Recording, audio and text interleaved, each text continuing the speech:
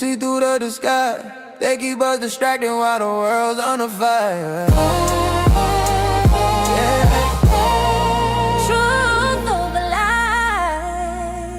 Global games ain't playing. If we don't stay focused, we'll never get our land. They talk world peace, while they loading the weapons. Same script, different villains, same global direction. US pointing fingers that is well on screen, but the real war invisible, messing with minds of the people we seen. They say pick a side, red or blue, while the money keep printing and the truth stay new. Black folks caught in the middle of a chessboard play. Entertainment distractions keep us arguing all day. They don't want unity, they want noise. They don't want leaders, they want angry boys. Scrolling, debating, beefing online, while rapper put action get better in the headline. Truth over lies. They selling fear on the news. If we don't see the pattern, we'll keep falling for the rules. Truth over lies. Same empire, new face, distracted people never win the race. They weaponize conflict, divide the globe.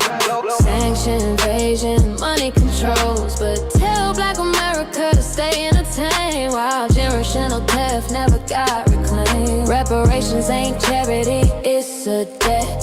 Stolen labor, stolen land, don't forget. They want us beefing over nonsense and clout, while the real conversation never comes out. Peace ain't possible without truth involved. You can't heal a wound you refuse to resolve, so we staying locked in, eyes wide open. No distractions, we decoding what's spoken. Focus, they want us blind, unfocused, focus. We too old to be hopeless. No more smoke screens, no more circus shows. Truth over lies. Truth over lies. They selling fear on the news. If we don't see the pattern, we keep falling for the rules. Truth over lies. Same empire, new face, distracted people never win a race.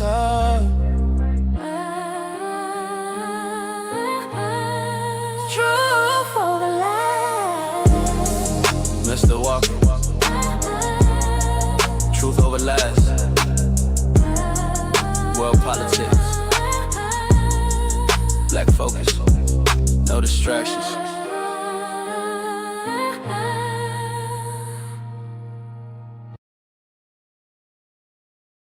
Another young life lost to street violence. Yeah, this ain't entertainment, this is intervention. If the truth hurts your feelings, it probably need to be said. Truth over lies, we don't glorify pain. At the streets trying to break them chains. Quarters in mindset, grown men talk. Lead the YNs before they chalk line walk. Truth over lies, we don't glorify pain. At the streets trying to break them chains. Quarters of mindset, grown man talk. Lead the YNs before they chalk line walk.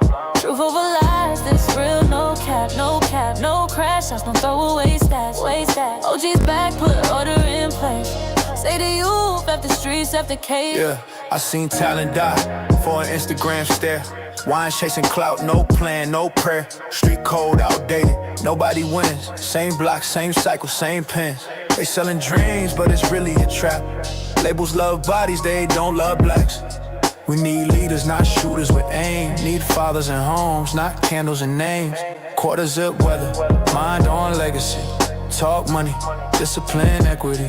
I ain't judging, I'm correcting course. Truth hit hard, but it save you more. Truth over lies, we don't glorify pain. If the streets trying to break them chains. Quarters at mindset, grown man talk. Lead the YNs before they chalk line walk. Yeah, OG talk, pull a chair, sit down. Ain't no honor in a jailhouse gown. They told you drill was the way to shine, but the real killers is time and fines. They cheering when you crash out young, and forget your name when the sentence come. We ain't anti-culture, we anti-death. Anti-mama crying, anti-breath, last left. You wanna be a man, build something real. Stocks, trade, skill set, something you can feel. If the streets ain't hate, it's love with the spine. We tryna get you old now, viral online. Truth over lies, say it loud, say it clear. If the streets when you need you here. Quarters of vision, fit your focus, kids. Break generational suffering. Truth over lies, say it loud, say it clear. Left the streets, we need you here. Quarter zip vision, future focus kings. Break generational suffering. We don't profit off death. We don't clap for destruction. We here to build men. Not bury boys. Not bury boys.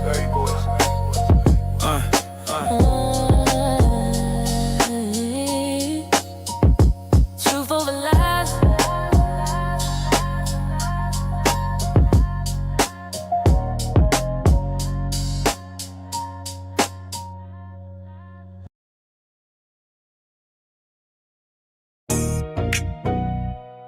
Yeah. Cart before the horse productions. Gavin X Mr. Walker. Truth over lies. SBC Nation. We in here. We ain't like them, we stay on cold. Truth over lies, yeah, we exposed. From the hood, but we chose that growth. Build our people, yeah, that's the goal. Hit like, subscribe, don't scroll past. Cash App love, super chat fast. Real talk only, no podcast. Yeah, truth over lies, yeah, we stand on that. Yeah. Came from the mud, now we cleaning it up. Same block raised us, but we changing it up. No more crashing out, we elevating the mind. Trying to break them cycles, leave that struggle behind. They promote chaos, we promoting the code. Family first, yeah, that's how it go.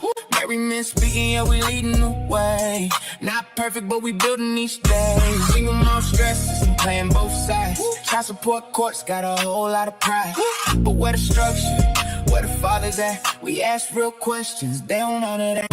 We ain't like them, we stay on course. Truth over lies, yeah, we exposed. Yeah. From the hood, but we chose that growth. Build our people, yeah, that's the goal. Hit like, subscribe, don't scroll past. Cash App love, super chat fast. Real talk only, no podcast cap.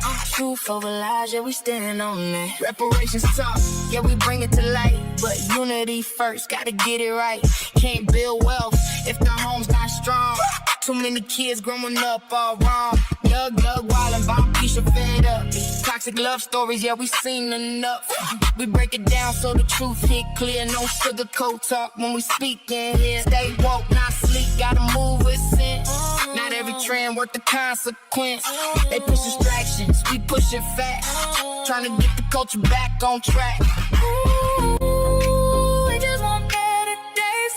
Real love, real homes, better ways. We just speak that truth for the ones coming up after you. Truth over lies, yeah, we locked in. Single by choices, yeah, we tapped in.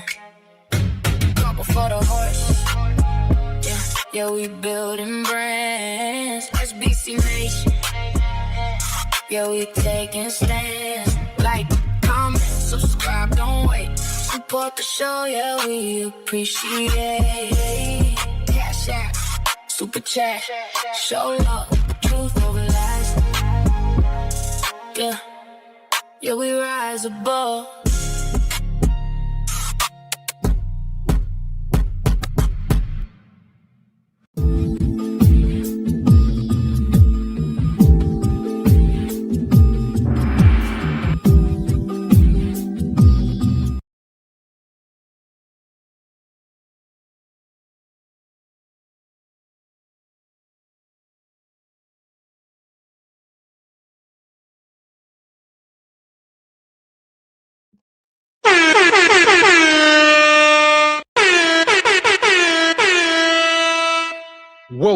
Welcome. Live Tuesday, Truth Over Lies, brought to you by Caught before the horse production. We live. Welcome to Caught before the horse production. It's Tuesday night, Mr. Walker. How you feeling, brother? Yes, sir. I am Feeling fan freaking tastic per usual. Good evening, ladies and gentlemen, El Nug Nugs and Le Bonquishas. Welcome to Cart Before the Horse, Truth Over Lies. In affiliation with the Bougie Negro Podcast, and also, as all you Negroes know, in association with Ain't No Fun Once the Rabbits Got the Gun Entertainment. What's going on with you this fine Truth Over Lies Tuesday? I got beans and bologna. Yeah. Welcome in, Truth Over Lies family. Also, the people watching over on the Cart Before the Horse channel, make sure you guys hit the like button, hit the subscribe button as you come into the room. There you go. No matter which channel you watching on, you jive chickens, come one, come all this fine June 16th, 2026. As you can see, Gavin X and I are very much still in the mix, reporting live to you jive chickens with Truth Over Lies. So y'all see what it is. Tonight on Truth Over Lies, me and Mr. Walker gonna cook up on the topic at hand, which is a hot one. Y'all see the hoodie, Free Carmelo. And we're going to talk about it. Y'all see this brother, Case and Allison. You know, it's a lot to talk about here. I rest my case. That image alone. There. Where's cross-examination on this bull jab? Him. Yeah. What you got? I ain't got to say nothing else. And that's all I need to say. The brother Carmelo ain't deserve 35. Matter of fact, it's documented. We were saying, 5, 10, we talk about it. He got to suffer consequence. Kane got 10, but Carmelo get 35. What was the difference? What was the difference in the case? I wonder. God, we're going to talk about it.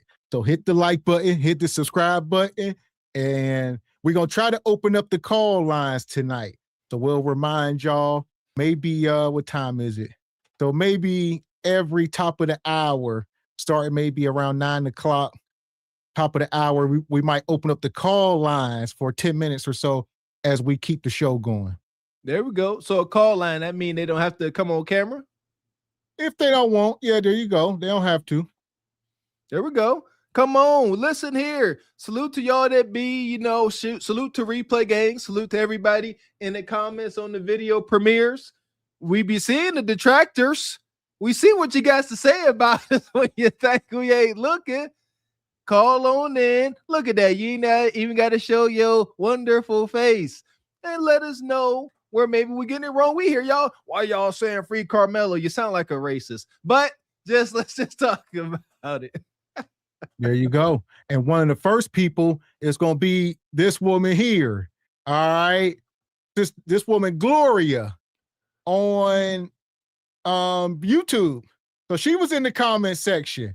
And she says, Free Carmelo, talking about our shirts and hoodies. Are you serious? The community is done, gone, over. Y'all are psychopaths. And then shout out to Sister Yas. He says, that's his opinion, his body, you can move around, man. And so I say, who is this woman? This be Gloria. She says she a proud Latino woman in her bio. And this is her. And she said, we are psychopaths.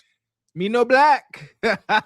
Me no black. We know for sure she checked white bread on her census form.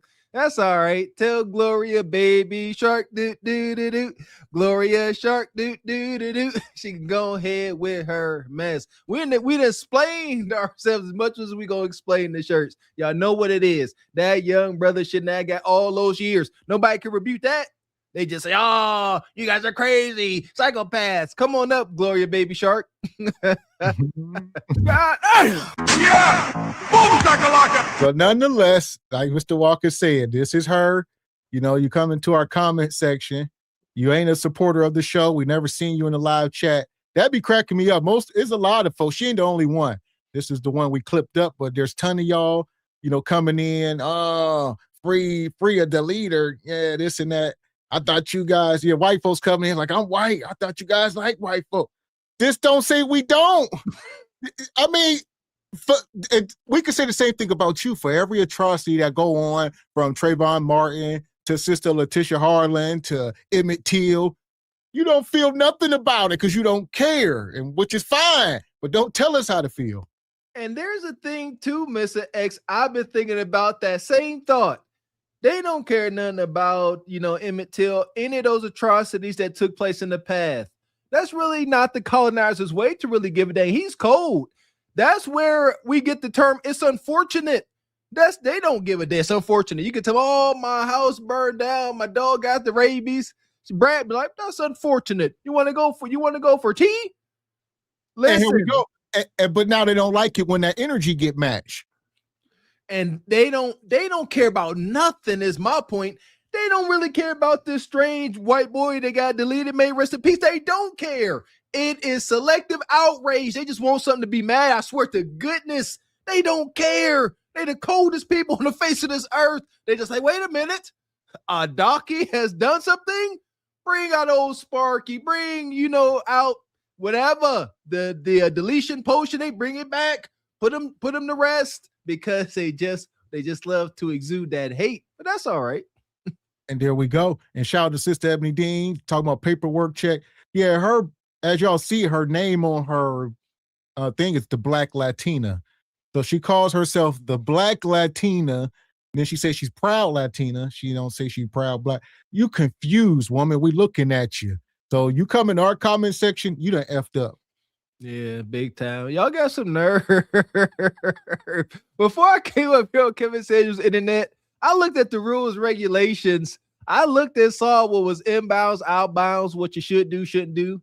And this ain't it, Gloria Baby Shark. You got to, you know what I mean? Like, at least come with something else. Why we got to be psychopaths? Might be. Now what? Dang. So, nonetheless, here we are. We're going to cook up tonight. Make sure you guys are hitting the like button. Shout out to Rachel. She says, brothers and sisters, say it with me. Free Kales, free Kales, free Kales. Talking 3 times like Umar. Rachel, you start off the show every time like this. Okay, I hear you. And Frederick Howard, been a member 8 months, says shaking rump at SeaWorld is egregious. Some things I would just rather forget. Shout out to last show.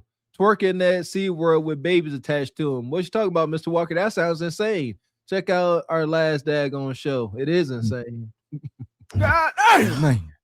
And Brother Frederick also come with a channel membership. We appreciate you, Brother Frederick. Thank you, sir. And shout out to Lee Turner. He's been a member 7 months. Says hit the like button, people. That part. Tell him, Brother Lee. That part. So let's take a second and hit the like button before we cook up. Hit that like button. Subscribe. Don't front, cash out. Support the show. Super chat. Let it flow. SBC Nation, we see y'all. Call the photo horse. Stand tall. Shout out to SBC, Cart Before the Horse, Truth Over Lies Nation. Hit the like button, hit the subscribe button, you Jaff chickens. Yeah! Boom, shakalaka! And Lee Turner come back with a super sticker. We appreciate you, Brother Lee. So here we go. We're going to get right into it. All right. Stay with us tonight. We're going to mine through this. We are talking about the tale of 2 cases. Welcome to America. Welcome to America. There's 3 Ks in there. So here we are. Hit the like button. 4 hours after being sentenced for the murder of Austin Metcalf, Carmelo Anthony has been moved out of Collin County and into the state's prison system. This is the picture just sent to us within the last half hour from the TDCJ. We're told he's being held in the Wallace PAC unit near Navasota. So this brother Carmelo. And here's the thing. Carmelo was out on bond and house arrest this whole time. that's why a lot of people were up in arms, because initially on this case, the judge was a black lady.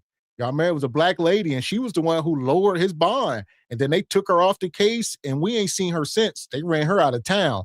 But she lowered his bond, and that's how he got out. And then after that, they got her off the case and put a white man on it. And that's when things started going left.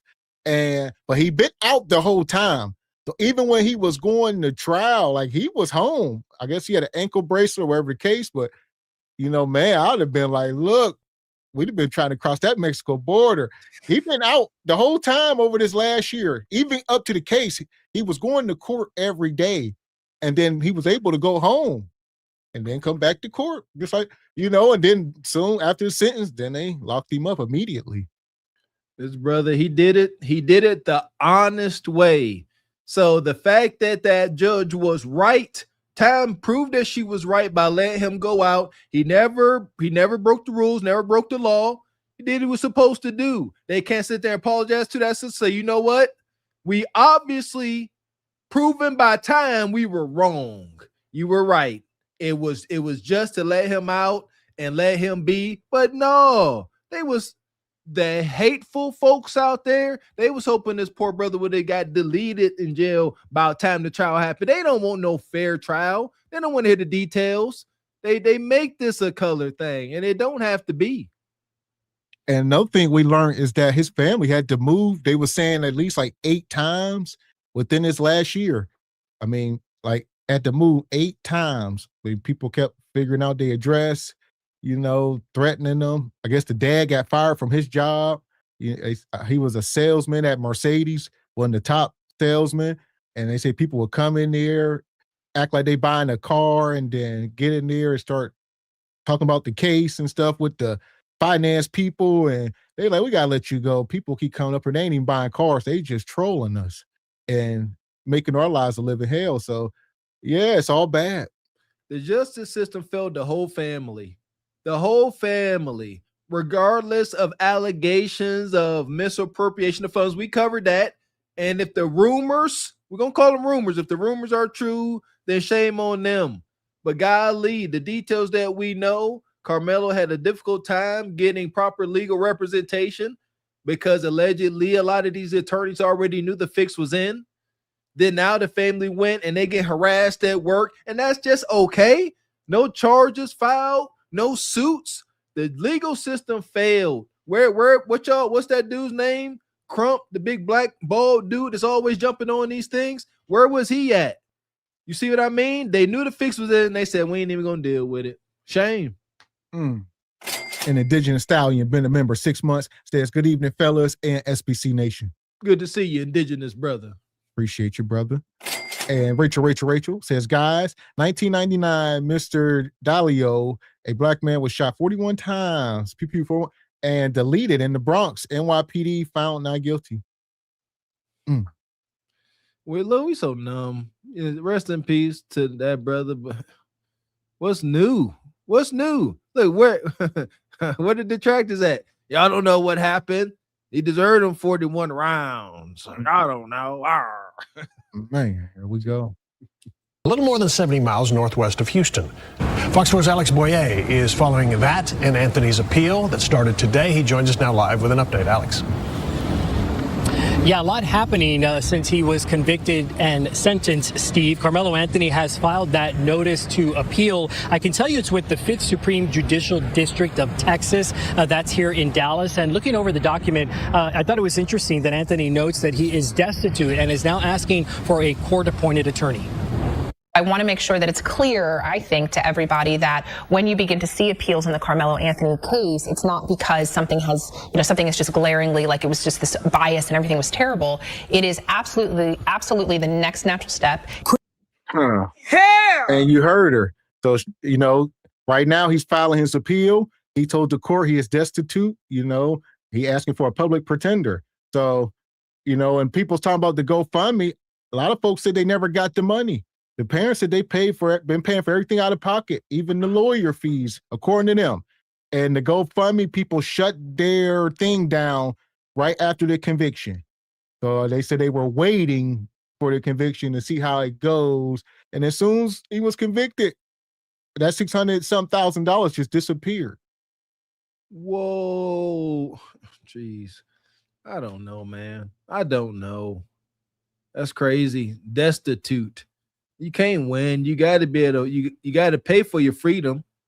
That's it. That's America. You pay for your freedom. You could be downright guilty of capital deletion.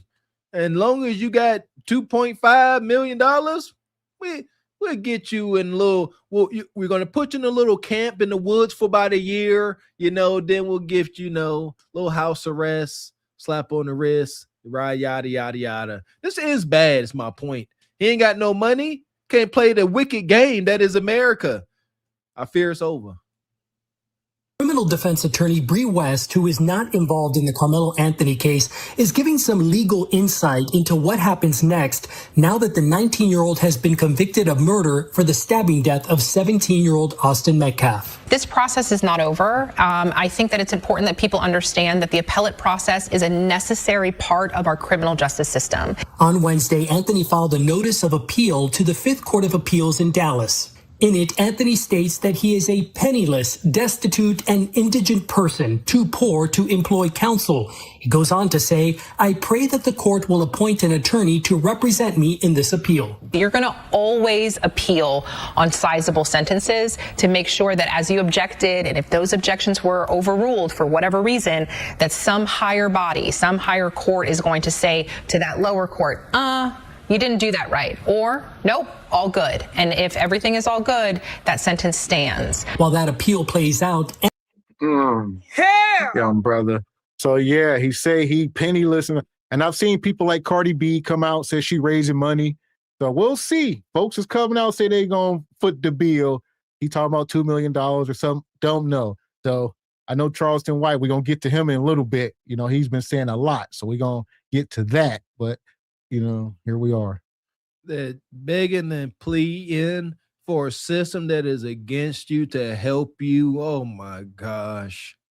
It's just dark. I didn't see this coming. I was under the assumption that they did have access to that GoFundMe, those GoFundMe funds, and things weren't this dire. I'm penniless. Help me.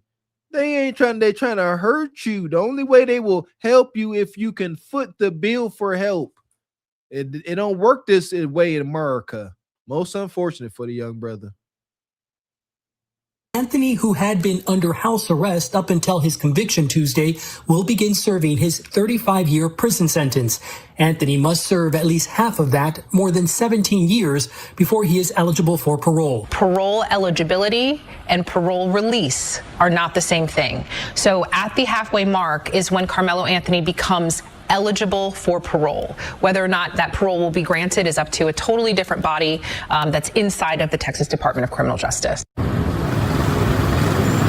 And so it's worth pointing out that in the state of Texas, a convict does not have a choice as to where they will serve out their or their sentence, rather. Ultimately, it comes down to where there is room and where Anthony is safe. And as of tonight, we know where he's ended up.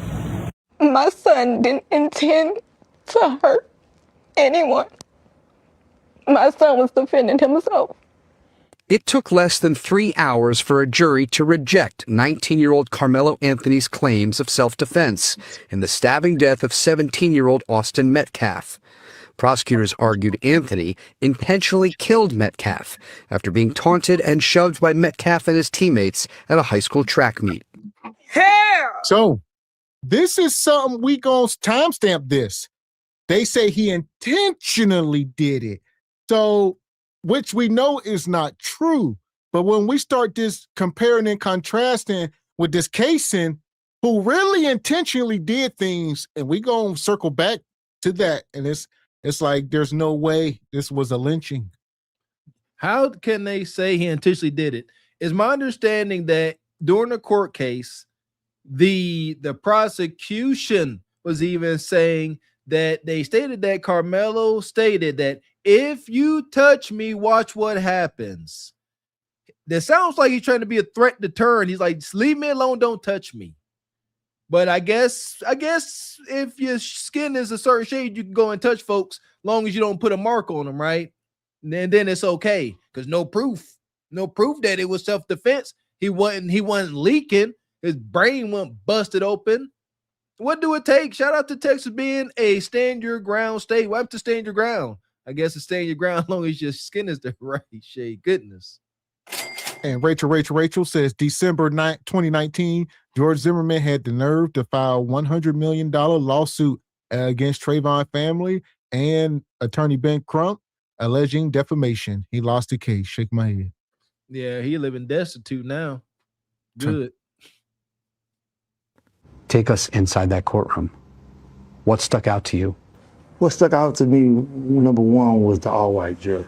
But I was trying to be, like, all right, it's not that big of a deal. I mean, the truth is on our side. At the sentencing hearing, the defense called only one witness on Anthony's behalf, his mother, Kayla Hayes. What did you tell the jury? To have mercy on my son. What do you say to his grieving family?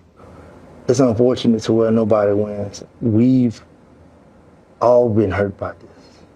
Everybody. That poor boy is fixing to experience a life that I would not wish upon anyone. Austin Metcalf's father, Jeff, called Anthony's sentencing bittersweet. What it boils down to for me is this. Austin will never walk through that door again and never give me a hug. The case drew national attention, prompting protests in support of both teens. And both families involved say they've received threats. This morning, I've had multiple emails, texts, threatening me, calling me all sorts of names. During our interview, the Anthonys made a point to call back one man they say continues to dox them. Why are you calling me, man? Make fun of you. Both families urged supporters to tame their emotions. I forgave him.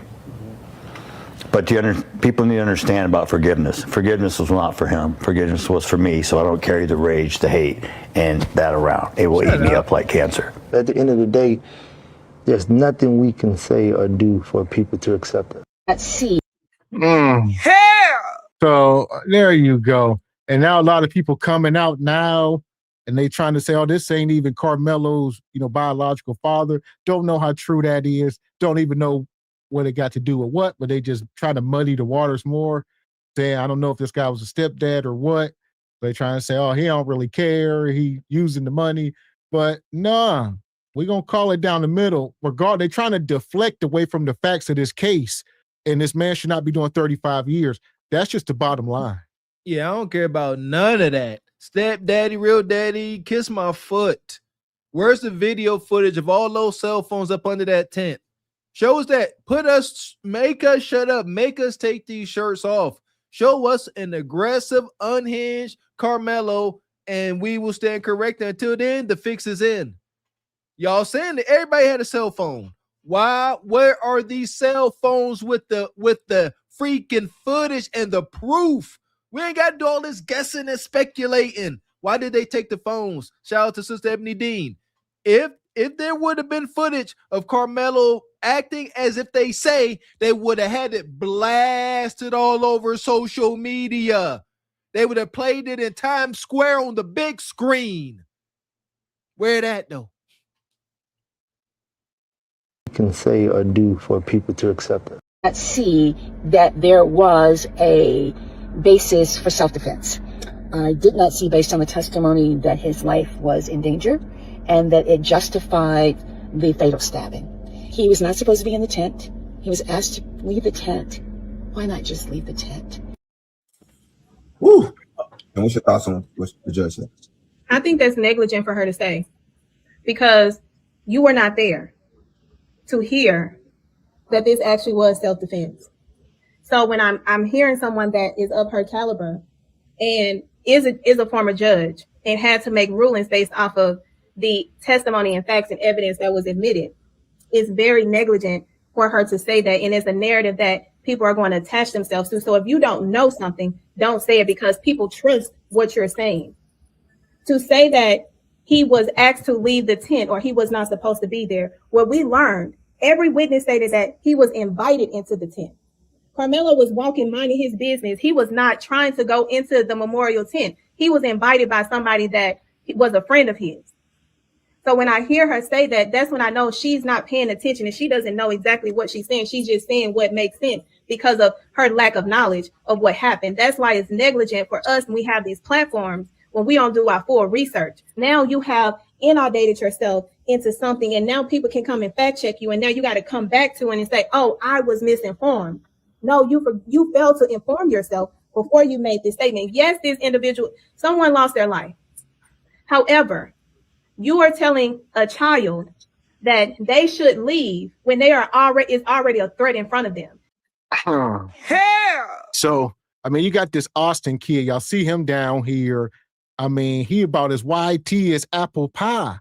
This is all American, you know, Notre Dame football.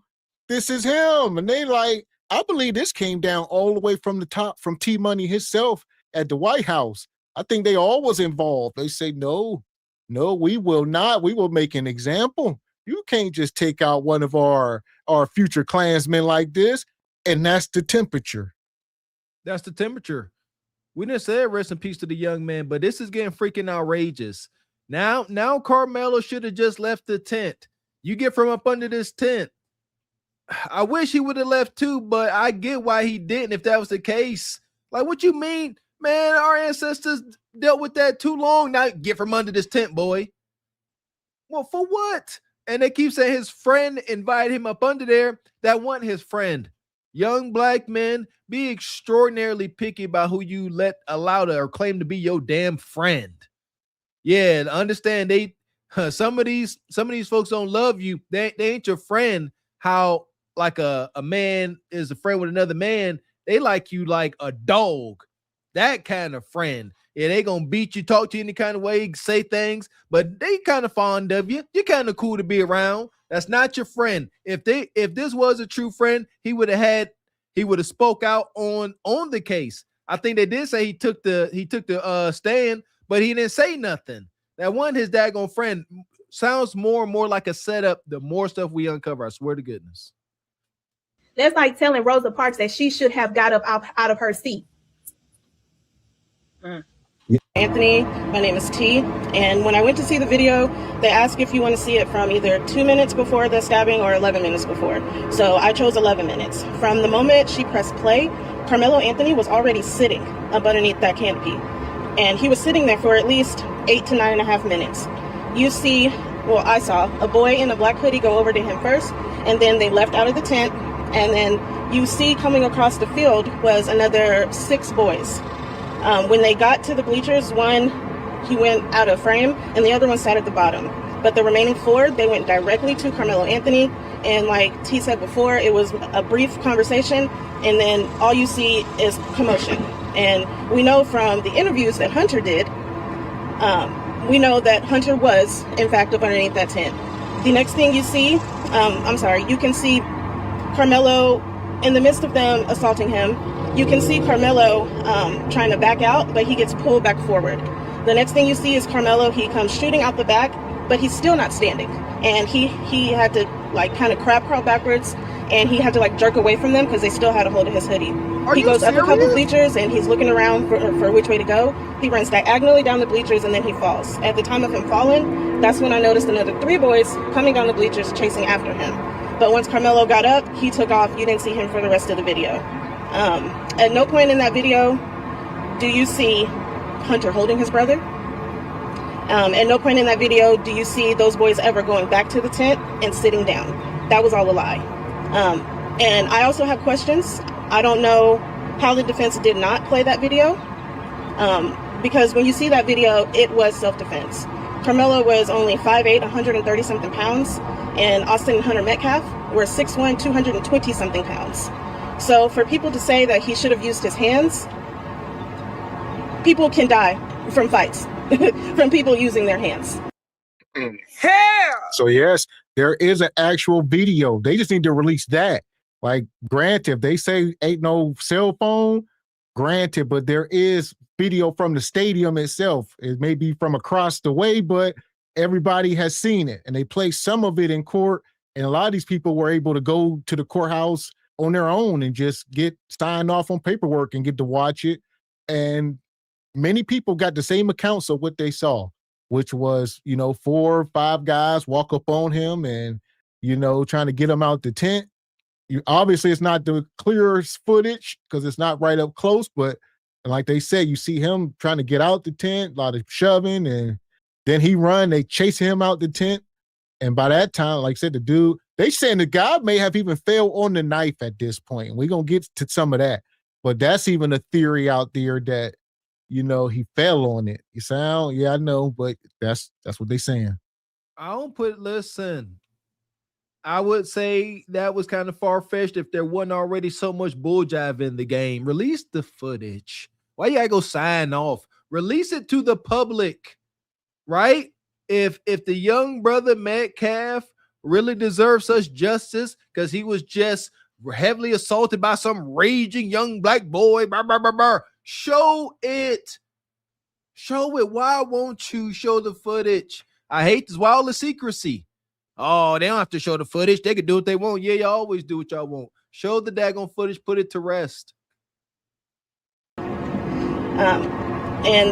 that's all I'm going to say for right now. Secret Service Sam here, and I believe the fix is in on Carmelo Anthony. We have another gentleman who saw the tapes. He filled out the Freedom of Information Act just like Dwayne Turner did, and he's saying that the video he saw does not correspond at all with what the witness statements were inside the courtroom. Listen to this. Yeah, so again, my name is Tony Sturdivant. I was one of the individuals that put in a FOIA request to see the video. What I saw was starkly different from the testimony that I heard given in the trial. There were 6 kids that walked up, 2 splintered off. I guess that part of was introduced in the trial where they went to deflect the coach. The other 4 walked directly to Carmelo Anthony. There was a brief conversation, I say maybe 20, 30 seconds, and from there, a scuffle ensued. Yeah. So what they saying is it was 6 of them total, and 2 of them went to distract the coaches, while the other 4 went to get him up out the tent. So they could have simply went and told the coaches, get this guy. They say, no, go distract the coaches. We're going to handle this ourselves. And they went and tried to remove him about the tent. So like you say, I'm sure there was probably girls under the tent and all of that. It's high school. So they're like, who this ninja with different colors on trying to talk to one of my ex-girlfriends or something? Who knows? And y'all know how this goes. Or why my girlfriend looking up at this ninja like that? Let's get him out the tent. And it was animosity and they ran up on him. And it's misplaced animosity. Shout out to everybody that did track and field or experienced that deal.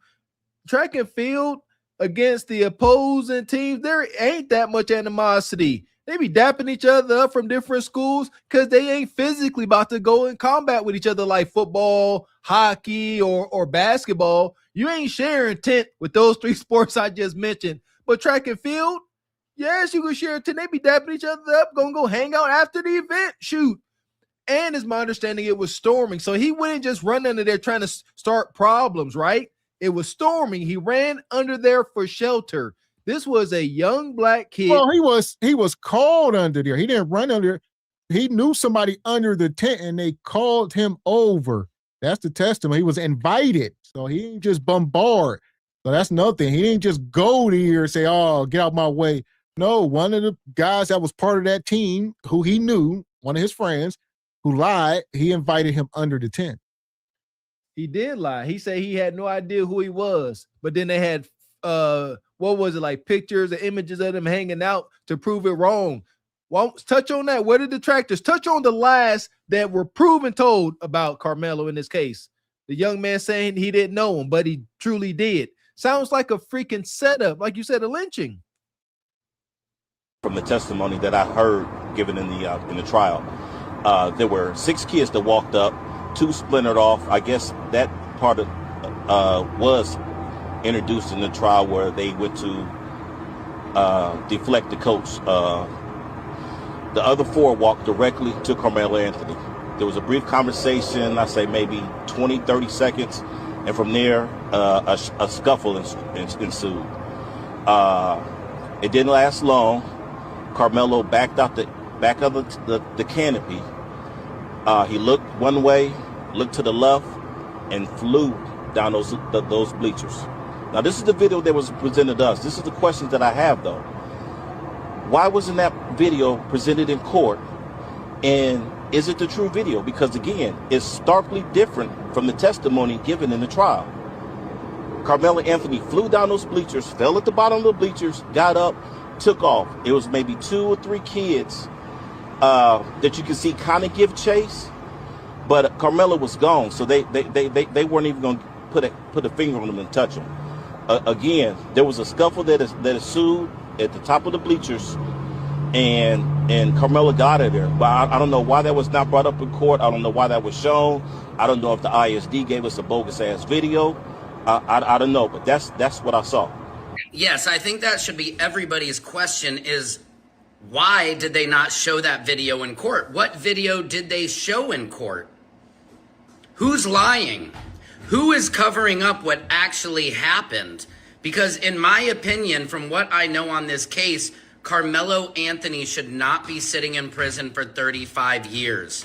Hell!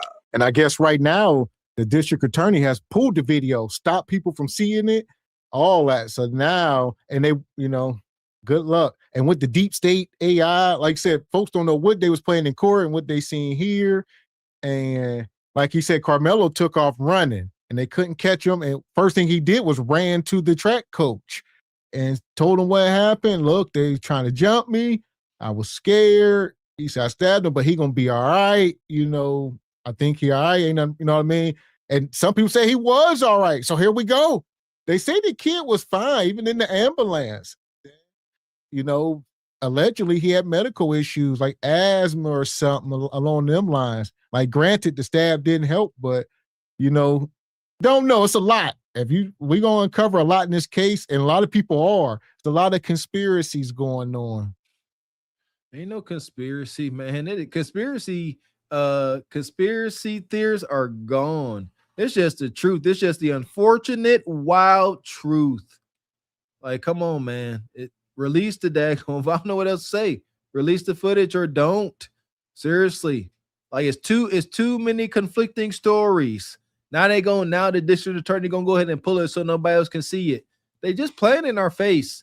At the end of the day, God has the final say, and I will continue to pray that everything works out. Where all the praying grandmamas at? We need that old school, Old Testament praying. Yeah, conjure something up, because this is wild. Obviously, they ain't playing fair in the physical realm. They ain't playing fair at all. It was self-defense, and we need to get a hold of those videos. The public deserves to see what actually happened. We see this all the time, where police will lie, say somebody shot at them, and then we see the body cam footage, and it's a complete fabrication. What do you guys think? I am here to expose all of their lies and all of their racist secrets. Crockett, you might have seen that Carmelo Anthony was sentenced to 35 years. I want to get your reaction to the trial and the verdict. My heart breaks for so many reasons. And so I was just speaking to a student that is shadowing me who wants to be a public defender. And so it takes me back to what actually made me decide to get into this legislative work in the first place, because I know that our systems are broken.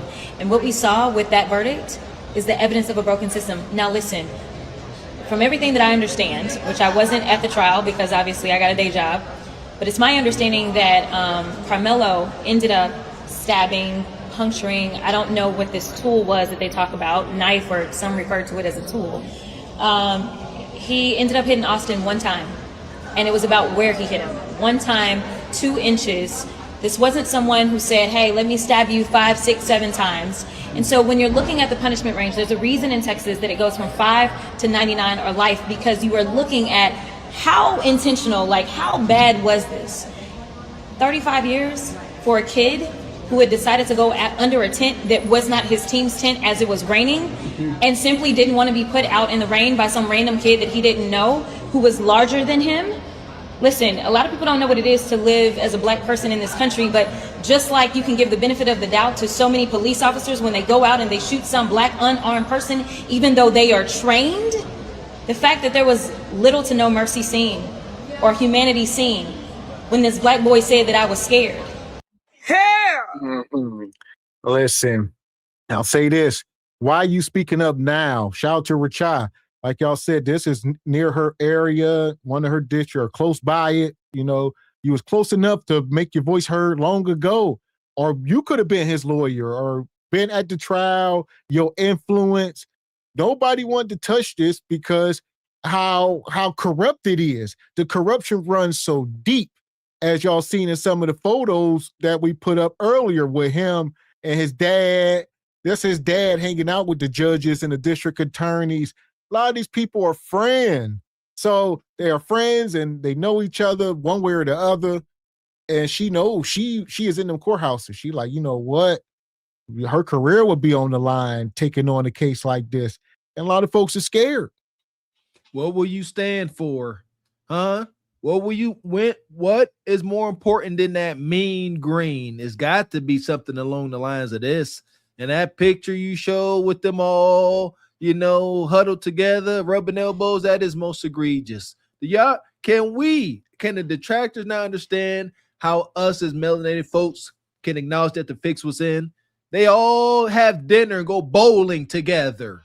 That after this incident happened, if you don't think they all met over the judge or somebody's house and had dinner, and they say, if you don't make sure he get at least 35 years, John, I'm telling about your affair. They start, blackmailing each other. Make sure he gets punished. Don't care about it. My son's gone. I don't care. I'm irrational. Get rid of this little Negro boy. The fix was in. Now, when they said the judge ended up taking over the sentencing, so I guess the jury could not come to terms and agree on a set number. Some of them thought he should have got the minimum, maybe closer to 5 or 10. Some was saying more. The judge said, get out of the way. I'm going to give him 35. I'll do this. You see what I'm saying? Come on, man.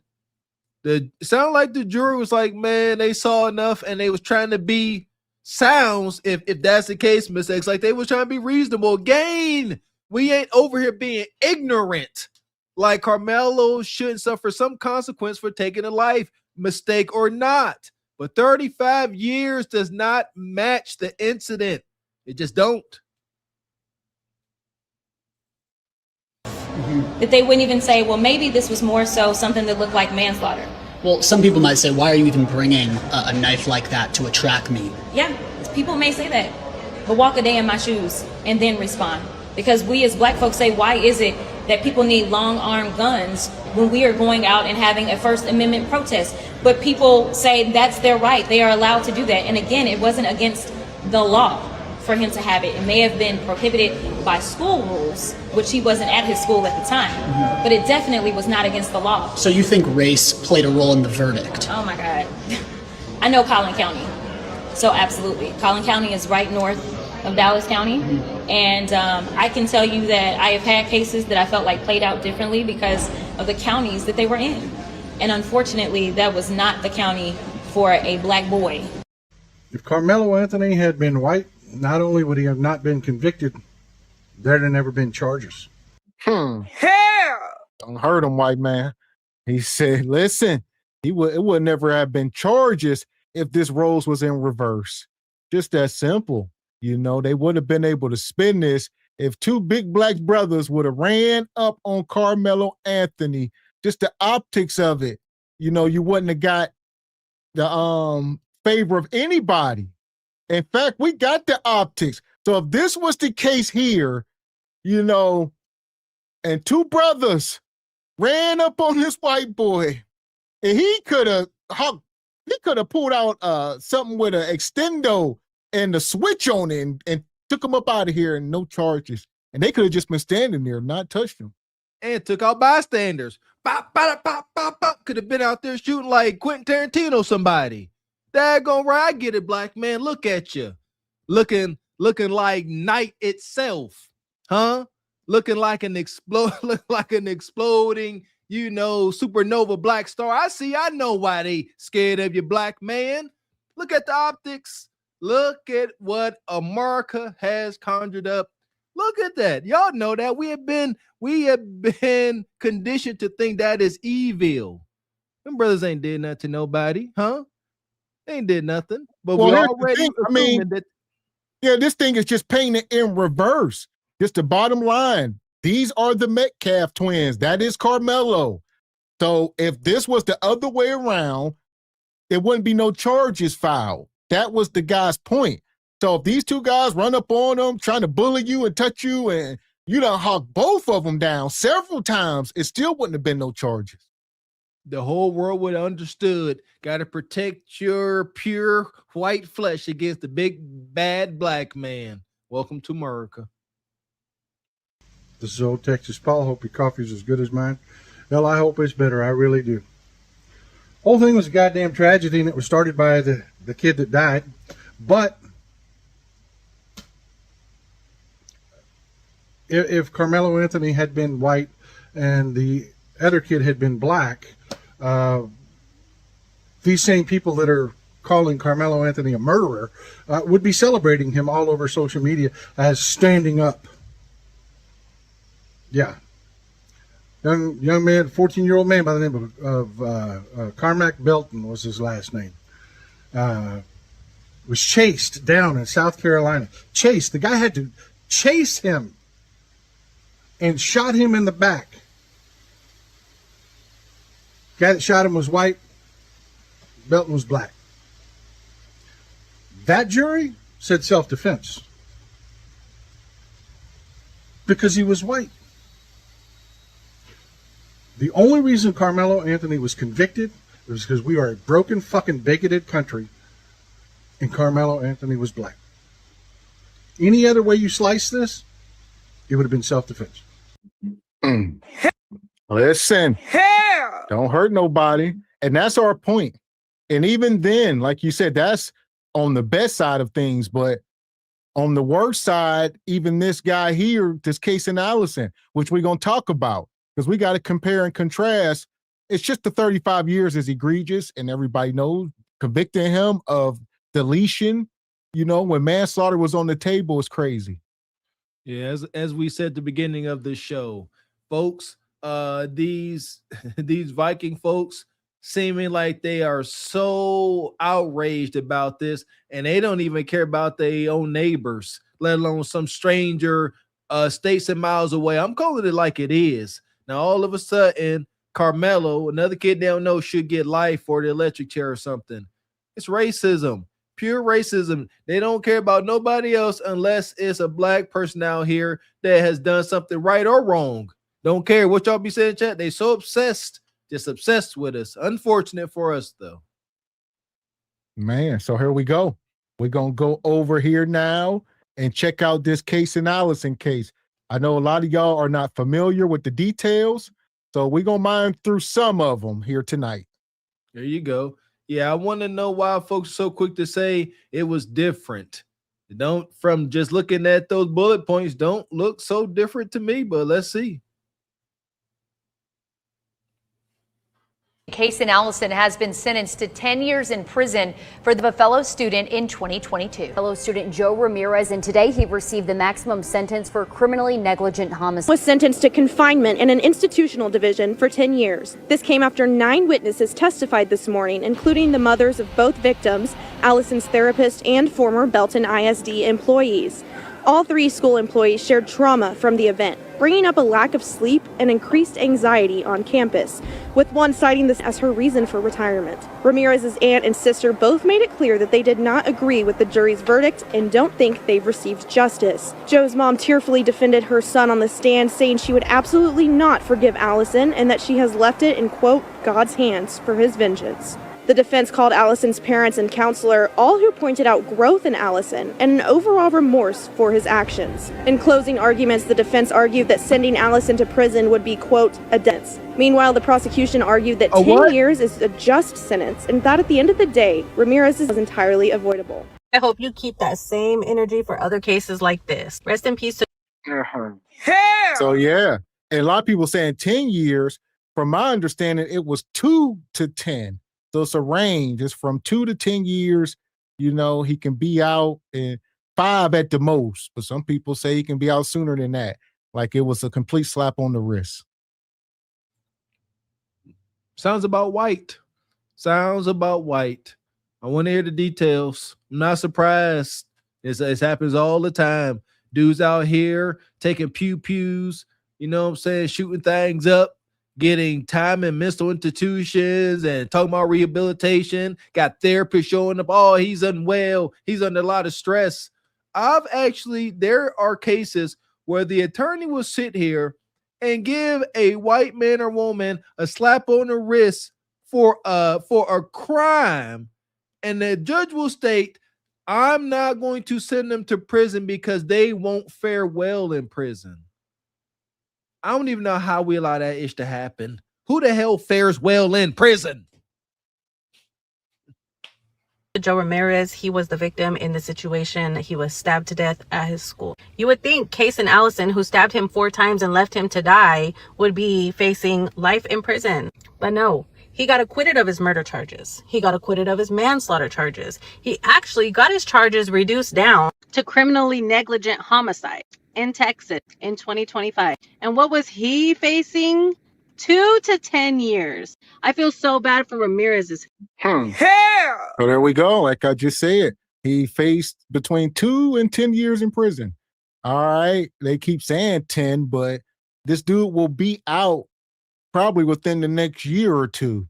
It's just the bottom line. He'll be out before 2030. I'll tell you that. So, yeah. And this happened a year or two before Carmelo. He just got sentenced last year in 2025. And it is what it is. So this is what we talking about. Justice for whites and no justice for black folks. And here we go. This is when it's going to get heinous. This is the part of the podcasting world I don't like. Because soon as he gets out, he going to go on his tour. He going to be over there on those goofy twins, you know, all of you not so favorites. He going to be over there. Tucker Carlson, all of those punks.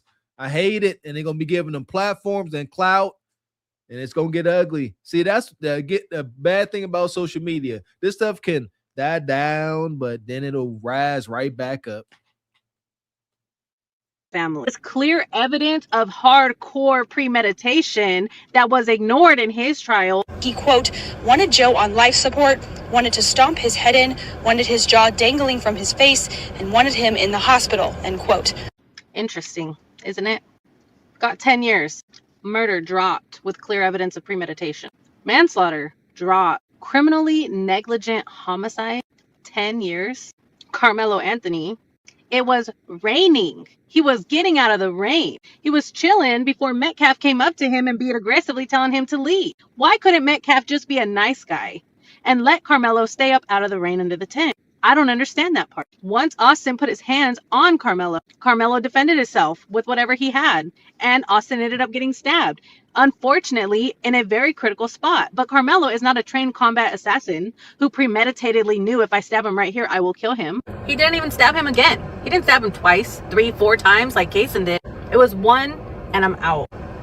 That's not murder. That's manslaughter. Actually, it's criminally negligent homicide, and he should have got 10 years.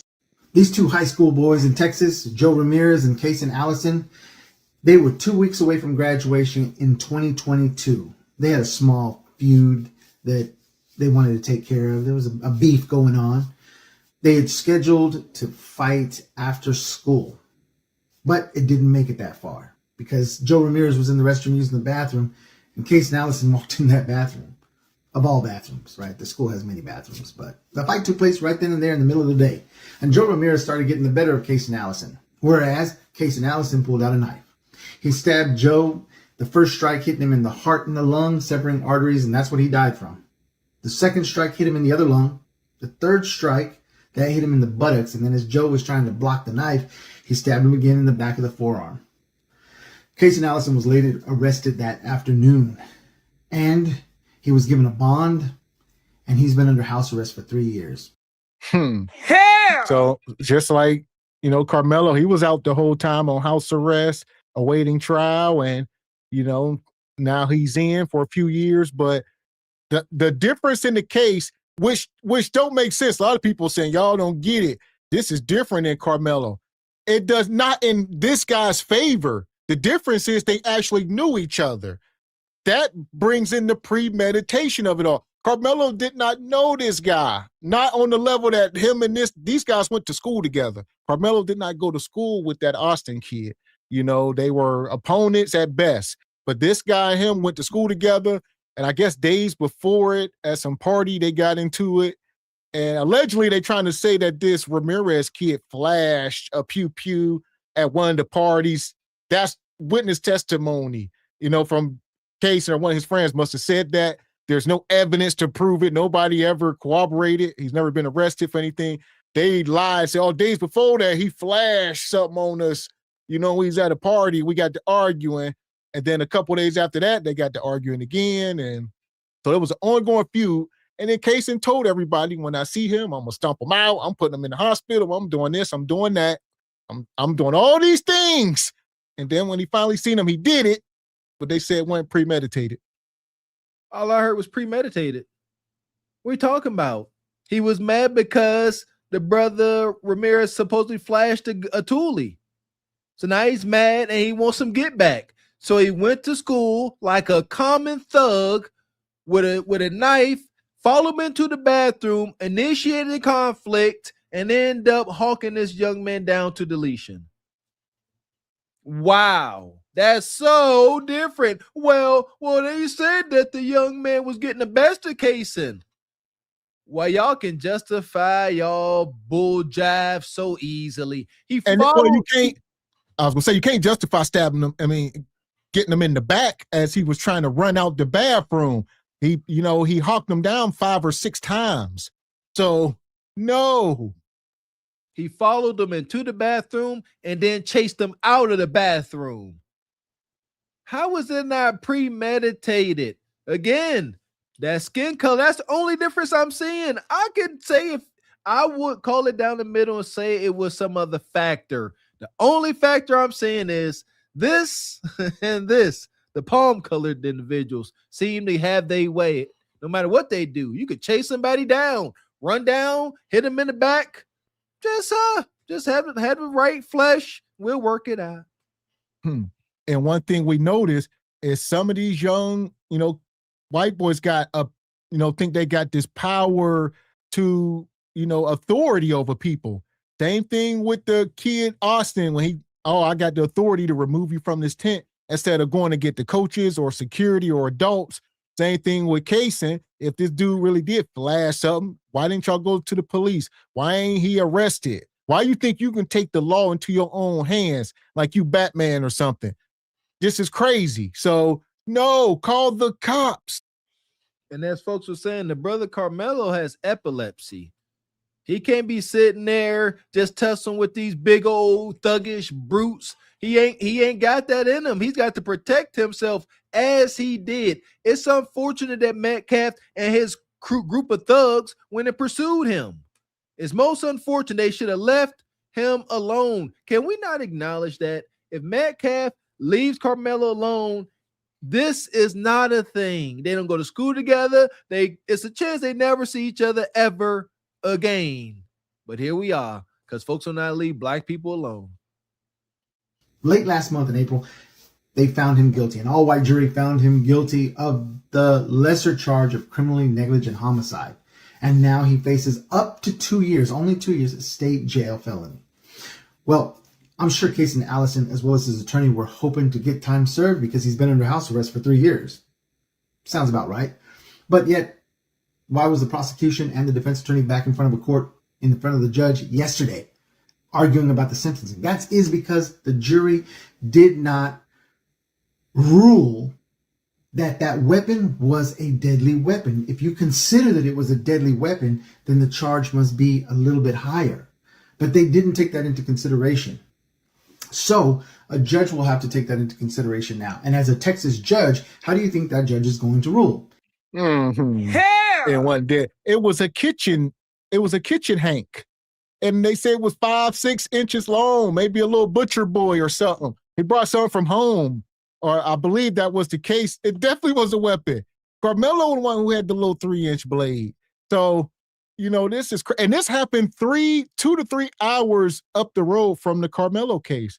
That's why it's in the same state around the same time, similar but way different outcomes. And I hate it. I hate it for us. Last time we had this conversation, looking at this as parents, we can sit here and debate this all we want, but what are we telling our kids to make sure this don't happen to our babies, to our sons, to our daughters? Stay away. Stay away from, don't let folks smile in your face. I done had it, man. Like we got to be most careful with our babies. They are precious, and we got to start treating them like so. And it sucks. We got to give our black kids a whole different set of rules than their white counterparts. That sucks. It's uncomfortable. It builds up something inside you, but we don't have no choice. He can't rule that a knife was let's say, a Lego. No, he has to rule that it was a knife. It was a deadly weapon. And being so, Kaysen Allison now faces 2 to 10 years in big boy prison. And as you can see, Kaysen Allison, he has lost his boyhood charm and looks. Even looks like he's put on some weight. And if he has to do some time in big boy prison, he's going to need a little bit more weight. So Kaysen, you might want to start beefing up right now. So for those of you that say that there is no systemic discrimination against people of color, more specifically black people, allow me to educate you on that and to also call bullshit. So these two cases are in the same state, both claimed self-defense, and both used a knife to unalive the other person. Now this is Kaysen Anthony, and he got into a fight at school with this Hispanic student right here, and in the fight took out a knife and unalived him. Initially he was looking at murder charges, but they reduced that and made it criminally negligent homicide, and he's only going to serve 10 years, if that, because they're fighting to reduce that too.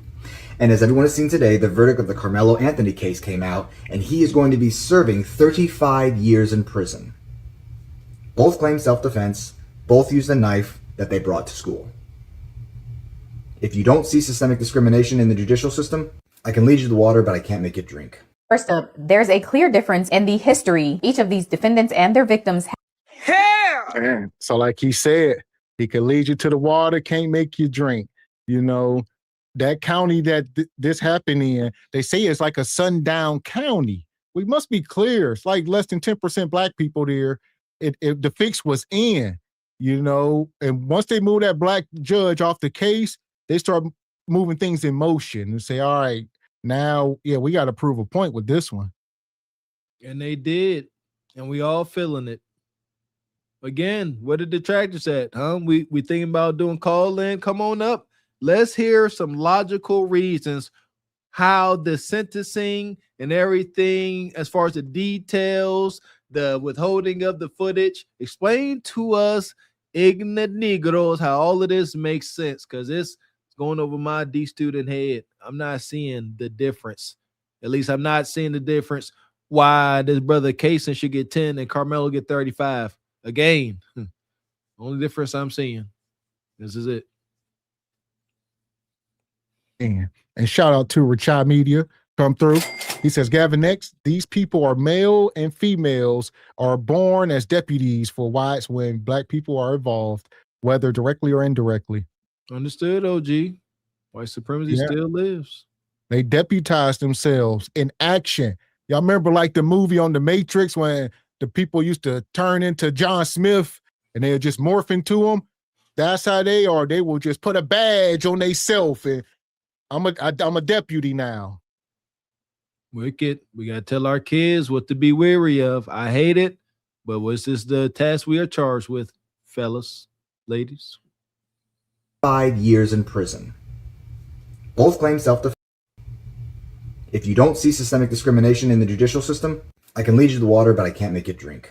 First up, there's a clear difference in the history each of these defendants and their victims had with each other. Kaysen and Joe obviously went to school together and had some hostility with each other, even if only for 4 days. Carmelo and Austin Metcalf, on the other hand, had no history. They didn't go to school together and they did not know each other before that day. Next, let's talk about the planning aspect. So it's clear from the Snapchat messages that Kaysen and Joe were planning to fight. In fact, according to what was presented, Kaysen was the one who first suggested a location for the two of them to fight. And he communicated to multiple people that he planned on seriously injuring Joe through this fight. As far as planning on Carmelo's hand, There was no evidence presented in his trial that there were any communications or planning involved indicating that he was looking for this fight. Now, they both did have knives on them on the day of the incident that they brought to school grounds, but based on the evidence that was presented, Kaysen communicated his intention on using that knife, and there was no evidence presented that showed Carmelo communicated his intent with the knife. Okay, next, let's talk about the threat or warning that both of the defendants gave to their victims. Kaysen told detectives in his recorded interview that he told Joe prior to stabbing him, quote, "Don't touch me or I'm going to stab you." And that has a lot of similarity to what Carmelo told Austin before he stabbed him, which was, quote, "Touch me and see what happens." Okay, now let's talk about level of force. In Kaysen's case, there was video evidence that showed Joe punched him. And during the trial, there was testimony that that punch resulted in Kaysen having a closed head injury. And there was also claim from people on the witness stand that when they were all in the bathroom, Joe and his friends locked the bathroom door to prevent Kaysen and his friend from leaving. But that claim was never proven. It was just something somebody said on the stand. Now, in Carmelo's case, on the other hand, there was never any consistent testimony about how hard Austin touched Carmelo before Carmelo stabbed him. Someone said it was a push. Someone said it was a two-handed push. Other people said it was a shove. And one person even said it was a lineman move. So the one thing that is for certain is that it wasn't a punch. But the one thing that's similar between the two cases is that the victims in both cases committed the first assault or unlawful touch. Next, let's talk about what happened after the stabbings. So in Kaysen's case, he left the school premises, went to his house, and officers caught him on the phone trying to get a ride out of the city. Carmelo, on the other hand, did leave the tent where this incident happened, but he was stopped by a coach where he remained on scene until police came. Okay, and now the last comparison I've noted has to do with the verdict. So in both cases, jurors had the option to convict the defendants of murder or manslaughter. But in Kaysen's case, they were also given the option of this criminal negligent homicide. Carmelo's attorney did ask the judge for this option, but the prosecutors argued that that should not be an option for the jury because there isn't, quote, any evidence in the record that the defendant was unaware that his actions could lead to death. And after hearing that argument, the judge... And that's not true. Carmelo, I mean, he was unaware. He went up to the track coach and said, I think he's all right. You know, he was remorseful. He going to be all right. You know, they was trying to jump me. I was just trying to get out of there. He was very remorseful. He wasn't sitting there like, yeah, I did it and I don't care. No, it was remorse in the room. He was a good kid.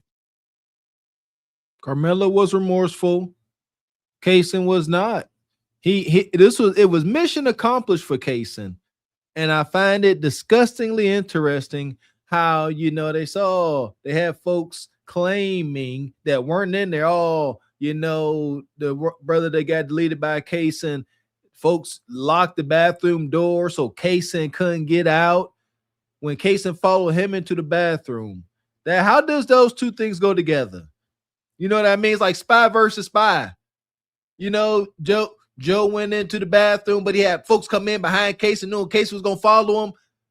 It don't make sense. It just sounds about white. Yes. So there's conflicting stories on that front. And yeah, so we're going to drop this link here in a minute. We're going to let y'all call in here at the top of the hour here at 9 p.m. Eastern Standard. We'll open the link up for about 10 minutes because we got much more to get to. Come on up. Don't be scared. Voice your opinion like you got some sense. Articulate yourself. Detractors. Aware that his actions could lead to death. And after hearing that argument, the judge sided with the prosecutor. And so this option was not given as a lesser included charge to the jury. So since both of these cases happened in Texas, the defendants were given the option to have the judge issue their sentence or the jury issue their sentence. In Kaysen's case, he chose the judge, who ended up sentencing him to the maximum allowed for criminal negligent homicide, which is 10 years. Carmelo, on the other hand, chose the jury to issue his sentence, and they sentenced him to 35 years, where the max was 99. The fact that Kaysen Allison had different charges than Carmelo Anthony has everything to do with the situation and what happened and what unfolded, right? Kaysen Allison and Ramirez, I believe it's Joe Ramirez, if I'm not mistaken, again, it's like a self-defense type thing. They were teenagers, okay? Joe Ramirez had a prior interaction with him where he supposedly pulled a gun on Allison. They had some altercations before, but this altercation happened on the school grounds. It was, Allison had a knife, which means he had intent of either defending himself or, hurting Allison. Apparently, there might have been some communication about Allison wanting Ramirez to be, in some type of harm. But the difference is the charges were different. Like Carmelo Anthony was charged with murder because technically, when you look at what Carmelo Anthony said, how he reacted, how he responded, that's why it was murder. That's why it was convicted murder, because technically he had intent of, with evidence, he had intent of murdering Metcalf, basically. You a lie, and the truth ain't in you. This is what's wrong. You get buck dancing coons like this, Ninja. I mean, that thing with Carmelo, that happened all in a spur of a moment. And like he said the same thing this guy said. Touch me, and this guy said, I'm going to delete you. I'm going to break your jaw. I'm going to do this. A lot of stuff this Casey Allison said, Carmelo simply said to people who were ganging up on him, threatening his life, to don't do it. That's all he said. Don't do it. You're going to leave me alone. I ain't bothering y'all. When this guy was the aggressor, he wasn't saying leave me alone. He was saying, where he at? Where he at, though? Oh, he in the bathroom? Let's go get him. And did they really take into account the allegations of Joe flashing a toolie in a whole separate incident? Is that how they justified this most violent and grotesque act by Kaysen? Oh, well, Joe had a toolie at a party somewhere. So Kaysen was right coming to school with a pocket, a kitchen hank, and running phone to the bathroom and accomplishing his mission of deletion. I get it. Again, sounds about white. I get it. I get it. Yeah, this is wild. So, yeah, I mean, you brought it to school. Just that alone. When are we talking? The intent. All right, premeditated. He was telling people, when I see him, all right, let's meet up. They were supposed to meet up after school 2 days before that, but it didn't happen. So this was going on for about a week. All right, there's going back and forth for whatever case. And like I said, they was a week from graduating high school. Don't know. They was at these parties, and I'm sure you get women involved and all of that. And that's where a lot of stuff come from. You said it, trying to impress the multitude. For those that don't know, you got a group around, young men, testosterone is raring, and young women is around. Egos, yes, are in play. And it sounds like Metcalf fell victim to his own ego. It sucks that brother Carmelo got to do this time, but who suffered the worst? We don't want to see nobody's kids out here getting deleted, whether they wonky or not. Like, come on now. Metcalf paid the ultimate price for his ignorance. Most unfortunate. So here we go. We had dropped the link. All right. Anybody want to come up? We'll see y'all in the back, but we're going to keep cooking. Like, if they had an altercation, Metcalf pushed or punched at him first, and then Anthony went straight to stab him in the heart.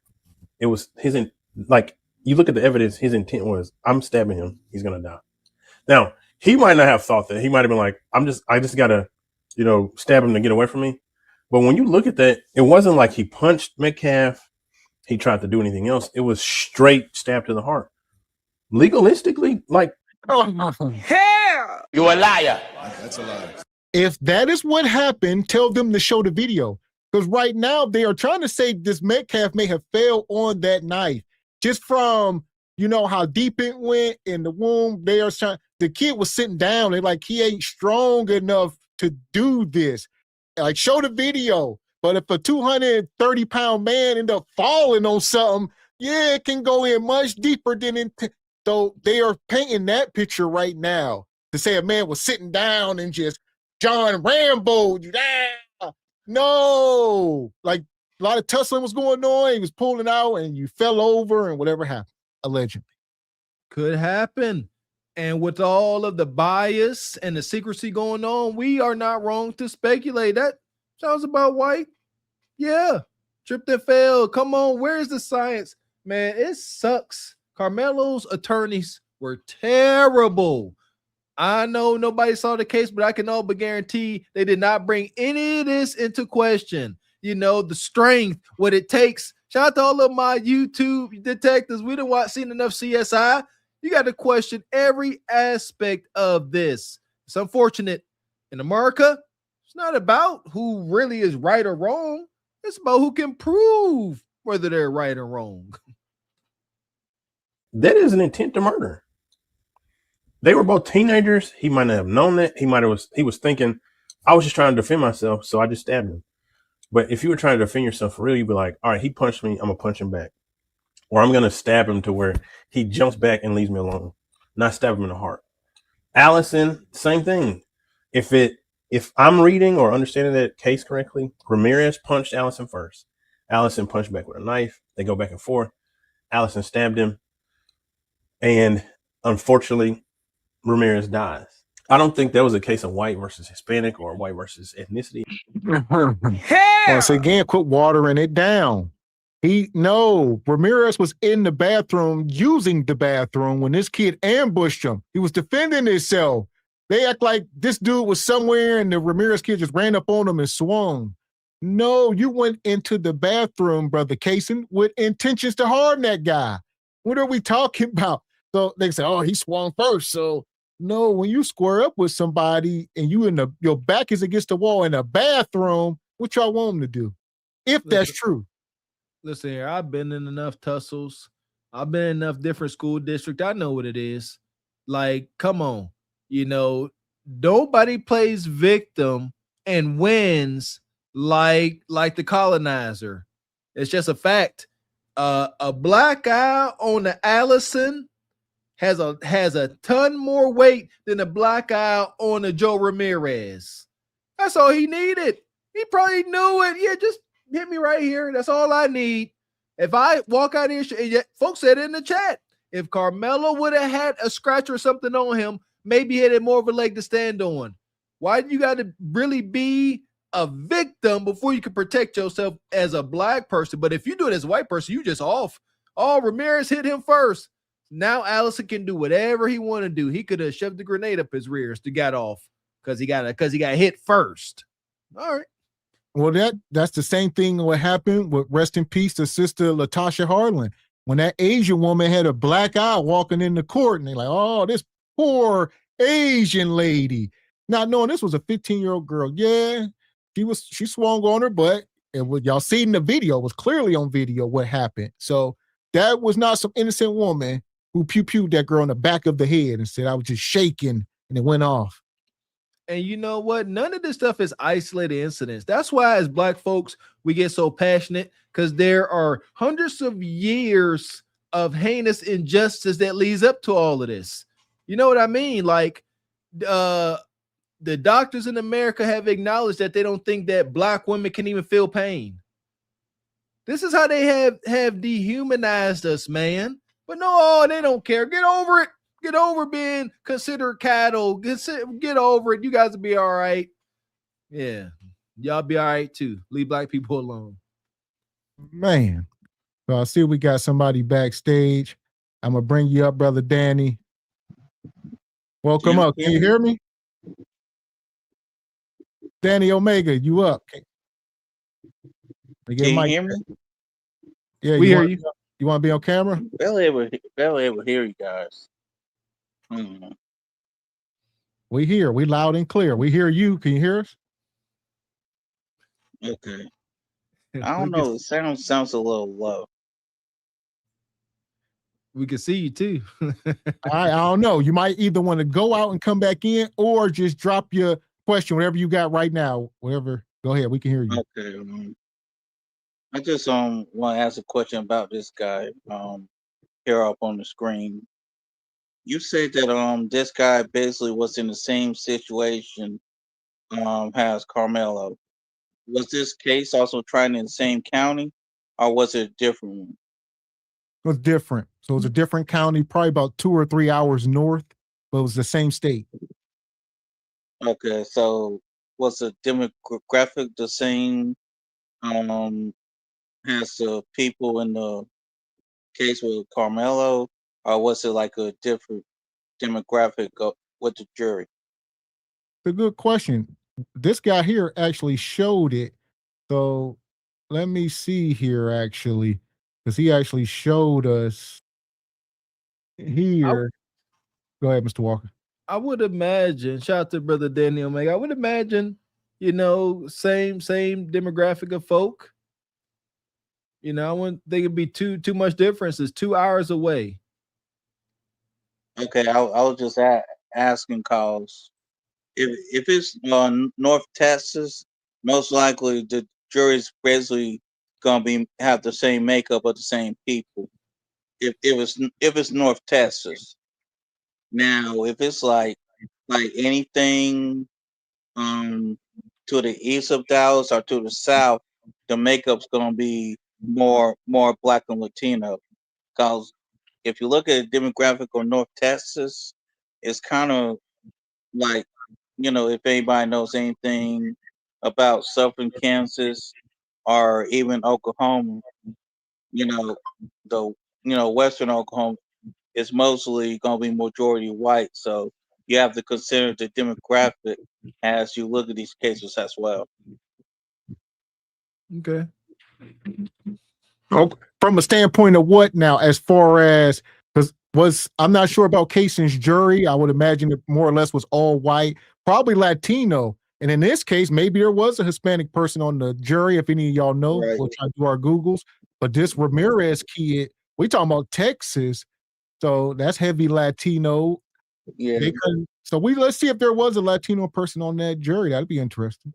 So so what's your point, brother Dan? You think what's the significance if there were Latino people on the jury for the Allison case? You think that's significant?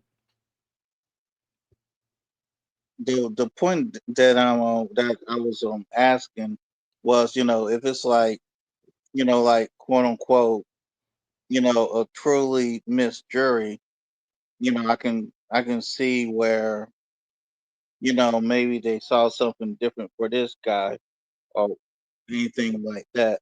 I think if it was a mixed jury instead of all white jury for Allison, maybe he would have got more than 10 years. You know what I mean? I think that would have been it, but yeah, I think this here he got 10 years. Pretty sure it was mostly all white. And just the mere fact that we sitting here having this discussion is part of tonight's show, where the tale of two cases. Welcome to AmeriKKa with a K, because just us using our common sense, a blind man. If we go tell a blind man the details of these cases, he would, let's see what he say. It would not look like this, is what I'm trying to say. This is the fix is in. We shouldn't be saying, oh, yeah, it's majority white and they're going to do this. And it's just welcome to America.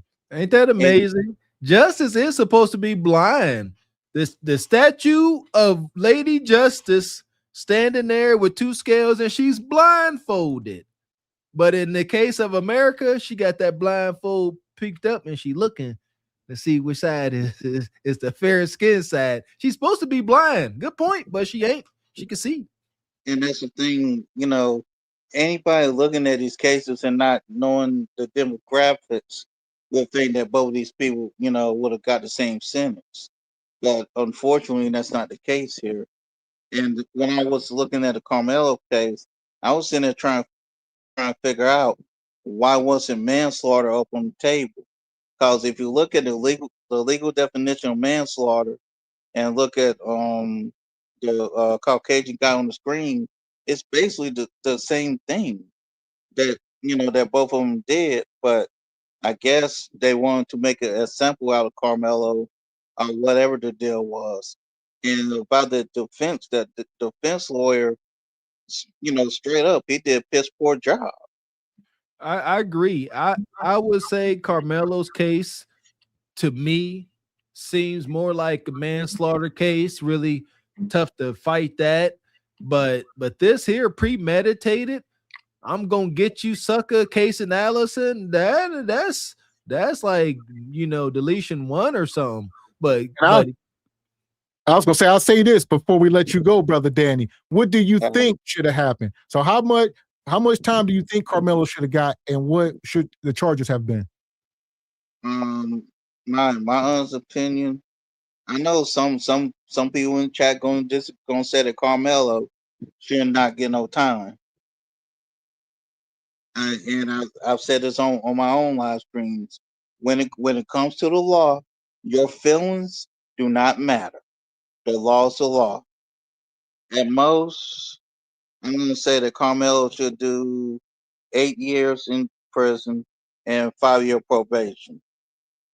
That's my take. Somebody else may have a different take. I respect that. I do. I respect that. That sounds very logical of you. My thing is, I ain't got no rebuttal against it. Just the fact that they continue to try to cheat us out of our freedom and treat us like dogs in the street. I don't even think he should get that much time because of the injustice that took place. Seriously, yes. The brother got to learn, and we can't let folks out here doing whatever they want, especially when life is taken. We have acknowledged that. But man, listen here. Considering everything up to today, man, like somebody said, 2 years, maybe a couple years, parole, things like that. I don't know, but it could have been a range like this guy. He got 2 to 10. Maybe Carmelo could have got the same thing, 2 to 10. There you go. Depending on the lawyer. With the same charge, guilty of criminal negligent, deletion. Yeah. That's what Carmelo, that sounds about right. Criminal negligence. That sounds about right for what took place under that tent that fateful day. Allison hawking somebody down, like premeditated, taking, an illegal sharp object to school. I don't see how that's just criminal negligence, but whatever. Now, I know some people in the chat gonna say, well, he had no business having denied. I'm kind of, 50-50 on them because, if he didn't have the knife, things could have got a lot worse for him if you look at it that way. And then, then again, I'm kind of 50-50 on him, having the knife or whatever. Okay. Well, listen, we appreciate you coming up, Brother Danny. I see we got some more people backstage, so we may open it up later tonight, but I'm gonna go ahead and drop down, fellas. Appreciate you, brother. Thank y'all for letting me up. All right, brother. All right, so I see we got somebody else back here. We got the Sinister Tribe 5. Mike check. Welcome up, Sinister. Welcome up. I don't know if you can hear me or not. Can you hear me? Yes, sir. How you doing? Hello, I'm not getting my Wi-Fi. I'm probably messing up. Hold on. 1 second. We hear you loud and clear. Hello? Yes, sir. We hear you. Yeah, we hear you. What you got? Well, listen, you might have to drop out. Can you hear us? I probably can't hear you. Brother. Yeah, sound like you can't hear us. There you go. You might have to drop out, go out, come back in. But listen, the lines is open. All right, we're gonna let this video keep going because we far from done tonight. But yeah, go back out and come back in, Sinister. I like the question, Mr. X. I want to know how much time do y'all think Carmelo should have got, if any, when y'all come up, and explain. I know they seem similar, but they're different. They're different scenarios. They're different situations. And disclaimer, I'm not an attorney. I'm just saying that's my opinion. This is all opinions. But I mean, you keep arguing, but it's a different scenario, different situation. Carmelo Anthony and Kaysen Allison were different situations, different scenarios. So they're not apples to apples. The selective outrage is just as loud as the silence. I noticed a lot of people pointing out the parallels between Carmelo Anthony and Kaysen Allison. The case of Kaysen Allison is apparently supposed to reach its final verdict today after its final arguments. For context, back in 2022, Kaysen took a knife to school and stabbed and killed Joe Ramirez. Stabbed him so many times even, he doesn't even remember the exact number, but he still claimed self-defense. And just last week, the detectives investigating took to the stand, testified, and provided new evidence that contradict details in Kaysen's story of self-defense. So let me get this right. When Kaysen Allison takes a knife to school and stabs somebody multiple times and still claims self-defense, everyone's silent as a church mouse. But when Carmelo stabs somebody one time and then asks the officer if Austin was okay, his self-defense claim is bullshit. And folks pushed every narrative possible to feed their belief of it being premeditated murder. Even now, racist white people hate Carmelo so much that they are coming to this app to flip the narrative and justify more violence inflicted on black people. But again, no energy towards Kaysen Allison, who has made the exact same self-defense claim. See, y'all telling me what that sounds like. Yeah. Huh. Sounds like Welcome to America, like we've been hitting on all night. I mean, it's just egregious. So when y'all see the Free Melo shirts, that's our protest to it all. Let the boy out. If you believe he deserves 35 years or more, like a lot of folks are saying, oh, that wasn't enough. Should have got life. Should have got the chair, this and that. No. So if you ain't got that kind of compassion on that front, this is our stance. Anybody that sit here and says he should have got more time, he should have got a deletion sentence, you evil person. This is a kid. He's 17 years of age. He made a mistake. Honor student. It's my understanding that, again, if he was a white kid, they would use all that in his favor. He won't fare well in prison. He's an honor student. He's projected to go to Yale. No, we can't do that. This was a mistake. He only killed a little black kid. It'll be all right. We'll have a do a little, we'll give him a little couple $100,000. They'll get over it. So, yeah, but come on, detractors, let us know. Let us know where we're getting it wrong. We could be wrong. Doubt it. Well, the thing is, Carmelo really is a good kid. He's just caught up in this world where, granted, there are some YNs, and we address that in our culture. We don't need y'all coming over here addressing anything. So, granted, but he was not that. Y'all not going to paint with that broad brush and bundle him in. He was a, straight A student, 3.8 GPA. He had like 20 scholarships. He had like 20 scholarships to go to college. He was about to graduate and go run track, I believe. So he was a good kid. He had saved, a white kid's life before in a swimming accident, I believe. He jumped in the pool and saved a couple people's lives before, I heard. So he wasn't a bad kid. And so we ain't about to paint him as some YN. Shout out to Sister Ebony Dean. I get it. These tethers come over here, that dude in the medical uniform, the scrubs, talking like that. If you can't understand what we are going through, have gone through, and the injustices we continue have to fight through, keep your mouth shut, especially when you share our complexion, because you make it worse. Seriously, it gets on my daggone nerves. I now understand why we got to delineate. Folks that can't understand the injustice we continue to go through, how can they speak on it? Makes sense. So here we go. All right. We're going to open the call line up one last time until 10 o'clock because we're going to open it back up top of the hour. But Sinister Trial, we're going to try to get you back in one more time. What's going on? I'm messing up you guys' show, but I just want to say real quick, I can't hear you guys. Hope you can hear me.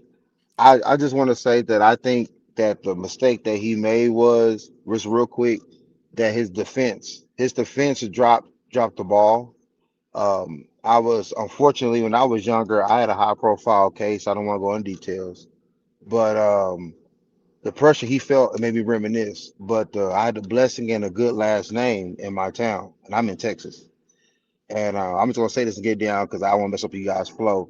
But his defense dropped the ball. We gotta understand that you have to get somebody that can play ball with them, and they're also that are known in their system, but also is prideful and don't want to lose. Because after my case, I had 3 first degrees, but when I was like, I'm 42 now, but I was 20. I was about turning 20. I was 19, so I made a lot of headlines. But nevertheless, it was he went on to lose another big case, but he knew the people and he was well liked. And he knew it's all a game, when they play golf together, they go to church together, like you guys said before. I want to tell you guys real quick, you guys do a great job covering that. And I didn't risk it. I didn't go to trial. I had a situation where I could talk to the DA personally because my lawyer was that well liked. But but after that, they knew they cut behind the scenes deals, so they didn't want to let me off early. But I'll just say that, and I'll enjoy you guys live. Send us out, man. 5. Keep going. Appreciate your brother. There you go. Some context, some insight. That brother had good legal representation. Folks knew who his legal representation was. He knew folks. He was connected in the right ways. Like I said, in the American justice system, it ain't whether or not you right or wrong. Can you prove it? Are you connected well enough? Who do you know? What palms can you grease? Appreciate you, Sinister. Appreciate you, brother. So here we go. Shout out to Nais, gifted 1 membership. Appreciate your sister Nisi. And here we go. A lot of folks saying he should have had better representation. That's a good transition to where we about to go. Make sure y'all hit the like button.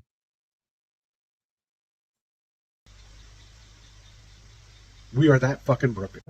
What did Carmelo tell you happened that day at the track meet? He was sitting there seeing his friend. Once you get the reports and everything, he was actually his girlfriend's cousin invited him to the tent.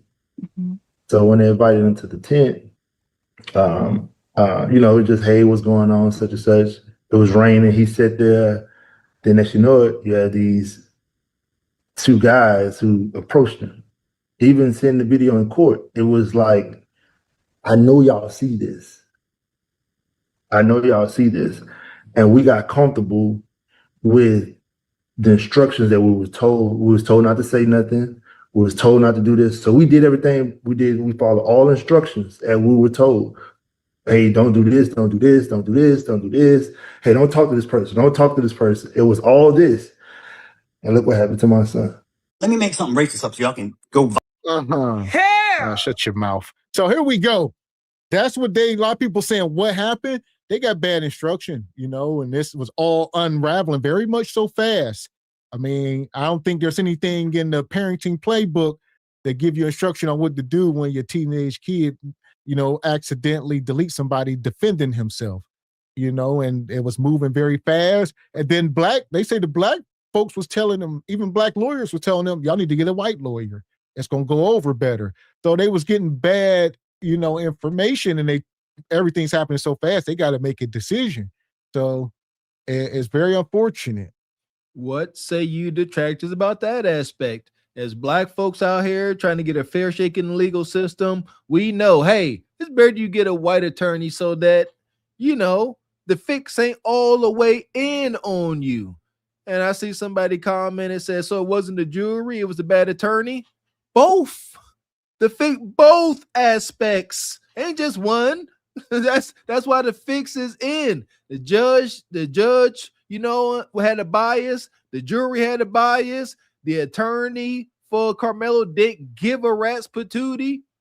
He probably, if there ever was a time an attorney or legal aid got, some kind of, desired outcome in losing a case, it would be something like this. I can see that. Hey, way to represent Carmelo, like how you did there. Here's a little Christmas bonus, for doing a good job. Hey, don't do this, don't do this, don't do this, don't do this. Hey, don't talk to this person. Don't talk to this person. It was all this. And look what happened to my son. Let me make something racist up so y'all can go viral. I got a new name for Mello, okay? Because he was such this little boy y'all were trying to portray. How about Watermelon Felon? How's that one strike you? I hope he enjoyed his first night in that cell last night. Because he's going to have many nights to think about what the fuck he did. Oh my goodness, this is Austin Metcalf's father finally unleashing his rage. You see, he was placed under a gag order by a judge. It's like being tied to a chair and someone is slapping your face back and forth. And you can do nothing about it but take it. Well, that day is ended. The muzzle's off. Oh boy, is it. He went on a 3-hour tirade airing his grievances and tearing everybody to shreds. Let's take a look at the most epic moments. Vengeance is mine, saith the Lord. I don't have to come after you. It's going to take care of itself. Drew Anthony, Kayla, you're cowards. You wouldn't even show up for your son's sentencing or victim statement impact. You abandoned your kid. You left him there. I guess he's no more use to you because you can't get any more GoFundMe money or GoSendGo money. Oh, man. I don't give a fuck what you think, bitch. Your thoughts ain't my thoughts. So here we go. He's off the gag order. and he's showing y'all his racism. It's showing. Pull your pants up. Your racism showing. Here we are. He gonna let y'all have it. And a lot of folks saying they should be able to use this when they do appeal. I mean, show the character of these people. Who was they raised around?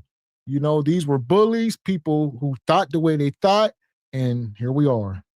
Shout out to the brother Sinister Tribe. Ain't nothing more sinister than a colonizer like this. He started off by saying vengeance is the Lord's, but then want to be up here being racial and hateful. This don't make any sense. Why don't you act like a hinged, not an unhinged adult, and act like just be normal? Like, you know what?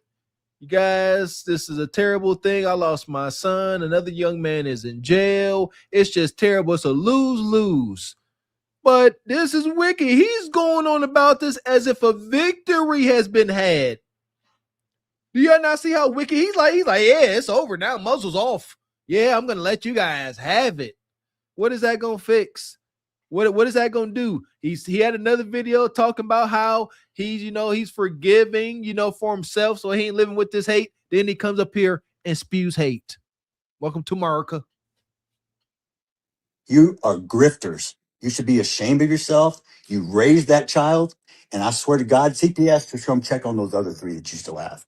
The real victim is the one who died, not the one who shoved a knife in his chest.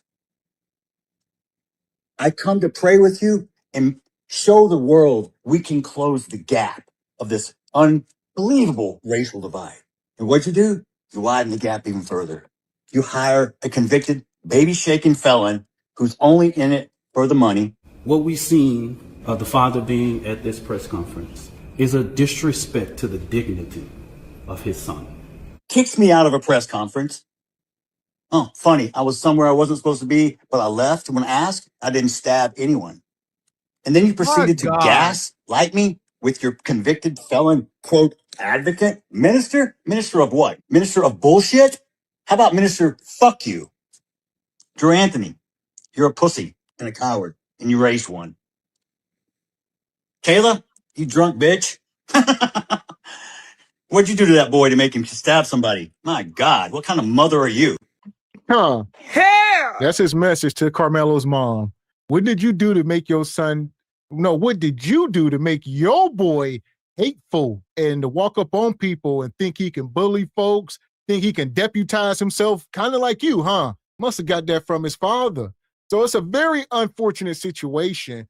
And here we are. But a lot of people are saying, is he justified for feeling like this? His son was deleted. So people say, y'all can't tell him how to feel. But like you said, you can't be talking out both sides of your neck. If you got hatred, go ahead, put your clan mask on. But don't be sitting up here talking about God and this and that. We ain't trying to hear it. At all. He can be as mad and everything as he want to. Whatever happened to adults acting like adults? Again, this is very racial. Let's flip it. This is a black person come here talking like this. Huh? Y'all know we are already demonized just by default. No, he's wrong. He's dead wrong for this. No pun intended. But you want to sit and talk about Carmelo's mom. What did you do? Your son got deleted. Huh? You literally got plasma on your hands, Paw, with this ignorance. But continue on. This the same dude that stated he was not going to allow the hatred to engulf him. This is what it looks like to be engulfed in hatred. Your son is a convict and a killer. Forever. Forever is a long time. I hope you're proud of yourself, bro. I hope you go home and tell your 3 little kids, your brother's in prison because he's a dumbass and he stabbed someone. Tell me how you're going to explain to them that their brother is a killer. You going to leave an empty chair for him? Are y'all all going to wear the striped suits or an orange jumpsuit in remembrance? I don't know. What do you want us to do at this point? But you'll jump on the side of a murderer for skin color. Do you know how stupid that really makes you look? But you're going to blame the white person for every fucking thing else. Hell! Listen, gone are the days where white folks can dictate our behavior. We are not on the plantation no more. I'm sick of this. it's always convenient when they try to tell black folks how to conduct ourselves when it's convenient for them. But whenever, like we supposed to forget all the atrocities. Y'all seen that courtroom when them two white dudes was going to court for the Emmett Till trial. Nobody cared. But now all of a sudden, they trying to tell us how to conduct ourselves when we want justice for our people. Nah, no, brother. Like, it's convenient for him to say that right now. It's just crazy. It's not surprising. Again, history let us know all that we need to know. At one point, we were considered cattle to them. We were stock. We were, what was it? 3/4, 2/3 of a human. That never happened, huh? That never took place. That's why we have this vitriol. That's why black folks got a chip on our shoulder. We are aware of our history and how we were treated. But folks don't want to acknowledge that. Oh, that wasn't me, though. That was your daddy and your punk ass granddaddy. How about that? And the only reason it ain't you because laws were passed. That's it. That's it. Y'all had the protection of the police. The police backed y'all actions. Y'all could not be criminally tried for the atrocities. But now you can, and you're like, I don't like it like this. I want to be able to do what they did and not go to jail for it. The police don't back you the way they used to, but there is a gray area, and you and your like find a way to fit into that gray area to y'all favor every time. We're the bad ones. We're the one that held you down. Guess what? You can do everything in America that I can do. Tell me one thing you can't do that I can't do. Food. You know what DEI stands for? Yeah. Means I don't have to be fucking qualified. I just have to be a certain color or race or gender. You a lie, and the truth ain't in you. Y'all can't. Some of these arguments are so weak, it's been debunked. All right, we know black folks did not benefit the most from this DEI stuff. Like you just said, race, gender. A lot of white women were benefiting from it. Anybody that was not a white man, what are you talking about? So stop the cap. DEI, diversity, equity, being equal, and inclusion, including everybody.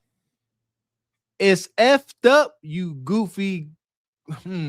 It's messed up that America had to come up with laws to counter y'all own racism.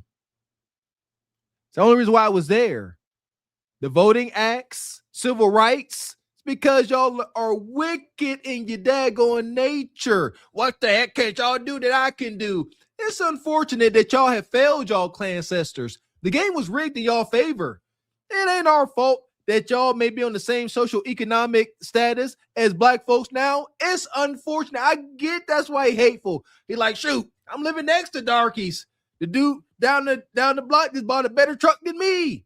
He's mad because you failed. Well, here's the truth, Mr. Walker. The truth of the matter is white folks are in no better position than they were back then. Even when they had that whip in their hand, they were still broke and poor. They just had power and they were backed by an institution. Hence, make America great again. That's why they like that. Because right now, the institution no longer backs them for their egregious behavior. So they want the institution to back them, i.e. T-Money, giving reparations to January 6th. They want to be backed by the institution so they can carry on their behavior. That's what has changed. Good. Let it keep changing. You know what? Woo-sa. When it comes to individuals like this, let us continue to practice. For the most part, we're going to put on display. Shout out to Stephanie Dean. We're going to check them.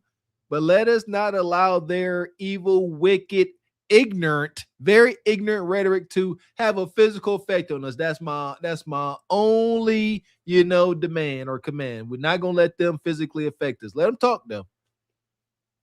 I forgave him so I don't carry the hate and the anger. So I don't get ate up like cancer and kills you from the inside. It's like me drinking poison and hoping it kills you. It doesn't work that way. You gotta let that stuff go or it will kill you. It will eat you up inside. So when people ask me, how can you forgive him? If I didn't, I would have wound up killing him and going to prison myself. I still have someone who depends and counts on me. I can't. Hell Let's call a spade a spade. Y'all was. You was trying to delete him. That's what people must understand. Carmelo was out on bond this whole time up until last week or whenever, 2 weeks, whenever that trial just ended. He's been out. And that's why they had to move 8 times. That's why they had to live the way they had to live, because y'all was trying to delete them. You know, phone calls, people that work in the courthouses and some of these places was leaking their addresses. It was all from the inside. They kept leaking it out. Oh, they live here now. Oh, they over here. And they was giving y'all the drop on them. Y'all was trying to take them up out. And legend has it that if he had been found innocent, you know, he wasn't going to make it out. Y'all was waiting outside the courthouse to do something. So, I mean, call it what it is. If this was back in Emmett Till Day, may that brother rest in power, Carmelo wouldn't have made it to trial. Y'all would have had good old white man justice right outside the courthouse up under a tree. You woulda if you coulda. Straight like that. Straight like that. Just stop. It's unfortunate the institution ain't back y'all the way it used to. Unfortunate for you. I hope things continue to trend this way. Maybe someday we will get justice. I believe God, he has a wild sense of humor, you know, in regards to us humans, as mere mortals. I think he's just. Things gonna work out eventually. Kumbaya, my lord. Kumbaya. Man, we got some super chats. Money, money, money, money, money, money. We appreciate your sister Rachel coming through. She says Anthony should have hired OJ Dream Team attorneys Chaparro and Dershowitz with Mark Garagos. They still win cases today. They didn't. They buy the best. Why didn't they buy the best defense? Attorney Garagos was on TMZ talking about the case. Why didn't they hire the best defense? Like Mr. X said, supposedly they didn't have access to the GoFundMe money. So they can't afford too much anything, all that moving. See what I'm saying? That's all of this is what I mean by the fix was in. They had to move however many times, spending money. They couldn't even afford to put so many resources towards attorneys. Plus, attorneys didn't want to take the case. The fix was in, Sister Rachel. Yeah, that part, the last part. Yeah. You said, why don't you get this person, that person? People were not taking the case, and they didn't have a big enough Brinks truck. They weren't walking around with millions. Even if they did have to GoFundMe money, it wasn't enough for some of them lawyers y'all talking about. So, you know, and these people got more kids. So I guess they got 3 other kids. So they got 4 kids total, you know, so they got other kids to take care of. It's just a lot. Yeah, well, nobody about to do this pro bono. They need to guarantee bread. Like we told y'all he lost his job because they got him fired. So it was just a domino effect. These big super attorneys, they gonna need that money up front, and it wasn't there. Money, money, money, money, money, money. Shout out to Stuntman Kareem. We appreciate you, brother. Says, what up, Kangs? Says, one thing we can't do. Let's start with getting a fair trial, maybe. Talk about it. This dude's so ignorant, it's mind-boggling. Yeah! Boom, there we go. Hit the like button. We're going to open the call lines back up at 10 o'clock if anybody want to call in. Can't let him down. It's the same way I feel about God. I don't want to let him down. But will I fail? Yes, sometimes I do. We all do. But do the best job you can, man. Be present for your kids. Austin Metcalf and his brother had been suspended the week before. That's why they didn't know Carmelo was under the tent. It wasn't Carmelo who had been suspended. It was Hunter and the Metcalf brothers who had been suspended. Why? They left track practice, according to the coach, and went fishing. So the coach lied and said, well, I technically didn't suspend them. I just gave them. Well, they're saying that Austin was given permission to run the tent. No, he wasn't. The coach just told him, step up and be a leader. He didn't run the tent. Those are lies just being told, so y'all follow me. They were suspended. Run the tent. And there you go. So they were suspended. And then the track coach tried to say he told Austin to, you know, be a leader. And like people try to read between run the tent. That don't mean you can physically put your hands on people. That is a crime. So maybe the coach should be brought up on trial too. But that wasn't what he said. So they're trying to use that as a defense.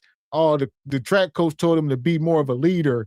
And what that mean? Don't let black people under the tent? My God. Like, is this their way of trying to justify this once again? All I keep seeing is bias. All this is just womp, womp, womp, womp, womp. Adults in the Charlie Brown Peanuts cartoon. It makes no sense.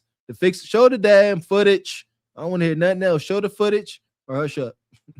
And shout out to Ebony says, not Charleston Chew. So yeah, so we about to mine through this because as y'all know, Charleston started out. Well, first he come out, he was against Carmelo initially last year and then recently he come out and he was for him. He was even on Futon's channel. He was over there crying and everything. He was crying, all that. Charleston was broke, and now he going against the family because of some kind of issue he got with Carmelo's dad. So we about to mine through this. So Charleston was just trying to raise money for him, but now something happened with him and the dad, and we gonna see. Oh boy. Here's the thing, Charleston White, he is a complex character. He is. He could get some things going. Let's see where right now he is for Carmelo. Let's see how long this lasts. Last week, the kid who says, "Oh, I didn't know Carmelo," have text messages to prove that. Guess what? He used to call Carmelo, "Hey, come pick me up, sir. Let's go play basketball together." Carmelo and this kid got multiple pictures, these 9 different pictures that were presented to the jury to prove that the state's witness lied about not knowing Carmelo. Then Carmelo's mother took a picture that blew their mind. So how can a kid with epilepsy, and by the way, he never brought a knife to school. It was a tool. What kind of tool? A Boy Scouts tool. And it wasn't 6 inches, it wasn't 4 inches. It's a little small tool, compact tool. What kind of tool they call it, Mel? A multi A multi-tool that the Boy Scout uses. You got screwdrivers, everything on it. Wasn't a knife. It wasn't a knife. But since you guys can't go to the trial, you can't be in the trial, you're not talking to nobody that's reliable. Huh. So there you go. More like a Swiss Army knife, if you will.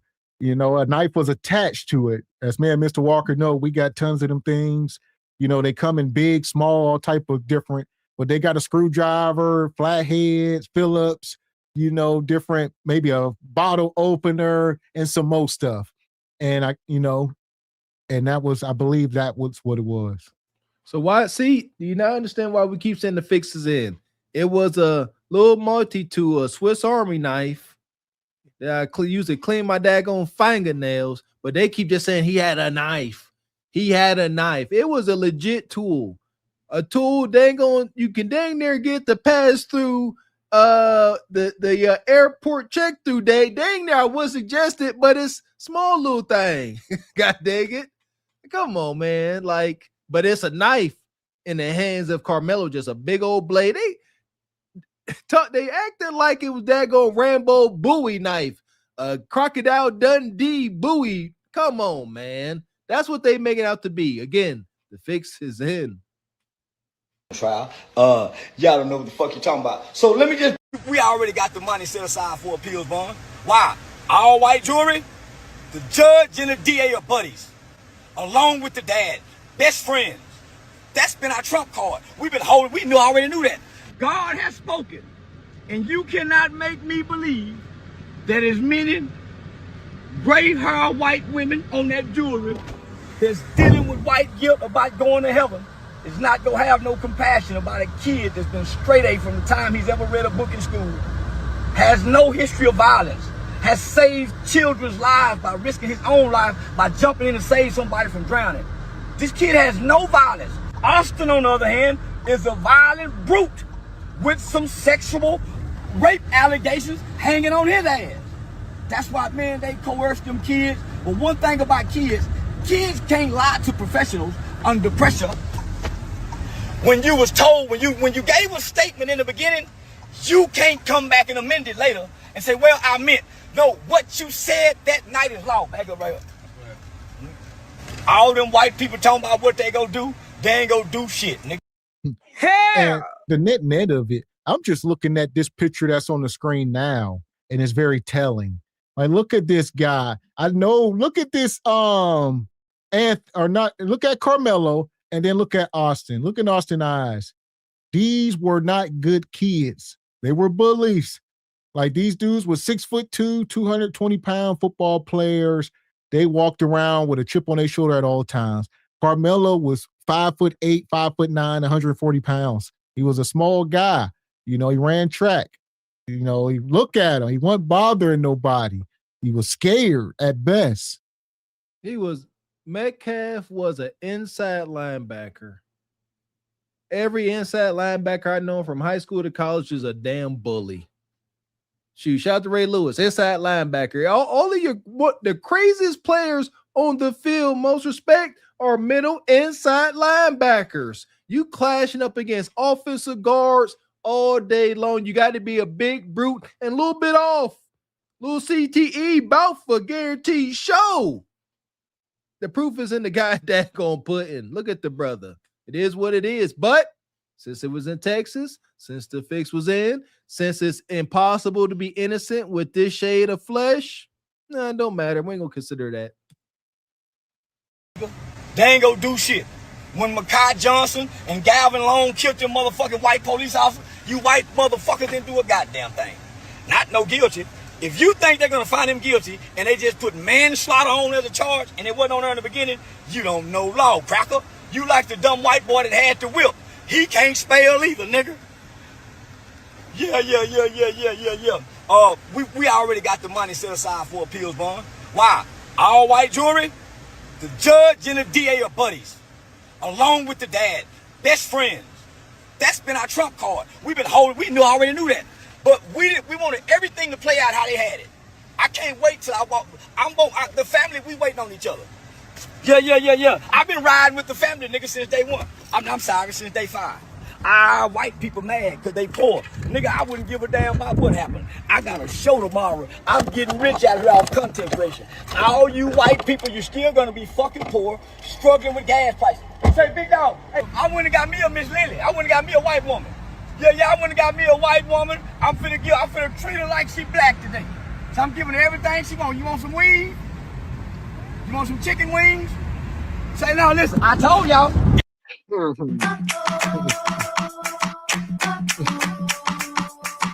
So shout out to Ebony Dean. You asking who is that in the back seat? All right, some concubine of a Becky. These women will eat off the floor if you tell them to. That's just what they do. Listen, I know Charleston White wild. All right. So he trying to get his toes sucked like Malcolm X when he was Cincinnati Red, whatever his name was. That's all. Charleston White, live out your fantasies, you sick goat. But he said he got some money aside for the brothers' appeal. That's all right. That's all right. Charleston White could be an anti-hero. He can serve a purpose. I hear y'all know he wild wonky. But if he do this, that's okay. Well, here we go. I'm gonna let this keep playing. Like I said, that was the beginning. Oh, he has since sort of changed up. God dang it. Everything I told y'all about that motherfucking trial. I told y'all, I told you so, I told you so, I told you so, I told y'all last year the boys had dope in their system. I told y'all it wasn't a knife, it was a compass tool. It wasn't even long enough. A few moments later. I am removing myself from the Carmelo Anthony's case. I am no longer involved with the family. And here's why. I was starting to feel like I was being used for my influence and my connections and resources. When I tell you we raised over $1 million one day, privately, quietly, they wanted to start another GoFundMe. I said, no, I'm not doing the GoFundMe. They wanted to know, after we pay for the pill, will the money go to them? No. The extra money don't go back to you. It goes back to the people who gave it. It don't go to nothing else. The money is for the pill. His daddy in the way. I don't like weak. I hate weak men. I'd rather stand with a strong daddy like that AmeriKKa man than his black weak father trying to play victim. Now, nigga, your son's still living. Hug him, send him some books to read. I got the money. Let's start to work on the pill. Anything else don't make sense. Nigga, what's wrong with you? Mm-hmm. Hell to the hell. So that's Charleston. All right, he removed himself, stating the dad wants to keep the extra funds to pay bills. Obviously, they can't work, can't get a job. They probably can't get hired. A lot of blackball, and they got other kids. It's a lot. The GoFundMe money just got taken away. And Charleston said they raising money, but it's strictly for the appeals, for the legal stuff. And y'all don't get to see any of this. So the dad, like, look, we need access to this money so we can pay bills and stay afloat. There's Charleston words. The dad may want access to some of the bread. And he's like, no, and at this point, don't know if Charleston pulling out completely, if he's still going to fund it, but he ain't messing with the family like that. So we'll see. I don't know. I can understand, why the dad would suggest or ask for funds to help pay bills, and the fact they can't work and continue to get harassed. At the very same time, you got to understand the character you dealing with. Charleston White is not nice. He will ride for a cause if he believes in it, something like this, but he ain't nice. He ain't pleasant. He don't feel sympathy for nobody. He doing what he doing, and it could be self-serving. So you don't come up here talking about something that's going to serve you. He want to help this boy out for whatever reason. Yeah, you got to let that ride as a dad, but you know what? Appreciate it. Go ahead. Spend that $1 million on my son. Yeah, hey, we a little short in bills, but just so you know, we hurting over here. But yeah, don't mess up your son getting resources for his legal aid. I don't know. Yeah, don't sound good though. And this goes back to a lot of people saying that brother is not Carmelo's biological father. Like you say, I don't know if y'all can confirm it in the chat, but that's what the reports I've seen said. I don't know why they breaking it out all of a sudden, but I haven't fully fact checked it, but people are saying he's a stepdad. He's the father to the other 3 kids, I believe, but Carmelo was from he's the oldest kid of the mom. So, here we go. That get a little shaky, little something. I'm not saying it is, but that could be a difference. I don't know this man's heart. You know what I mean? Maybe I really don't deal with Carmelo like that. No hate, no, but shoot. Now it's just him and his kids in the house. This is energy that exists in these relationships. Hopefully it ain't so, but see, it's getting more and more complex by the day. So there you go. And y'all saying what report? Like say, ain't nothing official. I haven't seen it on, ABC, just on the blogs and, TikToks and all the internet. So I don't think he's come out to refute it or anything, but those are the allegations. But still yet, in the grand scheme of things, so what? You know what I mean? So what?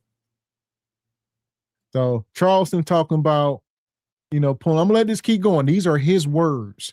So I don't believe Charleston. I think he was doing this all for content. He was using people. So Charleston cannot be trusted. You can't trust Charleston as far as you can throw him. And that is not cliche. You need to use that quite literally with him. And I think they fell victim. He was doing this for clout and motion. He trying to stay in the algorithm. And I think he had this all planned out. He, like I said, he was on Anton Futon over there. He was crying on the live stream. And yeah, he's like, hey, he was over there crying tears. Oh man, we got to save this boy, And now he just swung the pendulum all the way to the other side. And that's why I said self-serving. It could seem honorable with the naked eye, no pun intended. But yeah, very self-serving. And I'm telling the nigga, say, homie, everybody believe you playing for the money, nigga. And I'm starting to believe you using me for it. You want to get the money, but then disassociate yourself from me? Nigga, I'm here for that boy. I'm here for your son, nigga. And if this money don't go directly to your son's appeal, you don't get this money. We sent it back. But what's right is right. And if we doing an appeal, the money goes to appeal, not house bills. Not house bill. I want to say this to the Metcalf parents. If I have said anything that hurts you, I ask for your forgiveness. Forgive me. I was in my feelings, I was in my emotions, and I was in my own ideology at that moment. Oh, God. And with that being said, I want to talk to the father, not the mother. When I look at this situation, the absence of the mother in front of the camera lets me know that's a grieving mother. And And I want to tell you, Mr. Metcalf, I have no quarrels with you, sir. I initially agreed with you, as I do still agree with you. I did my best. I did my best. I heard you say it, and I made a call without hearing you say it. This is not about race. You have every right to be angry. You have every right to hate. And I'm telling black people, nobody have a right to be mad at you. You don't have a right to be mad at those parents. If we take us out of it and put those 2 kids back of it because we lost 2 children, we're arguing. We brought race into it. Black people introduced it. Man. You are a false prophet, and security, take him out of here.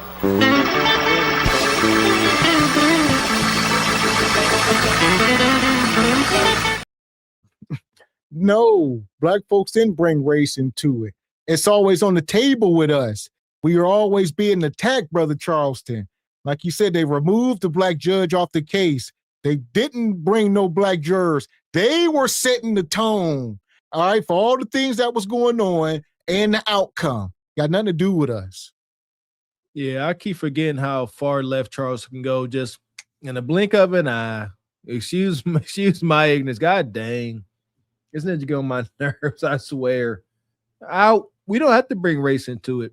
You know what? We check each other on that. You know, we call that out. You know what I mean? If somebody bring the race card, it don't belong there. This, they ain't got to put it there. It's there, Charleston White.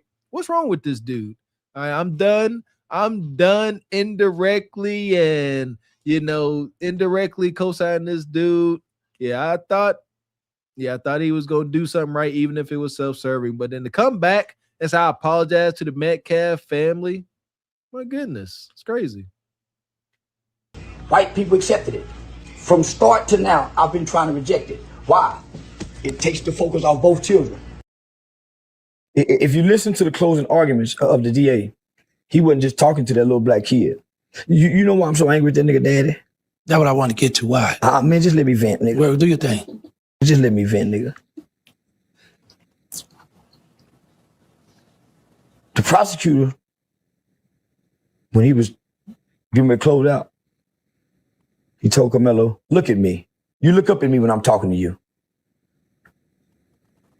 This is our town. And nobody's gonna come in. This is a lynching talking.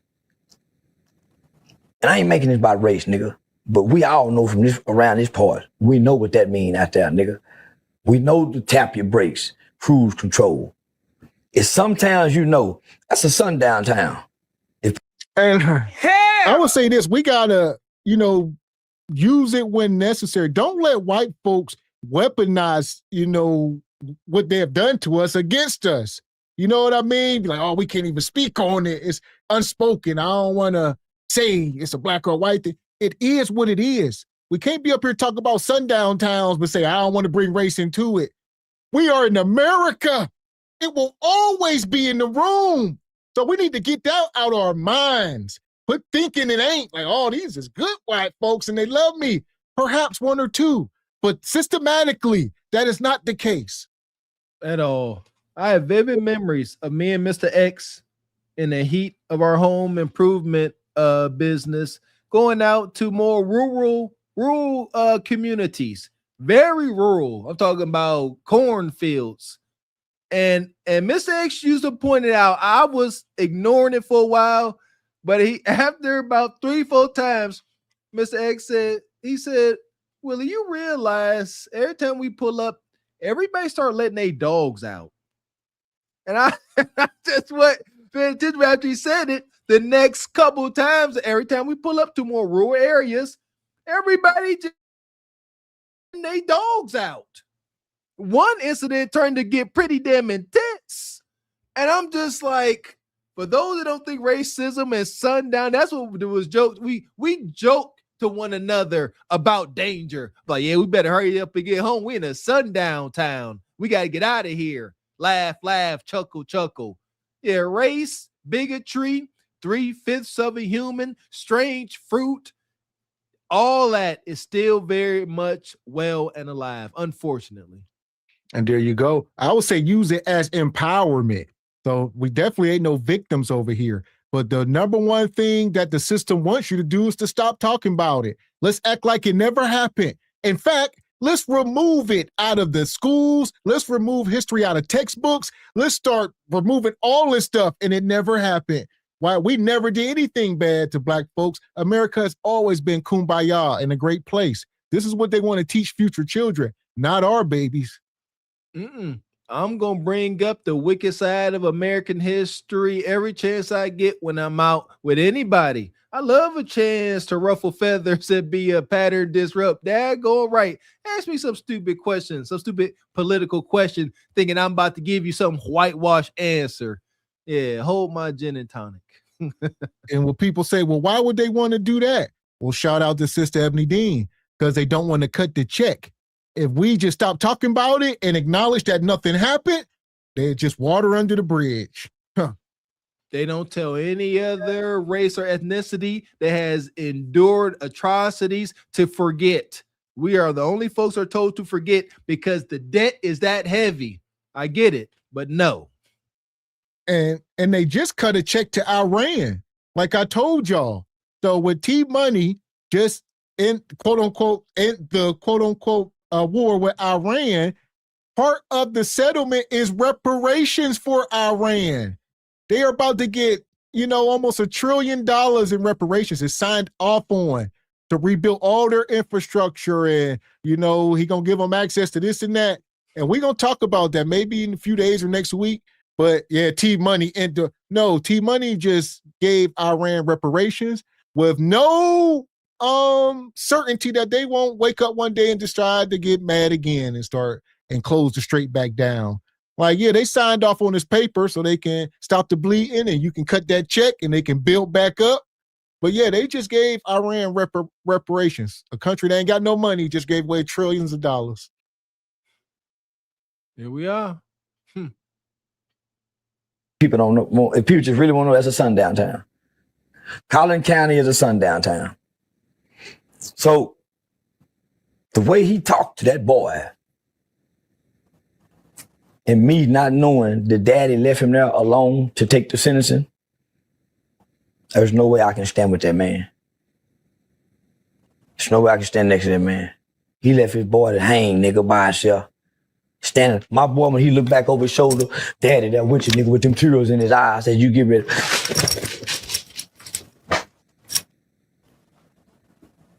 I won't be, when they hanging the boy. Nigga, can you imagine 17 years old, you don't know nothing about no trouble?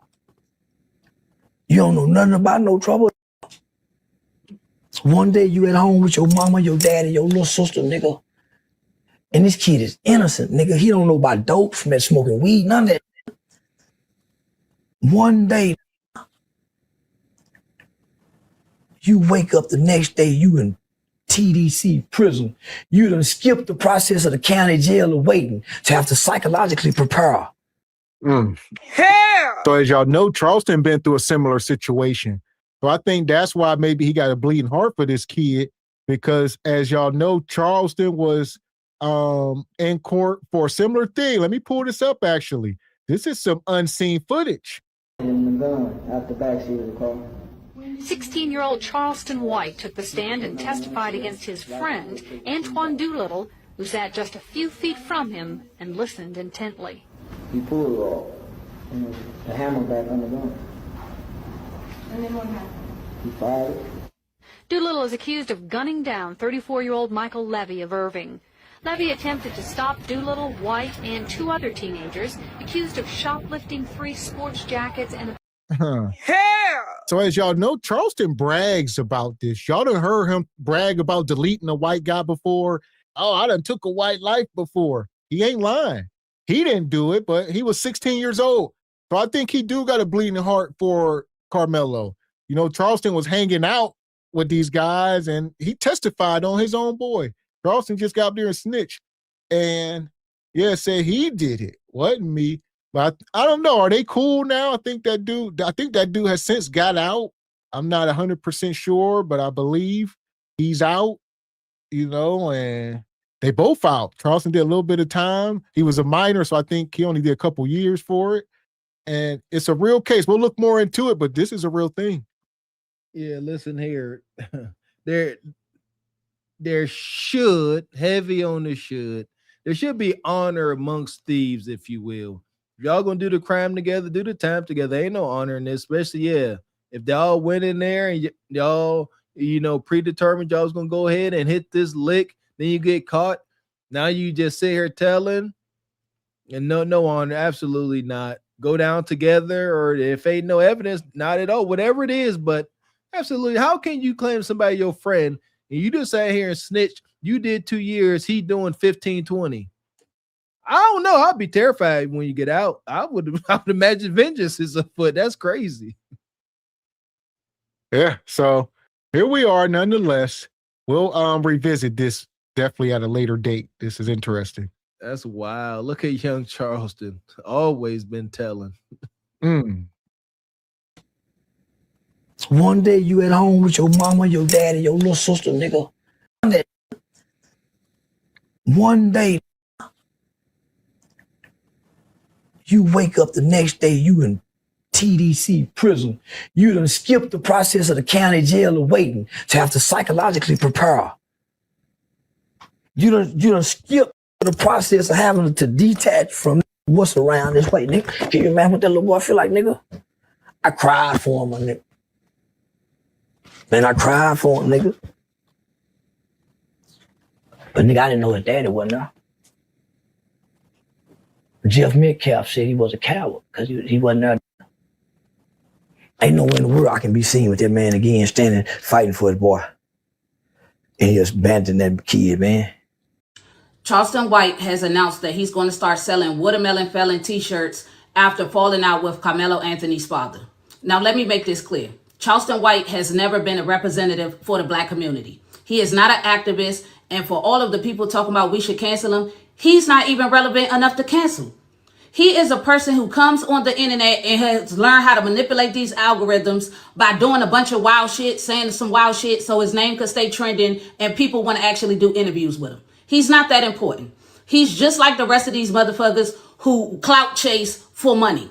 So that, and they usually don't stand for shit. That's why he been flip-flopping the whole time during this whole case. So now that he's standing with the Metcalf family is not surprising. But he's doing the exact same thing that he accused the dad of doing.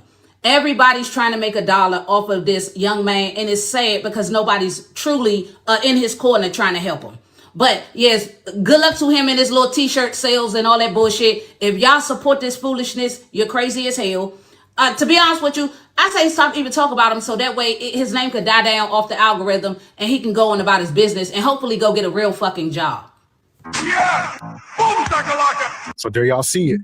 Allegedly, or there you go. Alleged he is on his website selling these shirts. So I don't know if this is like a quadruple, espionage. I don't know. Is he going to all right, I'm going to use this shirt and get white folks to buy it and take the money and put it up for his lawyer? I mean, Charleston is sinister, but I don't think, this is just straight grift. We got to take it for what it is. He spoke his piece. So Charleston, like this woman just said, you don't represent us. Never did.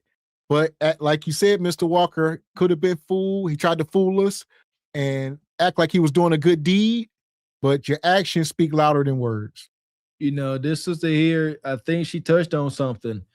Individuals like Charleston White, the Adrian Broners, these internet sensations right now, they simply cannot go get a job. They cannot. I could go stock shelves at Walmart if need be. Shoot, with a smile on my face if it's gonna keep the ship afloat. Charleston White and they cannot, because of the reputation they have built and because of their ego. So my point is, I think this is all just to get money. He got to keep this up. He got to stand in the limelight because there is no other place for him. Now with peace, he got to do this. He in this forever, kind of like a Dr. Umar. So here we are, and we are talking about, the tale of two cases. So welcome to America. The call lines are back open. We dropped the link. We'll have them open here at the top of the hour. Anybody want to call up? Got anything that we've talked about so far? And we ain't done. All right, we got one last bombshell because you just brought up a guy. And obviously, he had to get in.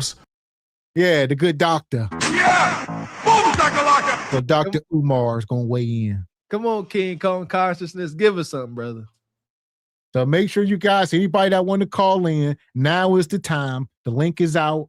We've been talking about a lot so far. The tale of two cases. And it seems like when nobody's saying Carmelo is guilty, we told y'all that ain't where we were standing. Could he have done some time? 2 to 10?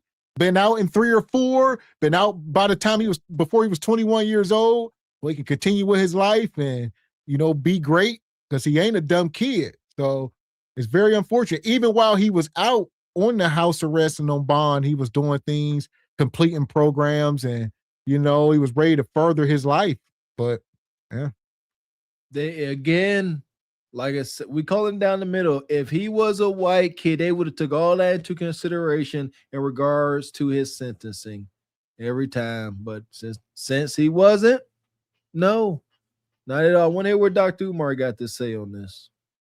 So here we are. We're going to get Umar in. Appreciate your brother, Frederick Howard. He says, Asian students can't read. Black same. No justice for the 3/5 Knicks game was rigged. Love me some fishnets. Shout out to Frederick Howard. You sound like Uncle Caesar with the fishnets. Yeah!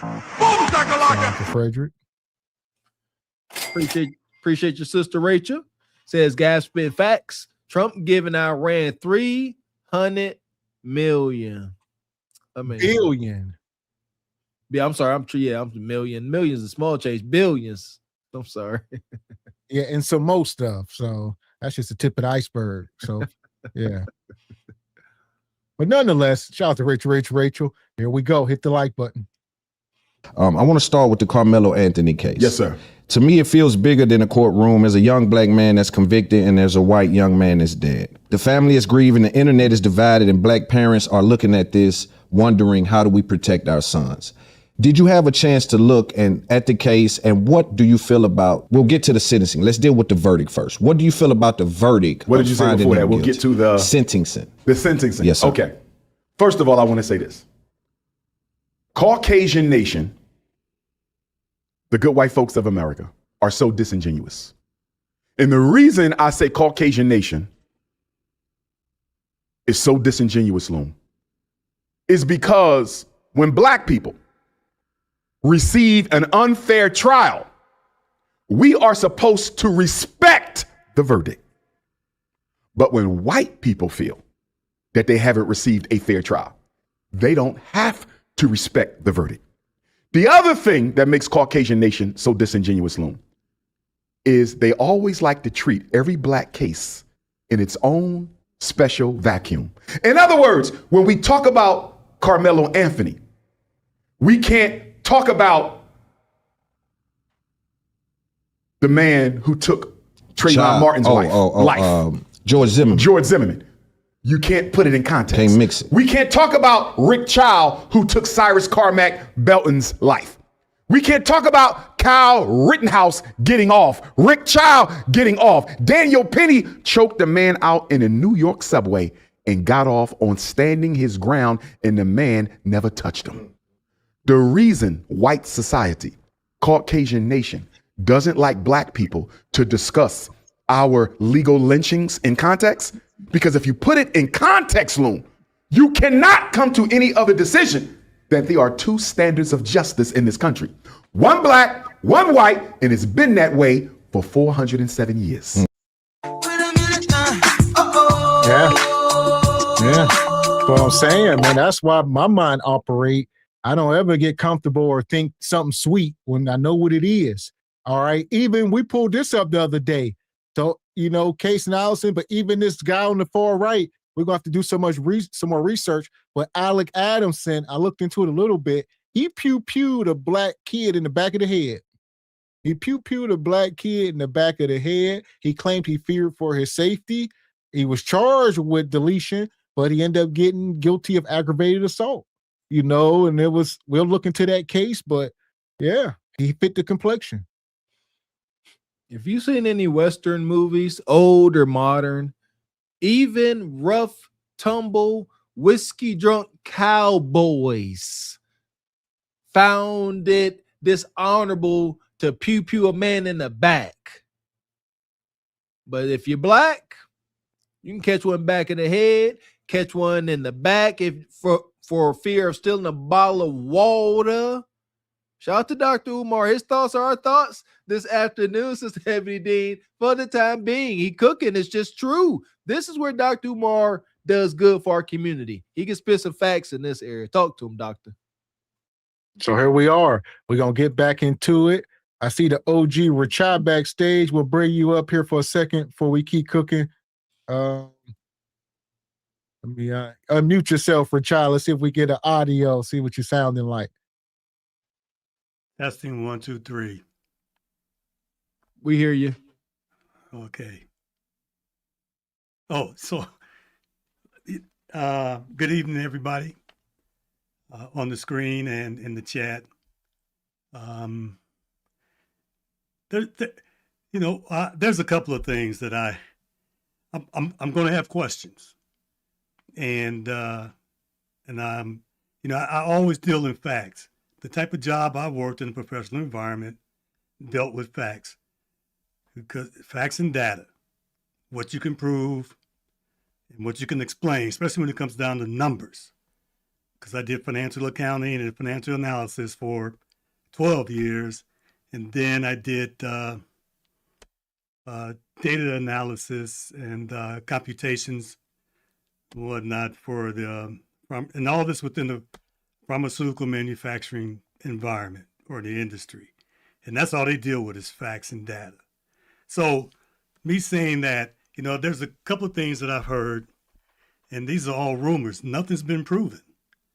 The fact that it's being stated that this guy, Drew Anthony, is the stepfather, and, there's no documented proof, no reports, or no court documents stating such that he's not the biological father. But does that even matter in this case, OG? Well, I'm just saying, all I'm saying is this, that, especially when it comes to this, there's a lot of stuff going around in social media, and social media does this, and I'm really fatigued with it, and I may just even go on a sabbatical from social media for about 3 months. The fact that, this misinformation is being proliferated about this young man and this case. Okay. And the facts remain. This is the fact that the justice system is not meant or geared around black people. There's evidence. That's all we just need to understand. Okay. All right. Yeah, he got 35 years, and and I was surprised that it happened so quickly, and he got those many years. Even though he stated that he did commit the crime, okay, so there should have been some consequences, but that is really excessive. So that's what I'm saying. And the fact that, I stated this last week, and I asked the question, do anybody, or do we think that the parents may have sacrificed this young man for money? And, I'm just going to go out on a limb here and say I think they did, because of what they did with the money, because they could have actually garnered some support from some very professional or got a better legal team or lawyer. They could have done that, even with the money they had over $600,000. Well, so here we go. Do you have proof that they received the money? Yes, it's on the internet. Where at? Oh, look it up, man. Send. What is it called? Well, send me. Stated that they dispersed the money and they gave the amount. Did they say that? Yes. Go send me. Stated that they dispersed the money to the family. Because all the evidence, they said they didn't get it. So here we go. No, OG. they got I just did a search. Here we go, Rachai. Says Carmelo Anthony's family did receive the money. However, their fundraising efforts were hosted on Give Send Go, as platforms like GoFundMe proactively remove campaigns for Anthony's legal defense due to policies prohibiting fundraisers for the defense of violent crimes. So all that GoFundMe money that maybe was raised, that Yeah, but they got the other money. Huh? Right? That's what you just said. You just said that. No, they received it from a. I'm gonna go see how much was. There was two different platforms, GoFundMe and then Go Send Go. But I'm gonna look up the other one and see how much was raised on the Give Send Go. But anyway, they got some money. All right. And regardless of the fact that if they didn't get any money, there's lawyers out there that would have taken this on. Because I beg to differ, OG. They said they had trouble finding legal aid. No. They were going by the advice of someone who was out for their own self-interest. So were they selling him up the river, or did they receive bad advice? Both. Well, which one came first? That's my belief. Both. Which one came first? Both. They both couldn't come first. Yes, they can. It can happen at the same time, simultaneously. All right. So what Cause and effect. So where are we at now? What's the net of what you're saying here? Well, again, from where I sit, the justice system is not okay. Here, we're talking about Texas, right? And we know, well, some of us know about Texas. In fact, this is the month we're celebrating Juneteenth, right?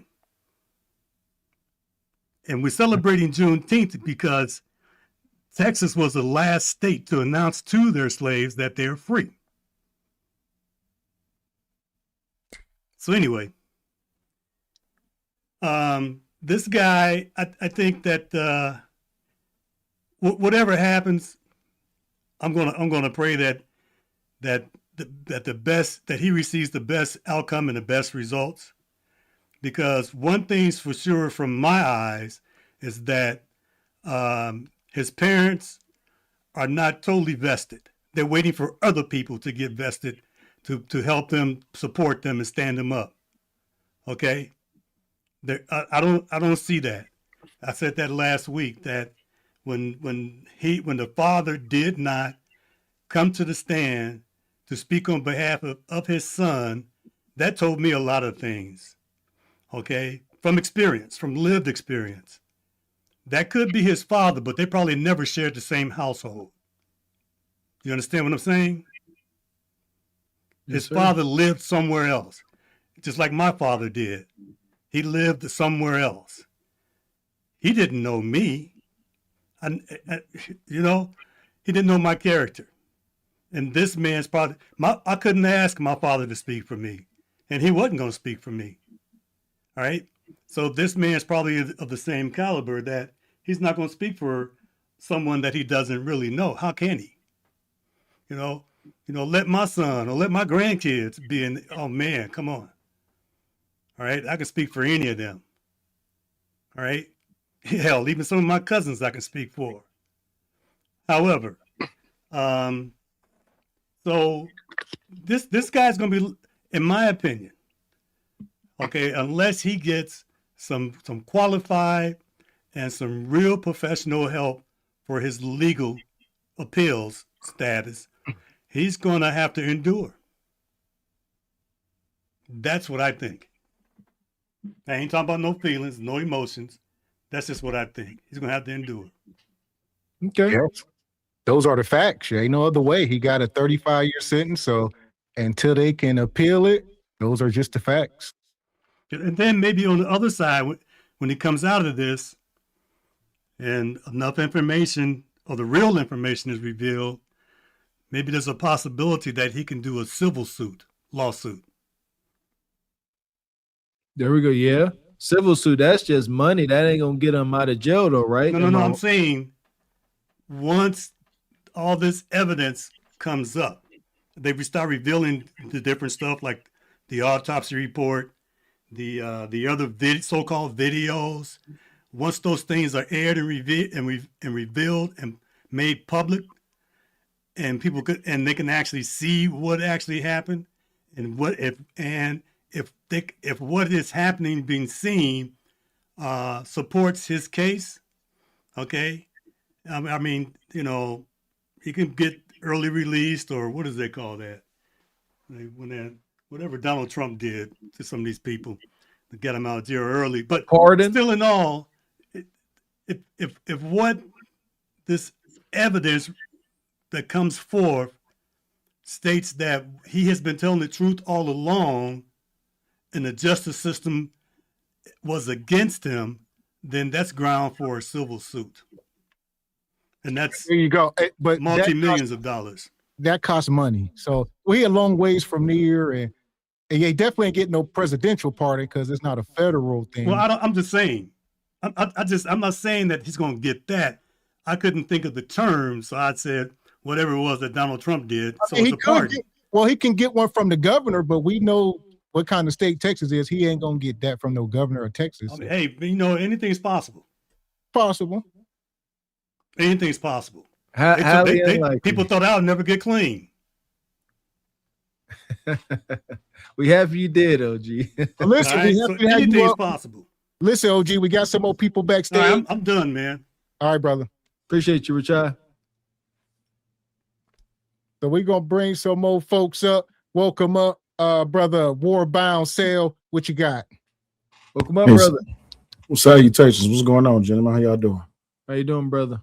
What you got on the topic? Yeah, I came up because you just talking to the OG, Mr. AmeriKKa Media, which that's my guy. I appreciate him.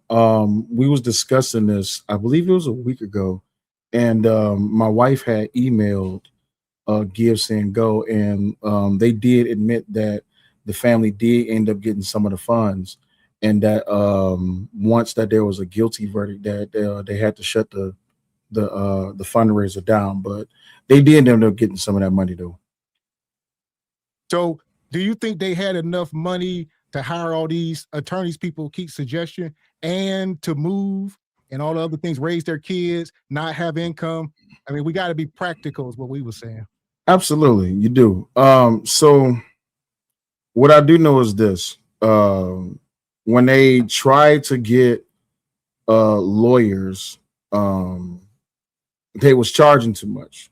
So then they had originally went and they tried to get this is when remember when they posted the bond for when it was reduced from 1,250,000. I was listening to Dominique Alexander. He was really explaining the process of it all, and they had until that Tuesday to find a lawyer. So they was like pretty much just shotgunning it all the way around Texas, and they was just looking for anybody who can be able to sign off on it. But they was charging so much. So once they got Mike Howard, which I'm not saying Mike Howard's a bad lawyer because technically he used to be a prosecutor, so he's really good at his job. Now, what he did with this case, I don't know what he did with this case. That was just a terrible showing of professionalism. I don't know what the heck that was. But they had an opportunity to retain a whole bunch of lawyers. I just think that because they was getting bad advice, and now that we know who that advice came from, that they chose the Caucasian lawyer, Mr. Howard. They could have went with a black lawyer. I agree. I was gonna say, I think a lot of this is really a cautionary tale. Like we were saying earlier, there really ain't no, rules in the book for us parents to be like, look, if your kid end up stabbing somebody, here's what you do in the first 48 hours. You know what I mean? So they were spitballing it, and I think we all seen where they went wrong. And if this ever happened to anybody we know or us, we definitely got a little bit of leverage to say, look, we need to start writing this stuff down and sharing it with each other. I mean, because it's a very unfortunate situation. Just being up here is documented. Brother Warbound, do you think Carmelo should have got any time at all? What's your thoughts on that as far as his sentencing? So this happened April 2nd or April 3rd last year, if I'm not mistaken. When this first came out, because of what it is that I talk about on my show, everybody was like, oh, Sale, what do you think is going to happen to him? I said, to be honest with you, I don't think nobody should be talking about this case until all of the details come out, until all of the evidence come out. I said, what's going to happen is y'all are going to start drawing lines in the stand against each other. And what you're going to do is you're going to come up with conclusions that's based in emotion and superstition. You should just wait. You see what I'm saying? Just wait until you get more information. But of course, we know that didn't happen. Everybody wanted to draw conclusions out of it. I initially thought that he was going to get manslaughter. But then as I start looking through the law and as I start just really just coming from a perspective, I wanted to try to make Carmelo as innocent as possible. But then when you look at the law, when you look at 931, 932, when you look at the Texas Penal Code for red rum, I call it red rum because y'all channel, I want to respect y'all channel. And then also when you read the witness testimony, or at least what was reported in the witness testimony, it's just like, yeah, that famous quote from Training Day when Denzel Washington said, "It's not about what you know, it's about what you can prove." And as I was reading through that trial, listening to reading the cross-examination, I said, yeah, the prosecution got him dead to rights. They're making him look guilty, and the defense is not making him look. They're not casting any reasonable doubt. So that day they said, "Well, Sale, what do you think now?" I said, "Okay, I think once I read the jury instructions, I can tell you I think I know what's going to happen." I said no less than 40 years. He got 35. I said, okay, he got good, no problem. Because you're gonna have to answer for that body. And I mean, you got the spontaneous admission 3 times, twice to the resource officer, once to the arresting officer, and then on top of that, they got the knife, they got it in your hand, and they got the blood, they got a body. The best you can try to do is get manslaughter. That's the best you can try to do. Spontaneous. What was it? Is that the word they use? Spontaneous? Simultaneous. Simultaneous. Yeah. Oh, that triggers me. So here's my question real quick. Do you think, are you saying it was fair according to an unfair trial? I got a 3rd grade education and I grew up in Detroit, so I don't know what you mean because you re-asked the question a different way, brother. I was born and raised in Detroit. You said a lot about the court case and they didn't do the best job, his defense. So you saying according to what the witness testimonies, which a lot of people are saying were lies. So when you just take all that into account, you're like, this is probably what it's going to be if they taking that stuff as truth. So, well, when you say if they're taking, are you talking about the jury of 12? The jury, the prosecution, the judge, just the whole system. I think they were all working together at some point. Well, I would want to believe that, right? But if I want to believe that, then I also would have to believe that if I wanted Carmelo to be guilty, then that would have to be true too, right? The only way I can view Carmelo to be innocent is I have to accept the fact that what his defense does in that courtroom is going to get him the lesser charge. I've never seen Carmelo walking away from this spot free. That wasn't going to happen. Based on his defense. Based on his defense alone, based on his defense, and from everything that came out, like when you read through the police report, and all of the witness statements, nobody in those testimonies ever said that he was coming from a defensive perspective. And I'm just like, something ain't right about this. So everybody there, and then when his friend Eddie on the witness stand, let me ask you this real quick: is it far-fetched to think in America that they all were in bed together, even the defense attorney? Oh, heck no. Yeah, I used to work for the government. So I don't think a lot of people think, I see somebody asked in the chat, no, we're not saying Carmelo should have been innocent and walked away. But the question is, what's the difference between him and Case and Allison? What's the difference in their sentencing? So I hate when people do this. All right, so the biggest difference between Carmelo's case and Cason's case, if I'm not mistaken, when I was reading through the case documents on Case and Allison's case, he argued in court that they locked him in the bathroom. So in this bathroom, you went in there and you went to have a fight with a guy, and then it'd be multiple people, and then they lock the door. You don't have a way to escape. You see what I'm saying? So once again, in America, we got white folks' testimony. They got the skin complexion for the correction. That's just what it is. I hear what you're saying, but a lot of this stuff is just being in America. We must understand and tell our kids this stuff. You cannot, you don't get that same rope that they get. Okay, so this is where I go back to Carmelo's defense. Why didn't he not go up on that stand? If I'm Carmelo and no one has heard my voice in a year, no, we and agree. now, I'm going on that stand. We agree. We thought that his defense attorney did a horrible job. He definitely showed it up here. We talked about all that. So I think it's two different issues there. That we agree that there was some things wrong, but I think we all got to acknowledge we are in America and the fix was in. And I think, what was it? OG Richai said something about Carmelo's family, for lack of a better term, sacrificing Carmelo to the system for financial gain or whatever. Like, this all was just an ish show. It was a circus. I hate to think on that level. Is it possible? Yes, anything is possible. I hate to think that it's probable. Overall, the selection in attorneys, the information or misinformation they got, the uncertainty with the GoFundMe's, Gibson goes. Yeah, I really, it's hard for me to be hypercritical of Carmelo and his and everybody. I'll say I could be critical of the defense as you are, but it just seems to be a huge mess, and I can't be hypercritical and say, oh, they should have navigated this way. But nevertheless, the defense, they sucked, and they don't really seem like they had Carmelo's best interest at heart. It seemed like there was a lot of things they didn't question, a lot of facts they didn't bring up, and don't know exactly how we got there with bad representation. But again, it was a circus. They got to move however many times from house to house to house, can't get their bearings. Dad losing his job. No one had, if you ask me, it seemed like nobody had the bandwidth to really focus on fighting for Carmelo's innocence.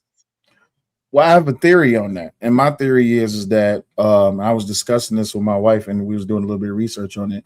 I think that they're trying to win this on appeal. I think that when they looked at the case, and I'm not saying that Mike Howard did this, but this is just my thought process, and I'm not an expert, but I think that they knew that going into the trial, they didn't really have too much luck. I also don't understand, why didn't you call Hunter? I would have called Hunter. The first. Oh, so you got any more witnesses you want to call? I want to call Hunter Metcalf. Put him on the stand. I need to do whatever it is I possibly could have. But I think that they should have called Hunter. I think that they should have put him on the stand, Carmelo himself. And I also think that they're trying to win this on the appeal. And here's my thing. I think Carmelo just got caught up in the world we in right now with all the team takeovers and, the YN culture.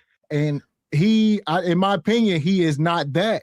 And he's just been stereotyped and judged and tried as such. And like you said, maybe he should have got up there and spoke so people can see that he is human, how he articulates himself. All his family should have got up there. This is a human being. So you got to bring that into the room. Hey, not just spoke. I'd have been on there snot bubble crying, looking at the family. I'm so sorry. I didn't mean for this. I need people to understand that I'm a human being, not just a piece of ink, and not just a piece of paper with ink on it. You see what I'm saying? Because we all understand you're guilty when you're innocent until proven guilty, but in more ways than one. When you look at some situations, one of the biggest things I like to look, I looked at, and I get a lot of flack from this. People be like, "Oh, are y'all familiar with the Kyle Rittenhouse trial?" Not too much. So that was the boy that they said that took the weapon across state lines. Gotcha. Yep. All right. So when that case first happened, we had took like a community bet, and I said, I bet. I think I remember it was like $100, something like that. I bet he gets off clean. And they was like, "Oh man, you don't know." I said, "No." I said, "Wait until the evidence come out. Wait till the video come out. All this, that, and the other."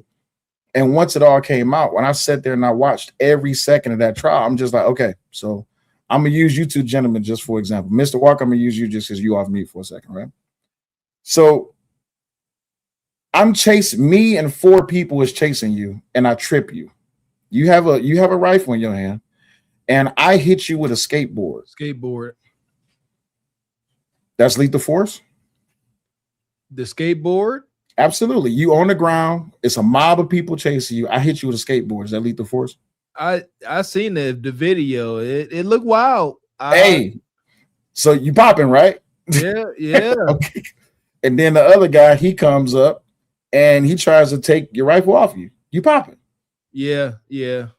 And then the biggest thing was, and this is what can I be honest with y'all? Because somebody asked me, they said, what do you think would have got Carmelo off? I said, I think the perfect scenario is this. Carmelo is on a stand and the prosecutor is bullying him.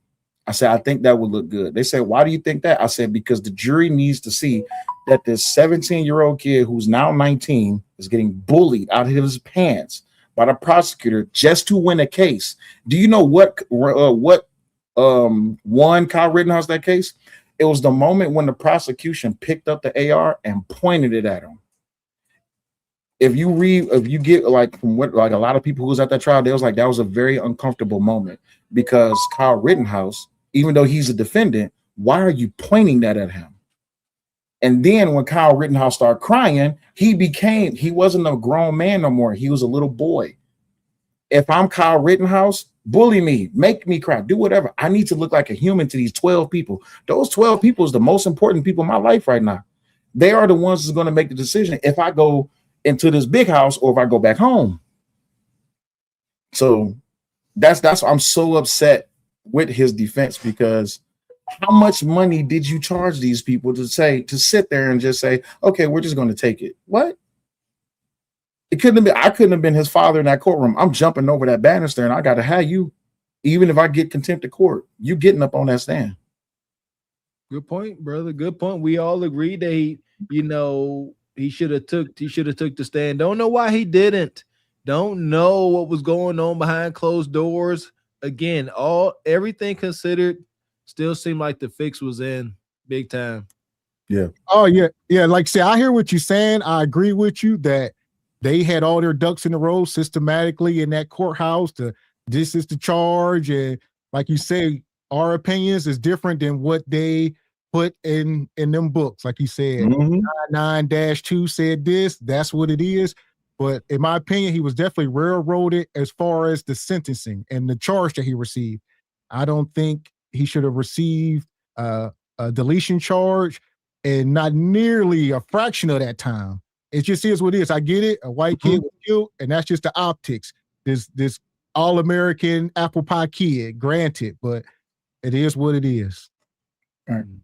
Yep. Appreciate you, brother Sel. Appreciate y'all having me up. Yeah, hopefully see you again, brother. Anytime, man. Appreciate your input. Y'all take it easy. Yes, sir. So here we are. We see some more of y'all back there. Let us get to this video, and we'll bring y'all up and get these super chats. Money, money, money, money, money, money. Shout out to Sister Rachel. We appreciate you. She says, Dr. Walker, look it up. 2013 Texas case, Ethan Couch, at 16 years old, pleaded guilty to drunk driving, deleted 4 pedestrians. Ethan got 10 years probation, called influenza teen case. Hey, what color was his skin? Appreciate you, Sean Miller. Says, GE fellas, and the end of the day, we know the rules are different. We need to look at the man in the mirror, do right, love each other, come together, and spend with us. Understood. The message and the mission is understood. That part. Appreciate you, Rachel. Says Carmelo admitted at the crime scene he did it. Well, yeah, I forget. I seen that super chat come across. Yeah, I mean, he wasn't trying to hide it. Yeah, it's not a matter of if he did it. Casey Allison admitted that he did it. That's not a matter of what it was. It's just why he did it and the circumstances and release the video. If y'all are saying this is what happened, show us. And I'm sure most people will shut up overnight, especially us. We about the facts, truth over lies. And part of the truth is releasing the video. Yes, too much truth is being withheld. Can't take this at face value. We ain't seeing enough of the face value. It's a lot missing. Yeah, it's just white folks' word, and they are saying we are white, we are right. Take our word and shut. We ain't on the plantation. I don't know about y'all. I know some of us still mentally there. Like some of us, even our families, some of our whole families are still on the plantation, and they ain't broke free mentally. That's a real thing. So some folks is like, look, y'all heard the white witnesses. The white jury, they said what, and it's like, no. At this point, if you don't start questioning every single thing, I don't know what to tell you. Facts. That's the task of our generation. Question everything. I tell my kids that too. Say question everything. When it comes to your parents, question us with respect. but don't question it. Yes, get an understanding. Indeed. We appreciate you, Sean Miller, coming through like you do. Says racism is the father, prejudice is the older child, stereotype is the baby. They all in the same family, but we have to understand which one speaks at the time. Okay. Shout out to brother Devon Mitchell. Says YouTuber Lakeisha, call her Lakeisha, did an interview yesterday with Dwayne, who knows a lot of details about the case. Y'all might want to cover that video. Okay. Shakisha. Okay, I think we reviewed that brother actually. That was the black brother that was outside the courthouse who said he's seen the video. He was describing what he's seen. So I get, okay, he doing interviews. So yeah, I mean, it's people who seen it. So we ain't crazy. It's just to fix. It's just same thing. We've been doing this so long. Rest in peace, Emmett Till, man. Like this stuff been going on so long and it ain't even funny. All of this is what I mean by the fixes in. Not showing the video, all white jewelry, the prosecution and the father, everybody being in cahoots and going to dinner together. The fix is in. Here we go. I'm gonna let Umar cook. This is crazy. Because if you put it in context, Loon, you cannot come to any other decision that there are two standards of justice in this country. One black, one white, and it's been that way for 407 years. Now, with that being said, we have to understand that to be black in America is a crime in and of itself. In fact, the original crime of America is to be black. The original crime. The original crime. The original The first crime. The first crime was to be black. Because remember, Loon, we were never supposed to be citizens. We were never supposed to be free. We were never supposed to be here after slavery ended. So every time a white person sees you, your existence itself is a crime against white humanity. Now, with the Carmelo Anthony situation, we also see clearly that black people have no legal right to stand your ground, even in a state where standing your ground is legal. That's crazy to me. And so for me, that affects my understanding because I'm having trouble comprehending how, okay, I'm sitting down, he's standing up. Before we get into the details of the case, though, do you think he got a fair trial, Carmelo Anthony? He could not get a fair trial. It was impossible. It was impossible. He's in Collin County, Texas. Black people are 10%, if that. Hell! All that. And y'all just heard Charleston. Charleston said Collin County is sundown. Like, all this, that's the fix, right? So, I mean, unfortunately, the young brother, just the whole country had their eyes on this. You know, all these white folks, they got children, and they weren't about to let this slide because what it would have meant, or what they would have thought it would meant. Like, all black folks would have just got a light bulb go off and think they can get away with this. No, that wasn't. If that's the case, then hey, all the stuff y'all do, why y'all wonder why we feel the way we feel? Then, if that's the case, if y'all think like that, why shouldn't we? Exactly. This ain't stopping nothing. What's gonna happen is gonna happen. You know, on a lighter note, dare I say, I believe that the government and what they're doing, all their wickedness is gonna bring us together as a people. So that's the only thing that's gonna stop all this hatred coming from hateful colonizing white folks is for the government to be the common enemy for everybody. I swear to goodness, because it is what it is. Racism ain't going nowhere as long as it's here, whatever that means. Shout out to Bro Real. At the end of the day got to end. At the end of the day, racism is going to still be here. How is he going to get a fair trial? Loon, if the trial was going to even attempt to be fair, why would there be no black jurors? For the trial to even, the Constitution says you're supposed to be tried by a jury of who? Your peers. They had a jury of all whites. Every man was Caucasian. 3 Asians, 1 Arab. Now, I want to say this to Black America, Loon. Multiculturalism died with Carmelo Anthony's conviction. Multiculturalism died with Carmelo Anthony's conviction. And the reason I say multiculturalism died with Carmelo Anthony's conviction is because if non-white people of color gave a damn about us, Carmelo wouldn't be in jail. So yeah, y'all gotta miss me with that. It was people of color. It was all, let's call it white identified. This is what it is. Like these Asian folks and Middle Eastern, any other race. Hell, it's some of our black folks. Shout out to Futon and Officer Tootie Booty and all of them zesty guys and all of them, even people within their own race. So we must understand that's just what it is. Anybody trying to defend, that we don't get judged by a jury of our peers, you smoking with cigarettes. If you think the white man's ice is colder, just say that. If as a black person, if you cannot acknowledge the injustice in the justice system, I ain't got too much debate for you. See, I just stare at you like the person that you are. I ain't gonna name call. Yeah, be like, oh, it was not all white people. There was Asian women and a Middle Eastern guy. You mean the people who are subservient to white folks so they can stay in this country without being deported, and they stay in line so they don't get kicked up out of here, and they identify with the majority culture? Them people? People that don't care nothing about what we've been through, go through over here. Yeah, that's right. They're gonna see us for who we are. Sure.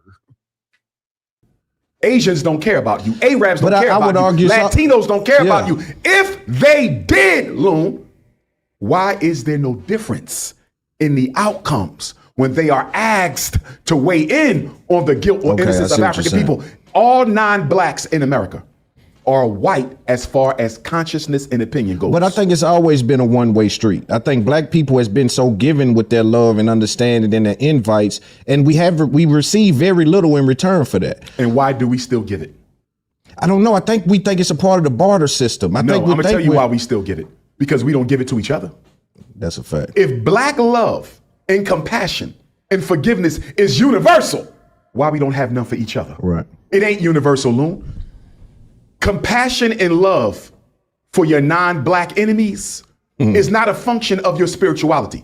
It's a function of your lack of self-respect. The reason we forgive white people as soon as they unalive us is because we deeply desire validation and acceptance by white folks. If you notice, Daddy Metcalf never forgave Carmelo Anthony for what happened to his son.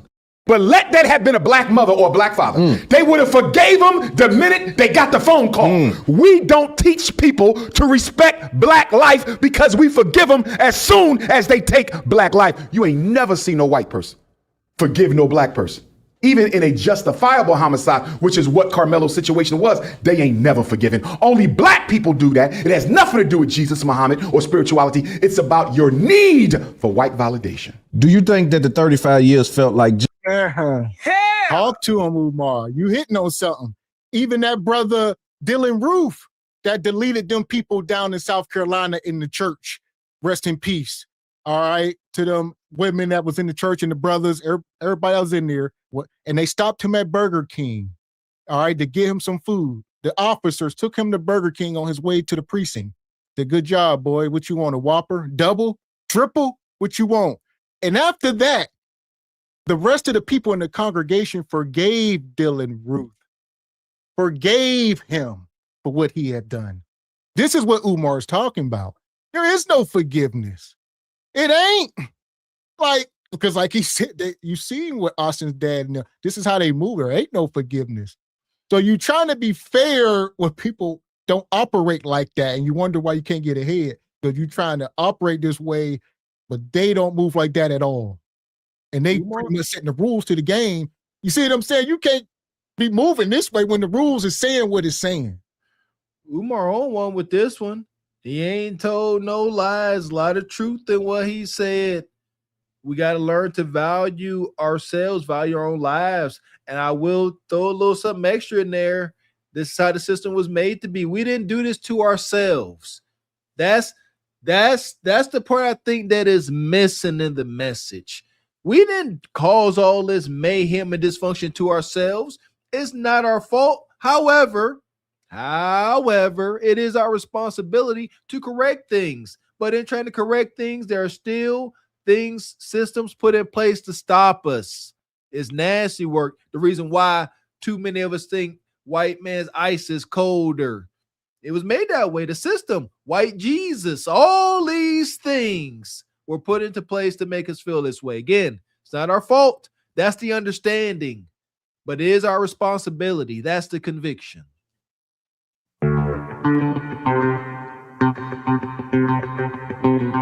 Appreciate your Soldier 5 coming through. Soldier 25 says, I never understood why black people move to sundown towns when they know it's a sundown.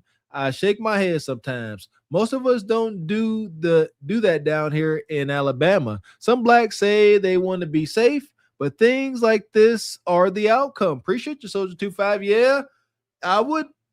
See, that's what I mean. Just moving to a place as a black person, things you got to consider. You know, is there a playground nearby? What's the school district like? Is this a sundown town? Wow. God, I appreciate you, brother. This is crazy. Here we go. Your need for white validation. Do you think that the 35 years felt like justice, though? What it should have never came to that, first of all. It should have never came to that, first of all. So you think he should have got off innocent of the charges that was brought on Carmelo Anthony? Let's go back, because you're putting the cart before the horse. Let's go back to the indictment from the grand jury.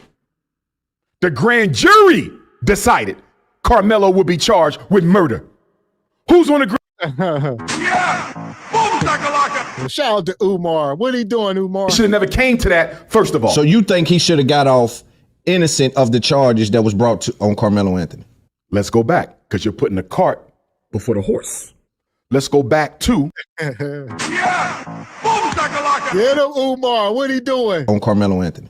Let's go back, because you're putting the cart before the horse. Productions. All right, Umar. We might be able to use that on the promo. Don't put the cart before the horse. That's the whole reason behind the channel, if y'all don't know. Yeah, that go right. Shout out, Dr. Umar. You about to be our spokesperson. You are worth the dang. We be up here stomping Umar completely out, especially when it comes to that school. But today he proves to be an ally. Today, Dr. Umar's thoughts are our thoughts, as long as he don't go off on a tangent about butter, pecan, cinnamon, 5-5, thick in the thigh, caramel drizzle. You know the rest. Appreciate you, Sean Miller. Says, bro, speaking now, donations, not today. Maybe tomorrow, but not today. Yeah, not today. This is a paid interview. What y'all speaking about is his live streams when he just doing it on his phone. That's when he more explicit. He trying to get cheeks and donations. When he doing paid interviews, he's more professional. Right now, he's the Prince of Pan-Africanism. He got to speak with some sense right now. Let's go back to the indictment from the grand jury. The grand jury decided Carmelo would be charged with murder. Who's on the grand jury, Loon? You don't know. It's a secret. I want you to see how white supremacy operates behind the scenes. You can't challenge the grand jury, Loon, because you don't even know who they are. Right. So the people who decided this 17-year-old would be charged with murder are complete secrets. And you and I both know they all white. Are you with me? So first, deal with the grand jury. Him being charged with murder was a crime in and of itself. So what do you say about the Let event? me give you one more. You're moving too fast. Hold on. In Texas, if you're 17, you're automatically tried as an adult. Grand jury had no control over that. Are you with me? Yes. He was 17. He's automatically tried as an adult, but he doesn't automatically have to be indicted with murder. That could have been aggravated, right? Manslaughter. Right. There's a whole list of crimes that could have went with So him. you're saying he should have been charged, just not with the first degree murder or whatever. Was it first degree? He didn't have to be charged at all. So this could have been self-defense. A white young boy body drops, and you think he should not have been charged? The reason you labeled it a white boy. Then call it what it is. Tell us that we are still in Jim Crow. All right. Acknowledge it. We know what it is, but they try to gaslight and manipulate and play in your face. I won't be gaslit. I know where the hell I'm at. So they sit here and be like, oh no, you saying you think a white body dropping, they just gonna let that ride? It's equal. Everything's, and we all Americans, right? So all these cases are Casey Allison, the other guy we showed y'all, We all can name cases where people ain't getting 35 years for something like this. This is crazy. And then the latest publications of young black men getting sentenced and a judge stating that the prison population is aging and how they need new, fresh bodies, preferably black. It is what it is. We can't forget American history because it ain't forgot us. It's still going on. The fix is still in. That's my new saying. The fix is in. It is what it is. The legal system was not made with us in mind. We are, I don't even know what we are in the legal system. I got a golden rule in the Walker family. Stay out of Johnny Law's way. Stay out the way.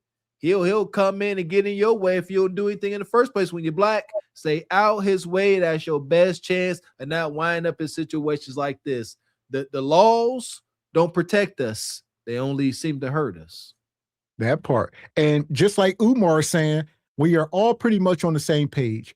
Ain't nobody pretty much saying Carmelo should have been innocent and walked away scot-free. At least not yet. We ain't got all the details. Maybe we would say that here. We'll see. But right now, we could agree that it could have been, whatever this Kaysen brother got, which was guilty of criminal neglect of deletion, or whatever the case, 2 to 10 years.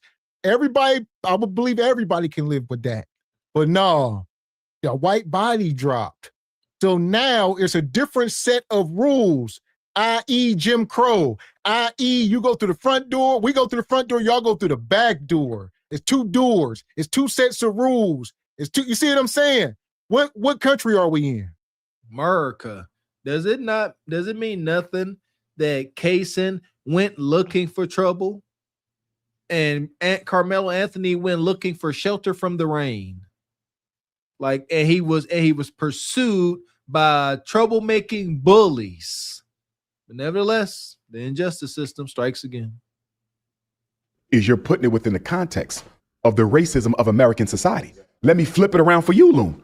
If 210 pound football players, black football players, walk up to a 135 pound black boy, grab him by the hoodie, put him in a headlock, try to jump him and stomp him out, and that white boy unintentionally stabs him, or he falls onto the white boy's knife, which is what we believe happened. Okay? Austin fell onto Carmelo's knife trying to attack him, which is what we believe happened. Okay?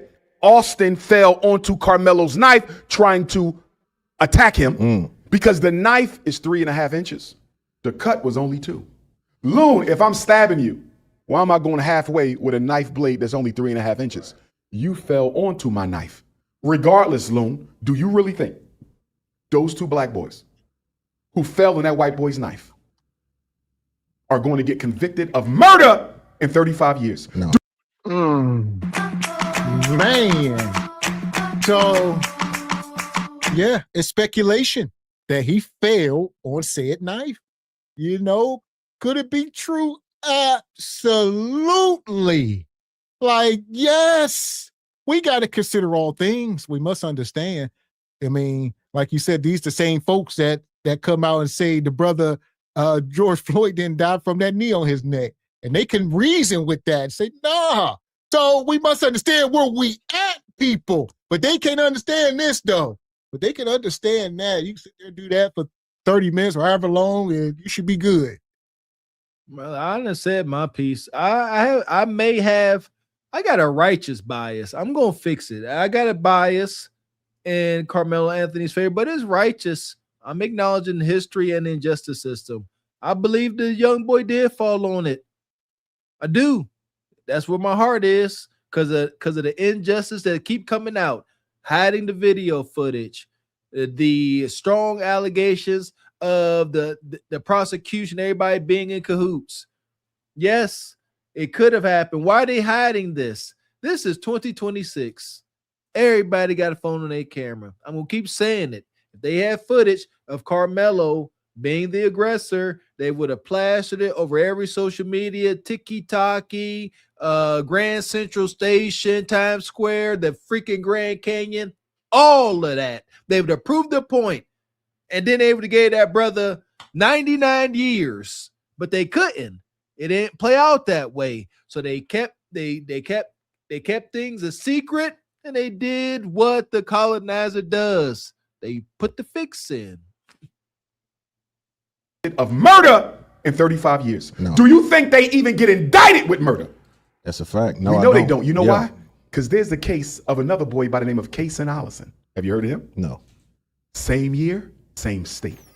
Former Belton High student Kason Allison was sentenced today to the maximum 10 years in prison for the fatal stabbing of fellow student Joe Ramirez. In the institutional division. This comes after 9 witnesses testified, including the mothers of both Ramirez and Allison, school employees who responded to the stabbing, and Allison's therapist. 3 Belton ISD staff members described lasting trauma from that day, sleepless nights, anxiety, and PTSD. One teacher said the incident forced her into medical retirement.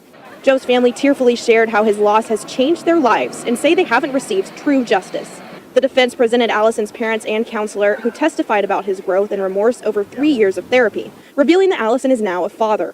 Defense attorney Boyd warned that prison would be a, quote, death sentence for his client and asked for just 2 years. But prosecutors successfully argued for the maximum, calling Ramirez's death, quote, entirely avoidable. When Faulkner announced the 10 Yeah, here we go. So they talk about young Kason Allison. They in there like, look, Kason Allison, he's a young rebel. He's a thug. He was the one out there known to be slanging and hanging and strapped and all of that, allegedly. And he was a bad kid, as you look in his eyes. And they went in the courtroom and said, yeah, he just had a young bastard kid. You know, he just knocked some girl up. So come on, he got to get out and be a father. Come on, y'all can't lock him up. Let him out.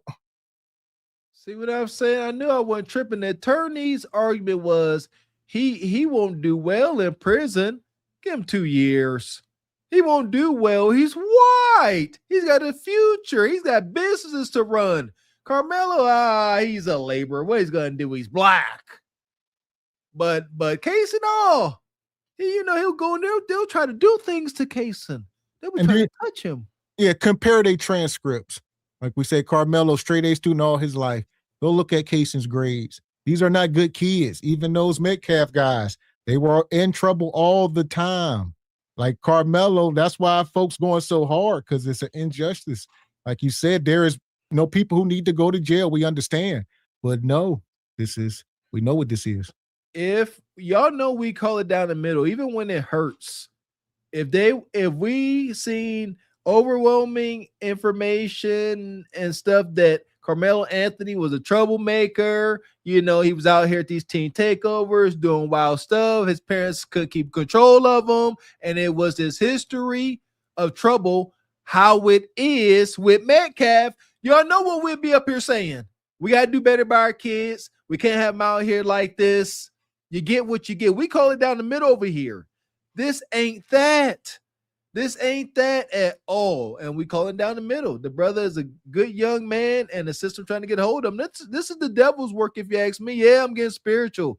But once again, even in the midst of the darkness, I truly believe, I live by it. God will have final say. What's that old scripture? No weapon formed against me shall prosper. No weapon formed against you shall prosper, but that don't mean a weapon won't be formed against you. Got to remain steadfast. And there you go. And what we know is Carmelo was definitely a good, responsible kid. Like you say, he done saved lives, and he had a job, he had a car, he had scholarships. He was a responsible kid. He wasn't no troublemaker. He saved lives. He risked his life for the life of others. Y'all can argue with y'all mammies. If this was a white kid with this history, they would have gave that young man a Nobel Peace Prize. Out of my face. year sentence, Ramirez's family erupted in applause and cheers. The judge quickly restored order while Allison's family sat in stunned silence. Following the sentencing, Ramirez's mother took the stand, looked Allison in the eye, and said, quote, "You get this measly 10-year sentence while I'm serving a life sentence without my son." The DA's office said, quote, "They hope today's verdict can allow Joe's family and our community to move forward." Allison was immediately taken into custody and booked into the Bell County Jail, where he began his sentence today. In Belton City. What happened in Kason Allison's case, Loon? This white boy invited this Latino boy to the school's bathroom for a fight. The white boy, Kason Allison, was armed with a knife. He invites him to fight him. with a knife. And in the course of the fight, he pulls out the knife, stabs the Latino 4 times. He dies alone. Same year, same state. He doesn't get charged with murder. He got charged with aggravated involuntary manslaughter or something to that effect. Guess what his sentence was? What? Premeditated. Carmelo didn't know they was coming into the tent. Cason's case, he invited the boy. He invited him to the bathroom, shanked him 4 times, Loon, murdered him. Even the students in the school said he was saying he wanted to put him on life support. Guess what his charge was? Aggravated involuntary manslaughter or something similar. Guess what the sentence was? 10 years. Guess when he'll get paroled? In 5. Help me understand something, Loon.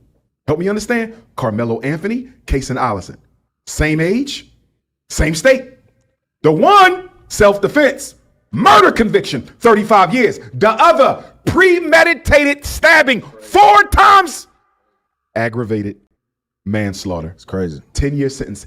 He's home in 5. Because Carmelo was convicted of murder, Loon, he has to do half the sentence. Yes. 17 and a half years. Cason Allison, 4 shanks. He'll be home in 5. So you think it's racist?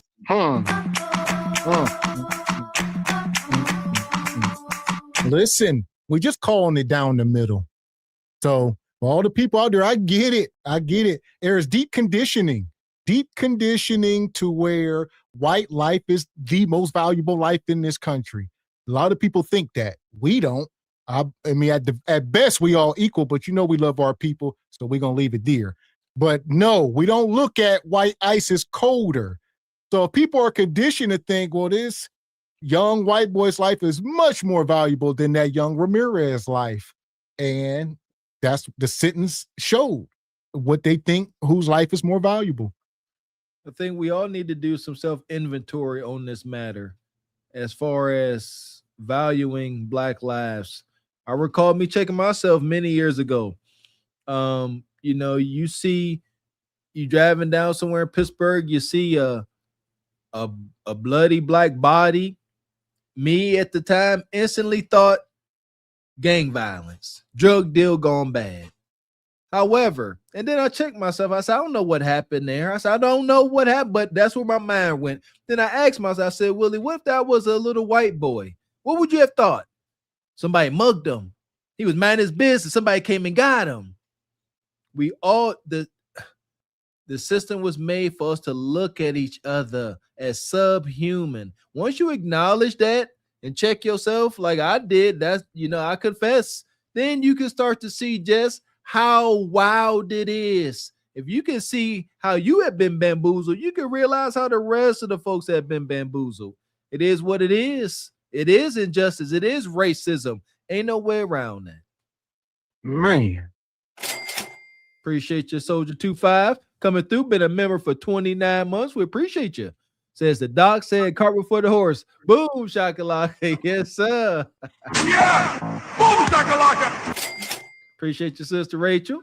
Says Dr. Walker spitting facts. Where's the phone videos? Confiscated. Paid off. You know what it is, man. Appreciate you, Soldier 25. Says the eyes, Chico, they never lie. And there we go. And like she said, where are the phones and all of that? I mean, I think slowly but surely, a lot of these witnesses are going, you know, start to go back on their testimonies. These people got to sleep at night. These are young kids. They're going to grow older here in a couple years. Some of them going to be confessing, almost like the woman from Emmett Till. A lot of these people can't live with that. And we'll see. A lot of these folks going to start retracting some of these witness statements, and the water's going to get muddy, and they're going to free that brother. There you go, Mr. X. Come on, all the old praying grandmothers. There you go. This is spiritual. Come on, conjure something up. Work their nerves. Many sleepless nights. No rest. Make them run out to the streets confessing their evil deeds. Amen. Appreciate you, OG Richard. Always a pleasure having you, man. Says all praises to Godzilla and much respect to the almighty algorithm. Good night, y'all. Appreciate you, OG. Shout out to the OG. Shout out to Sean Miller. Says it reminds me of the movie Life. 35 years like Claude. Come on, Claude. Don't do Claude and Ray like that. So you think it's racism is the reason why they didn't interpret it with a lesser charge at any level? Because they could have did it before they charged them. Grand they could have jury did it sets in the charge. But they could have in the jury. They could have interpreted a lesser charge too. Okay, let's deal with that. Judge Cockroach told the jury, you can consider manslaughter. I don't believe he did that to help Carmelo. He did that to make sure Carmelo didn't walk like Rick Child Mean in Columbia, South Carolina. You see that? Yeah. Rick Child, the jury was given no instruction to consider a lesser charge. Find him guilty of murder or he walks. They did it on purpose. It was a setup. First of all, both cases were setups, and we'll get to Cyrus Carmack Belton later. Yes. With Carmelo Anthony's case, Judge Cockroach told the jury they could consider manslaughter, Loon, not to help Carmelo get a lesser charge, to make sure Carmelo wouldn't be acquitted. And I believe that there's definitely strategy involved with all things when you get into that court. Strategy? How about, okay, Mike Howard is the lead attorney for Carmelo Anthony, right? Caucasian Mike Howard. And then he's working with another Caucasian on the defense team, right? By the name of Toby. Toby is friends with and used to work in the same office as the prosecutor for the state. Let me ask you a question, Lon. I'm trying to tell y'all, like, justice was not served. The fix was in. It was a witch hunt. He was railroaded, however you want to slice it. Like he said, the people on the defense team used to work in the prosecution office, and they are friends with the prosecution. And like you said, if anybody has ever been in the courthouse, in the system, you know, for whatever reason, you know that them people are all friends.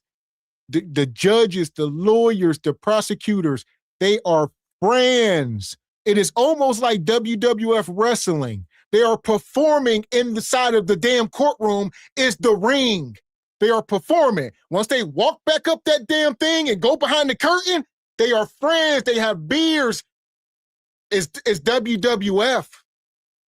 It's all a show. I agree. We know for daggone show. So I had no idea. I was under the impression that, you know, I guess Texas just didn't look at manslaughter with their gun happy selves, but no, they do. They do consider it. But this particular judge told them, hey, don't even bring that up. That's got to be so bogus. It's my understanding that you go up there and try to charge them with whatever you want. If your case is weak, then that's just your fault. They'll say, oh, you tried to charge them with deletion 1, should have been manslaughter, you failed. You tried the wrong charge. But this judge says, don't even consider it.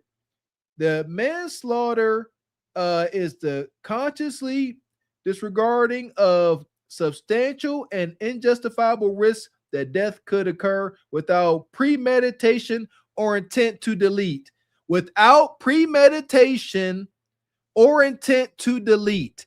This was not premeditated, and Carmelo Anthony had no intent on going to a track event and deleting anybody. He was provoked. Hence, stand your ground. Again, the fix is in. I want that new shirt. The fix is in.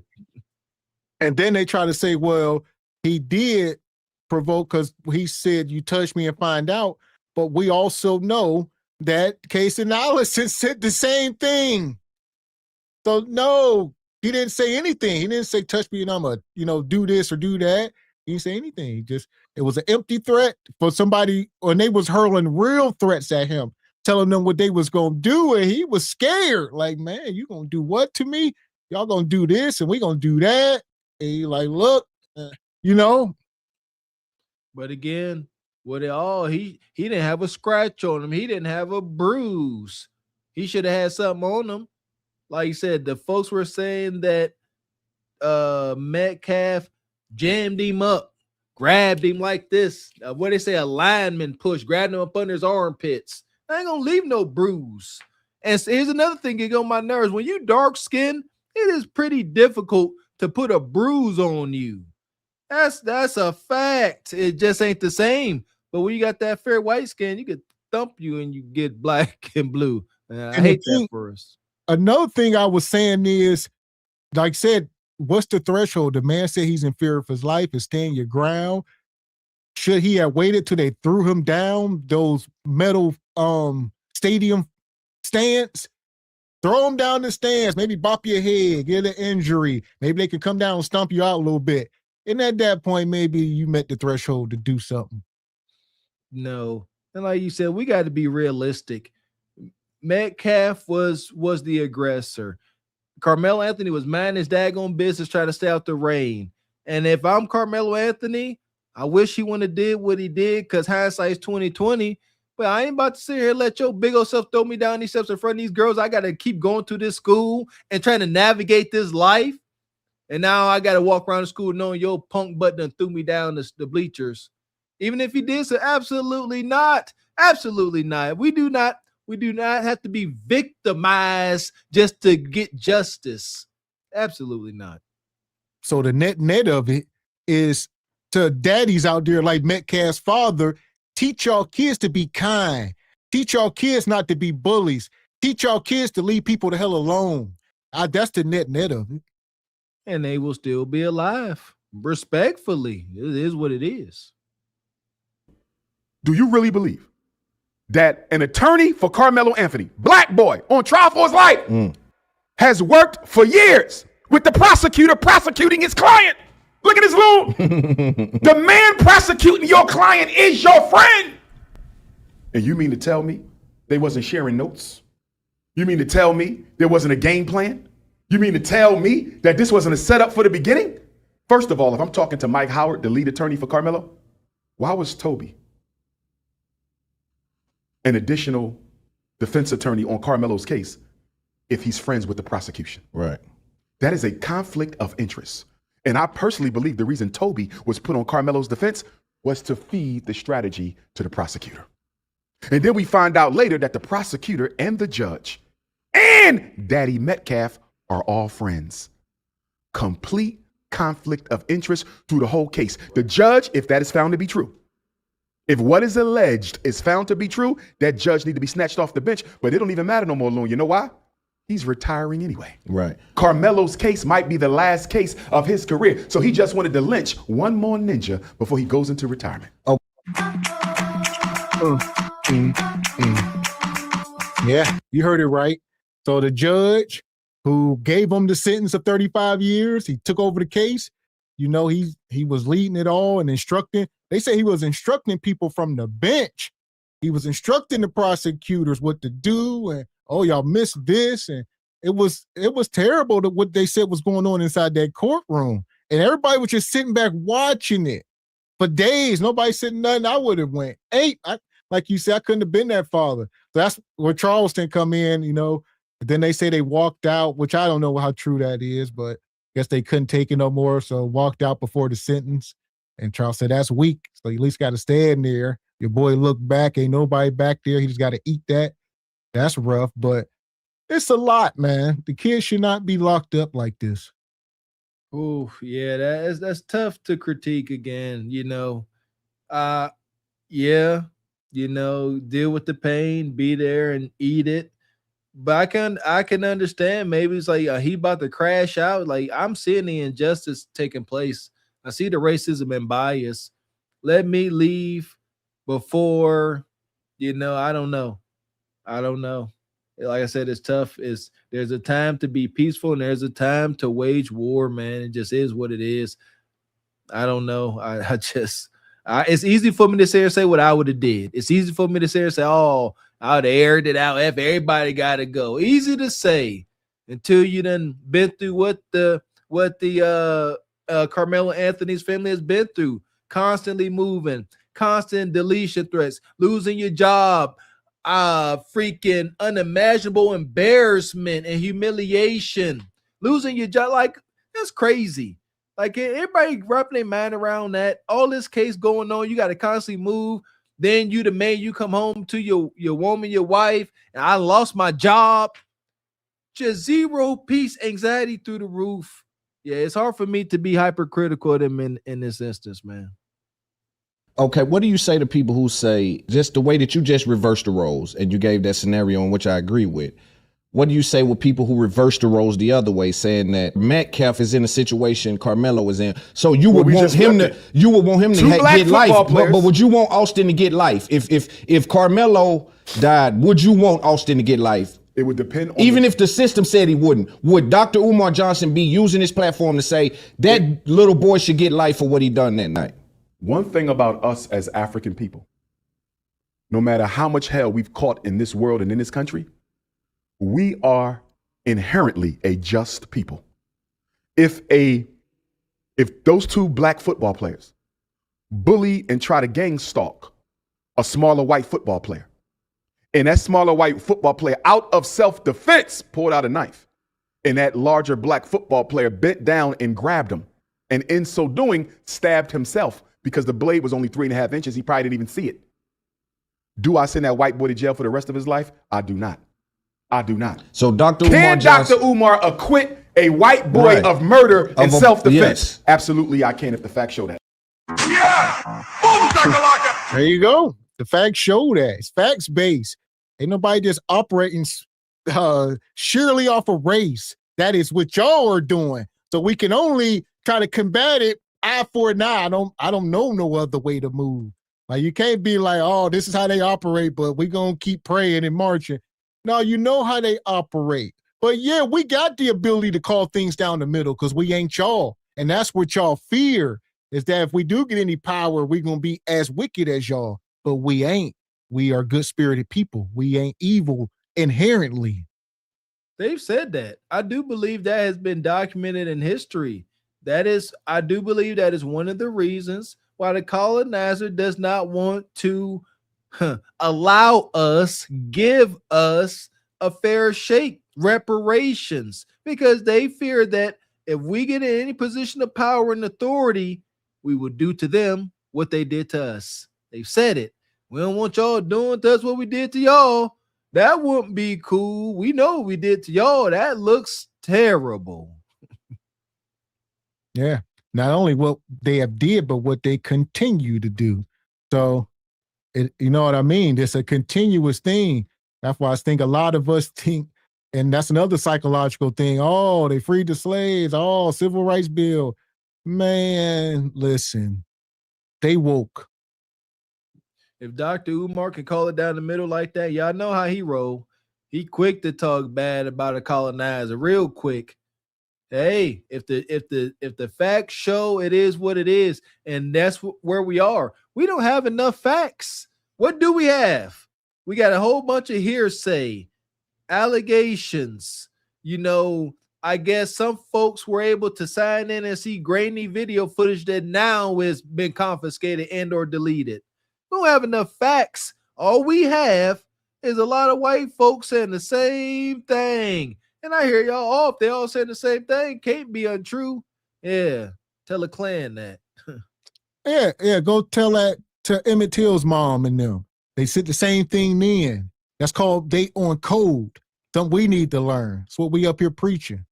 Yes. On code means in instances like this, seriously, shout out to Sister Ebony Dean. If you don't have anything nice to say, knowing the injustice we continue to go through, just don't say nothing at all. Seriously, because we got to stay on code. We got folks like here, like that black brother with the scrubs on, talking about, oh, you know, Carmelo was wrong.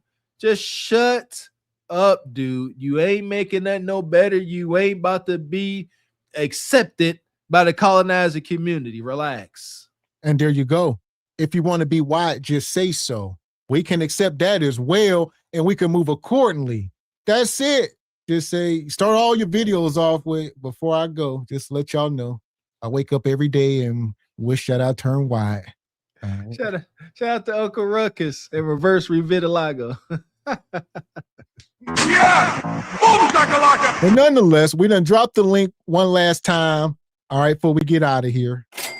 Shout out to Katie and Kyrie. Come through gifted one. Truth Over Lies membership. Good to see you, man. And also, I see somebody backstage. So I see you, Ham. Let me unmute yourself, Ham, if you back there. Yo. We hear you. What's up? Yeah, man. I just had a couple of points. I ain't gonna be too long or whatever. But I had a couple of points because first of all, good evening, fellas. Good evening, Gavin and Mr. Walker. It is Ham Dog from the chat, but anyway, Okay, hand dog. Good to hear you, yeah, brother. yeah, yeah, it's cool.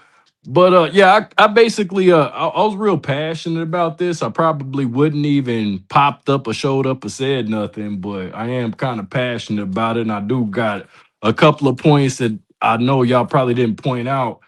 I actually lived in Calhoun County for like 10 years or whatever.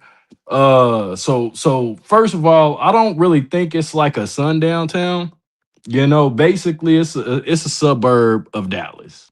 So when you go down there, like a lot of people from South Dallas or like you know the more urban or more cultured areas, they come down there. I mean, listen, after 9 o'clock, you might need to drive straight. That's all I'm trying to say. You're gonna have to be cool. You're gonna have to have your paperwork and everything straight. So that's all I got to say. I think y'all got muted out, so I'm gonna just go real quick. No, we hear you. Okay, yeah, I couldn't hear y'all for a while on my phone, but anyway. But yeah, I think Carmelo Anthony is a smart student, so I think what he needs to do, like during his duration, I'm sorry. I think what he needs to do during his duration of his time or whatever, I think he need to be his own attorney and start like learning the law. And I think that something positive can come from that. There are some pro bono people that the freedom writing people that can kind of help him out if he wants to get into that as well.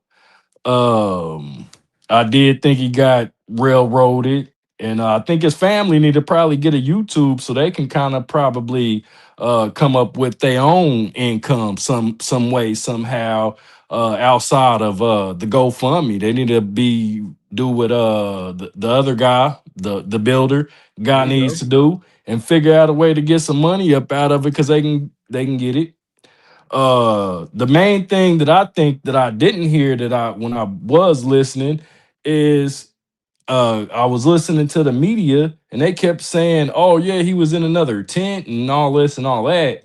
Well, if you feel like somebody ain't doing something that's improper and that's trespassing, right? And if somebody is trespassing, you should call the police. You should call the authorities. You don't have the authority to put your hands on somebody and basically put the law into your own hands and remove them from property that you don't own. So that was just my big one that I never heard. And let me ask you this. That's a good point. Because a lot of people get caught up with the whole tent thing.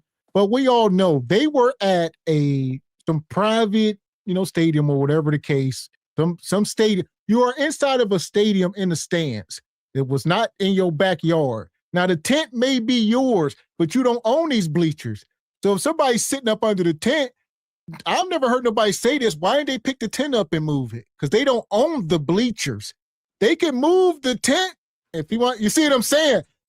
That's what they should have did, because you can't tell nobody where to sit on public bleachers when he has the right to be there.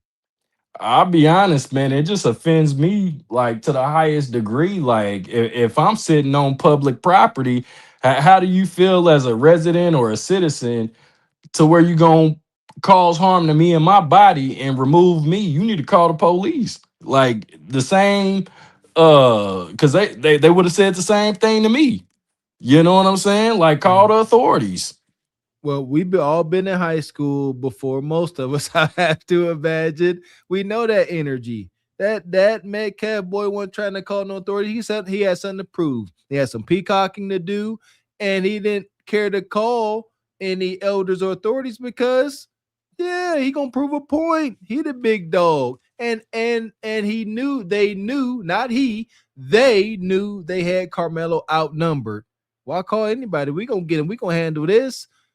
Supposedly the one guy was talking saying that a couple of the students went and distracted the coaches so they couldn't see what was going on. That was premeditated.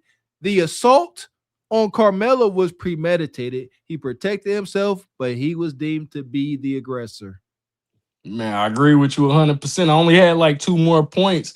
Like me personally, in that kind of situation, like even if he would have touched me up, I don't know if y'all would agree with me or disagree, but if he would have touched me up, I'd have been like, I would have played it cool. I would have left and got my homeboys, and we would have came back. You know, like that's what I would have did personally. I'd be like, oh, played it off, but like, yeah, but that's what I would have did, and I think that's where he kind of failed at. But like I ain't gonna lie, I did kind of get caught up one time, and this will be my last point. I had a couple more, but we're just gonna leave it here. Like I did kind of get in trouble in Collin County one time.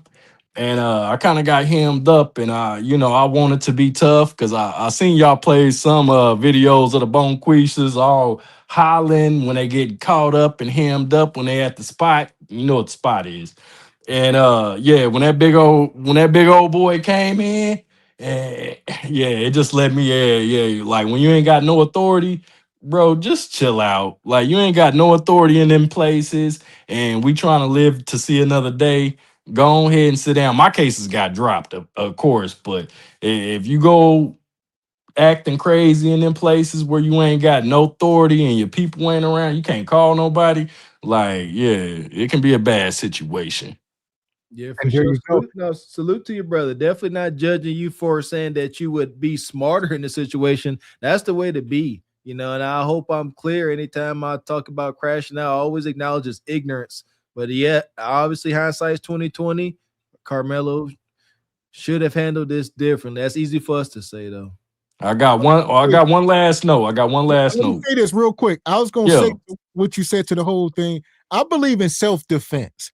I don't believe with children like Carmelo that he should never poke that guy, and he should serve some time for it. 35 years is absolutely Yeah. I mean, like I would agree, like 5 to 10 max. I mean, like maybe, because but to what you were saying, I don't believe in being victims though, because that's not what I would teach my son. We just got to teach self-defense. You got to be able to fight, or run, but definitely don't let nobody, hit on you. I mean, that's yeah, I mean, like obviously, like like back in my younger days, I definitely had to run. You know what I'm saying? When you ain't really able to defend yourself, if somebody 100 more pounds more than you. But in this kind of particular situation, you kind of gotta go. You gotta go fall down with the. You know what I'm saying? With the thing that you got. Like if you had to handle your business, you got to go handle that time. Like my uncle always told me, don't never do nothing that you ain't willing to do or whatever the time for. So if you gotta handle your business, you gotta handle your business. But be ready to handle your business when it's all said and done. But just real quick, just one more thing about the whole Collin County thing. Like when it come down to people of the other cultures, hopefully y'all know which culture I'm talking about. That come from I ain't gonna say, but like man, them houses over there 750K. So like a lot of the people from our community just moved there because like my sister, she lives there now. She's a RN or whatever. But them houses, and she's staying like a lower end house, but them houses can go for 750K. So it's like all nice people from different regions of the world, and engineers and IT people. Like, so it's but when I looked at that jury, I'm like, yeah, they pick one block of the neighborhood and pick them out. Like and I'm talking about on the higher end. They picked all of them out. I mean, Collin County don't really look like that, but I'm just saying, like, they did what they needed to did, if you catch my drift. For sure. Yeah, self-defense.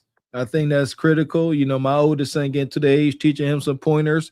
Self-defense, builds confidence, and it proves to you can control these situations where, if you know some grappling and some proper striking techniques, you ain't got to pull out no lethal tool. You know what I mean? So yeah, heavy on the self-defense and physical prowess, big time. We got to teach our kids. This is a learning experience. As much as it sucks, I always said the way to honor, folks that's going through these injustices, like Brother Carmelo, is to teach one another, teach the kids so that these mistakes don't continue to happen. Yeah, the only little piece I can add to that, I appreciate it, man. It sounds nice, but yeah, I got tired of getting beat up, so I just was like, nah, I'm getting tired of this stuff. All right, keep it 100, man. That's all I gotta say. All Yes, right, sir. brother. We appreciate you. All Appreciate right, the him 100. dog. All right, peace. So here we are, folks. Listen, shout out to everybody who came up tonight. This was pretty cool doing the call in. Maybe we'll do more of this going forward. Y'all definitely came up, added some value, difference of opinions, and I think we got to the bottom of some things. You know, what Carmelo did was wrong. No, we don't think he is 1000% innocent and, should get a slap on the wrist. But as we could see, 35 years is just ridiculous. Going through all these cases we've been going through and knowing what we know, what's going on with the judges and all of that, this was completely out of pocket. The facts and the history shows that Carmelo was a outstanding young man, saving lives, great grades, outstanding. In the case of young white boys, that would have worked in his favor. But since Carmelo is not white, it means nothing. He don't deserve it. He's not a bad kid and a bad guy. He wasn't trending to be bad. He was approached and assaulted by a known and documented troublemaker. The kid was in the midst of some form of suspension from school activities because of his behavior. And here we are acting like he was a saint. You see what I'm saying? All the context. We're not being biased. We ain't stuck in our feelings. We're looking at this as a whole. These attorneys are quick to say that a young white boy won't fare well in prison. But a young black boy, I guess he's right at freaking home. Ridiculous. So if you have not yet, make sure you guys are hitting the like button. If you are watching over at the Cart Before the Horse channel, make sure you click the link and come over to the Truth Over Lies channel. If you are catching the replay, if you came in late, that's where the live stream will live. And I think we got through some stuff. It was an awesome show. There you go. I look forward to seeing these comments on the replay. Oh, I know it's gonna be wild. Shout out to everybody that came up, giving y'all 2 cents. Shout out to the one brother Sinister, for his testimony. That was pretty intense. Brother TJ, through the Fire Podcast, we missed you, brother. This was your time to shine, to give us your 2 cents. I know you had a lot to say about this, but nevertheless, this is it. We'll see how this develops in the future. As far as Carmelo's case, I will be praying and hoping that, he can get an appeal going and that folks can step up and stop being cowards and come to his aid and prove the injustices. Ask the questions, man. Please, Yeah, thank you. Especially Charleston White. Yeah, whatever you doing, brother, is egregious. Quit playing around. This ain't time to be using stuff for content and clout. Like, if you ain't helping, get the hell out the way. Whatever little inkling of, I don't know what to call it, YouTube, social media admiration I had for Charleston White, gone. Watermelon felon. You wanna profit off of that buffoonery?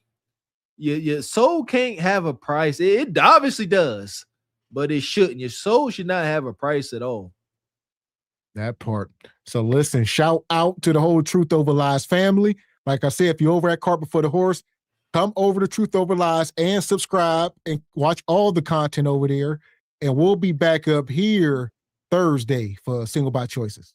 Oh, more dating, mating, and rage baiting madness coming down the pike, as y'all very much like. Shout out to Cart Before the Horse, Single by Choices and Truth Over Lies Nation, coming through like y'all do, supporting your channel, supporting your interests, supporting your beautiful black media. We appreciate y'all. And yes, the boycott / blackout still continues. Don't get it twisted. We're going to keep saying it. Support those that support you. Done and done. We'll see you Jive Chickens this upcoming Thursday. Be there or be square. That part. So hit the like button and the subscribe on your way out. And until Thursday, 8 p.m. Eastern Standard, I am Gavin X. I am Mr. Walker. And we are Cart Before the Horse Productions. A good evening. We're trying to get you old now, viral online. Truthful lies, say it loud, say it clear. Left the streets when you need you here.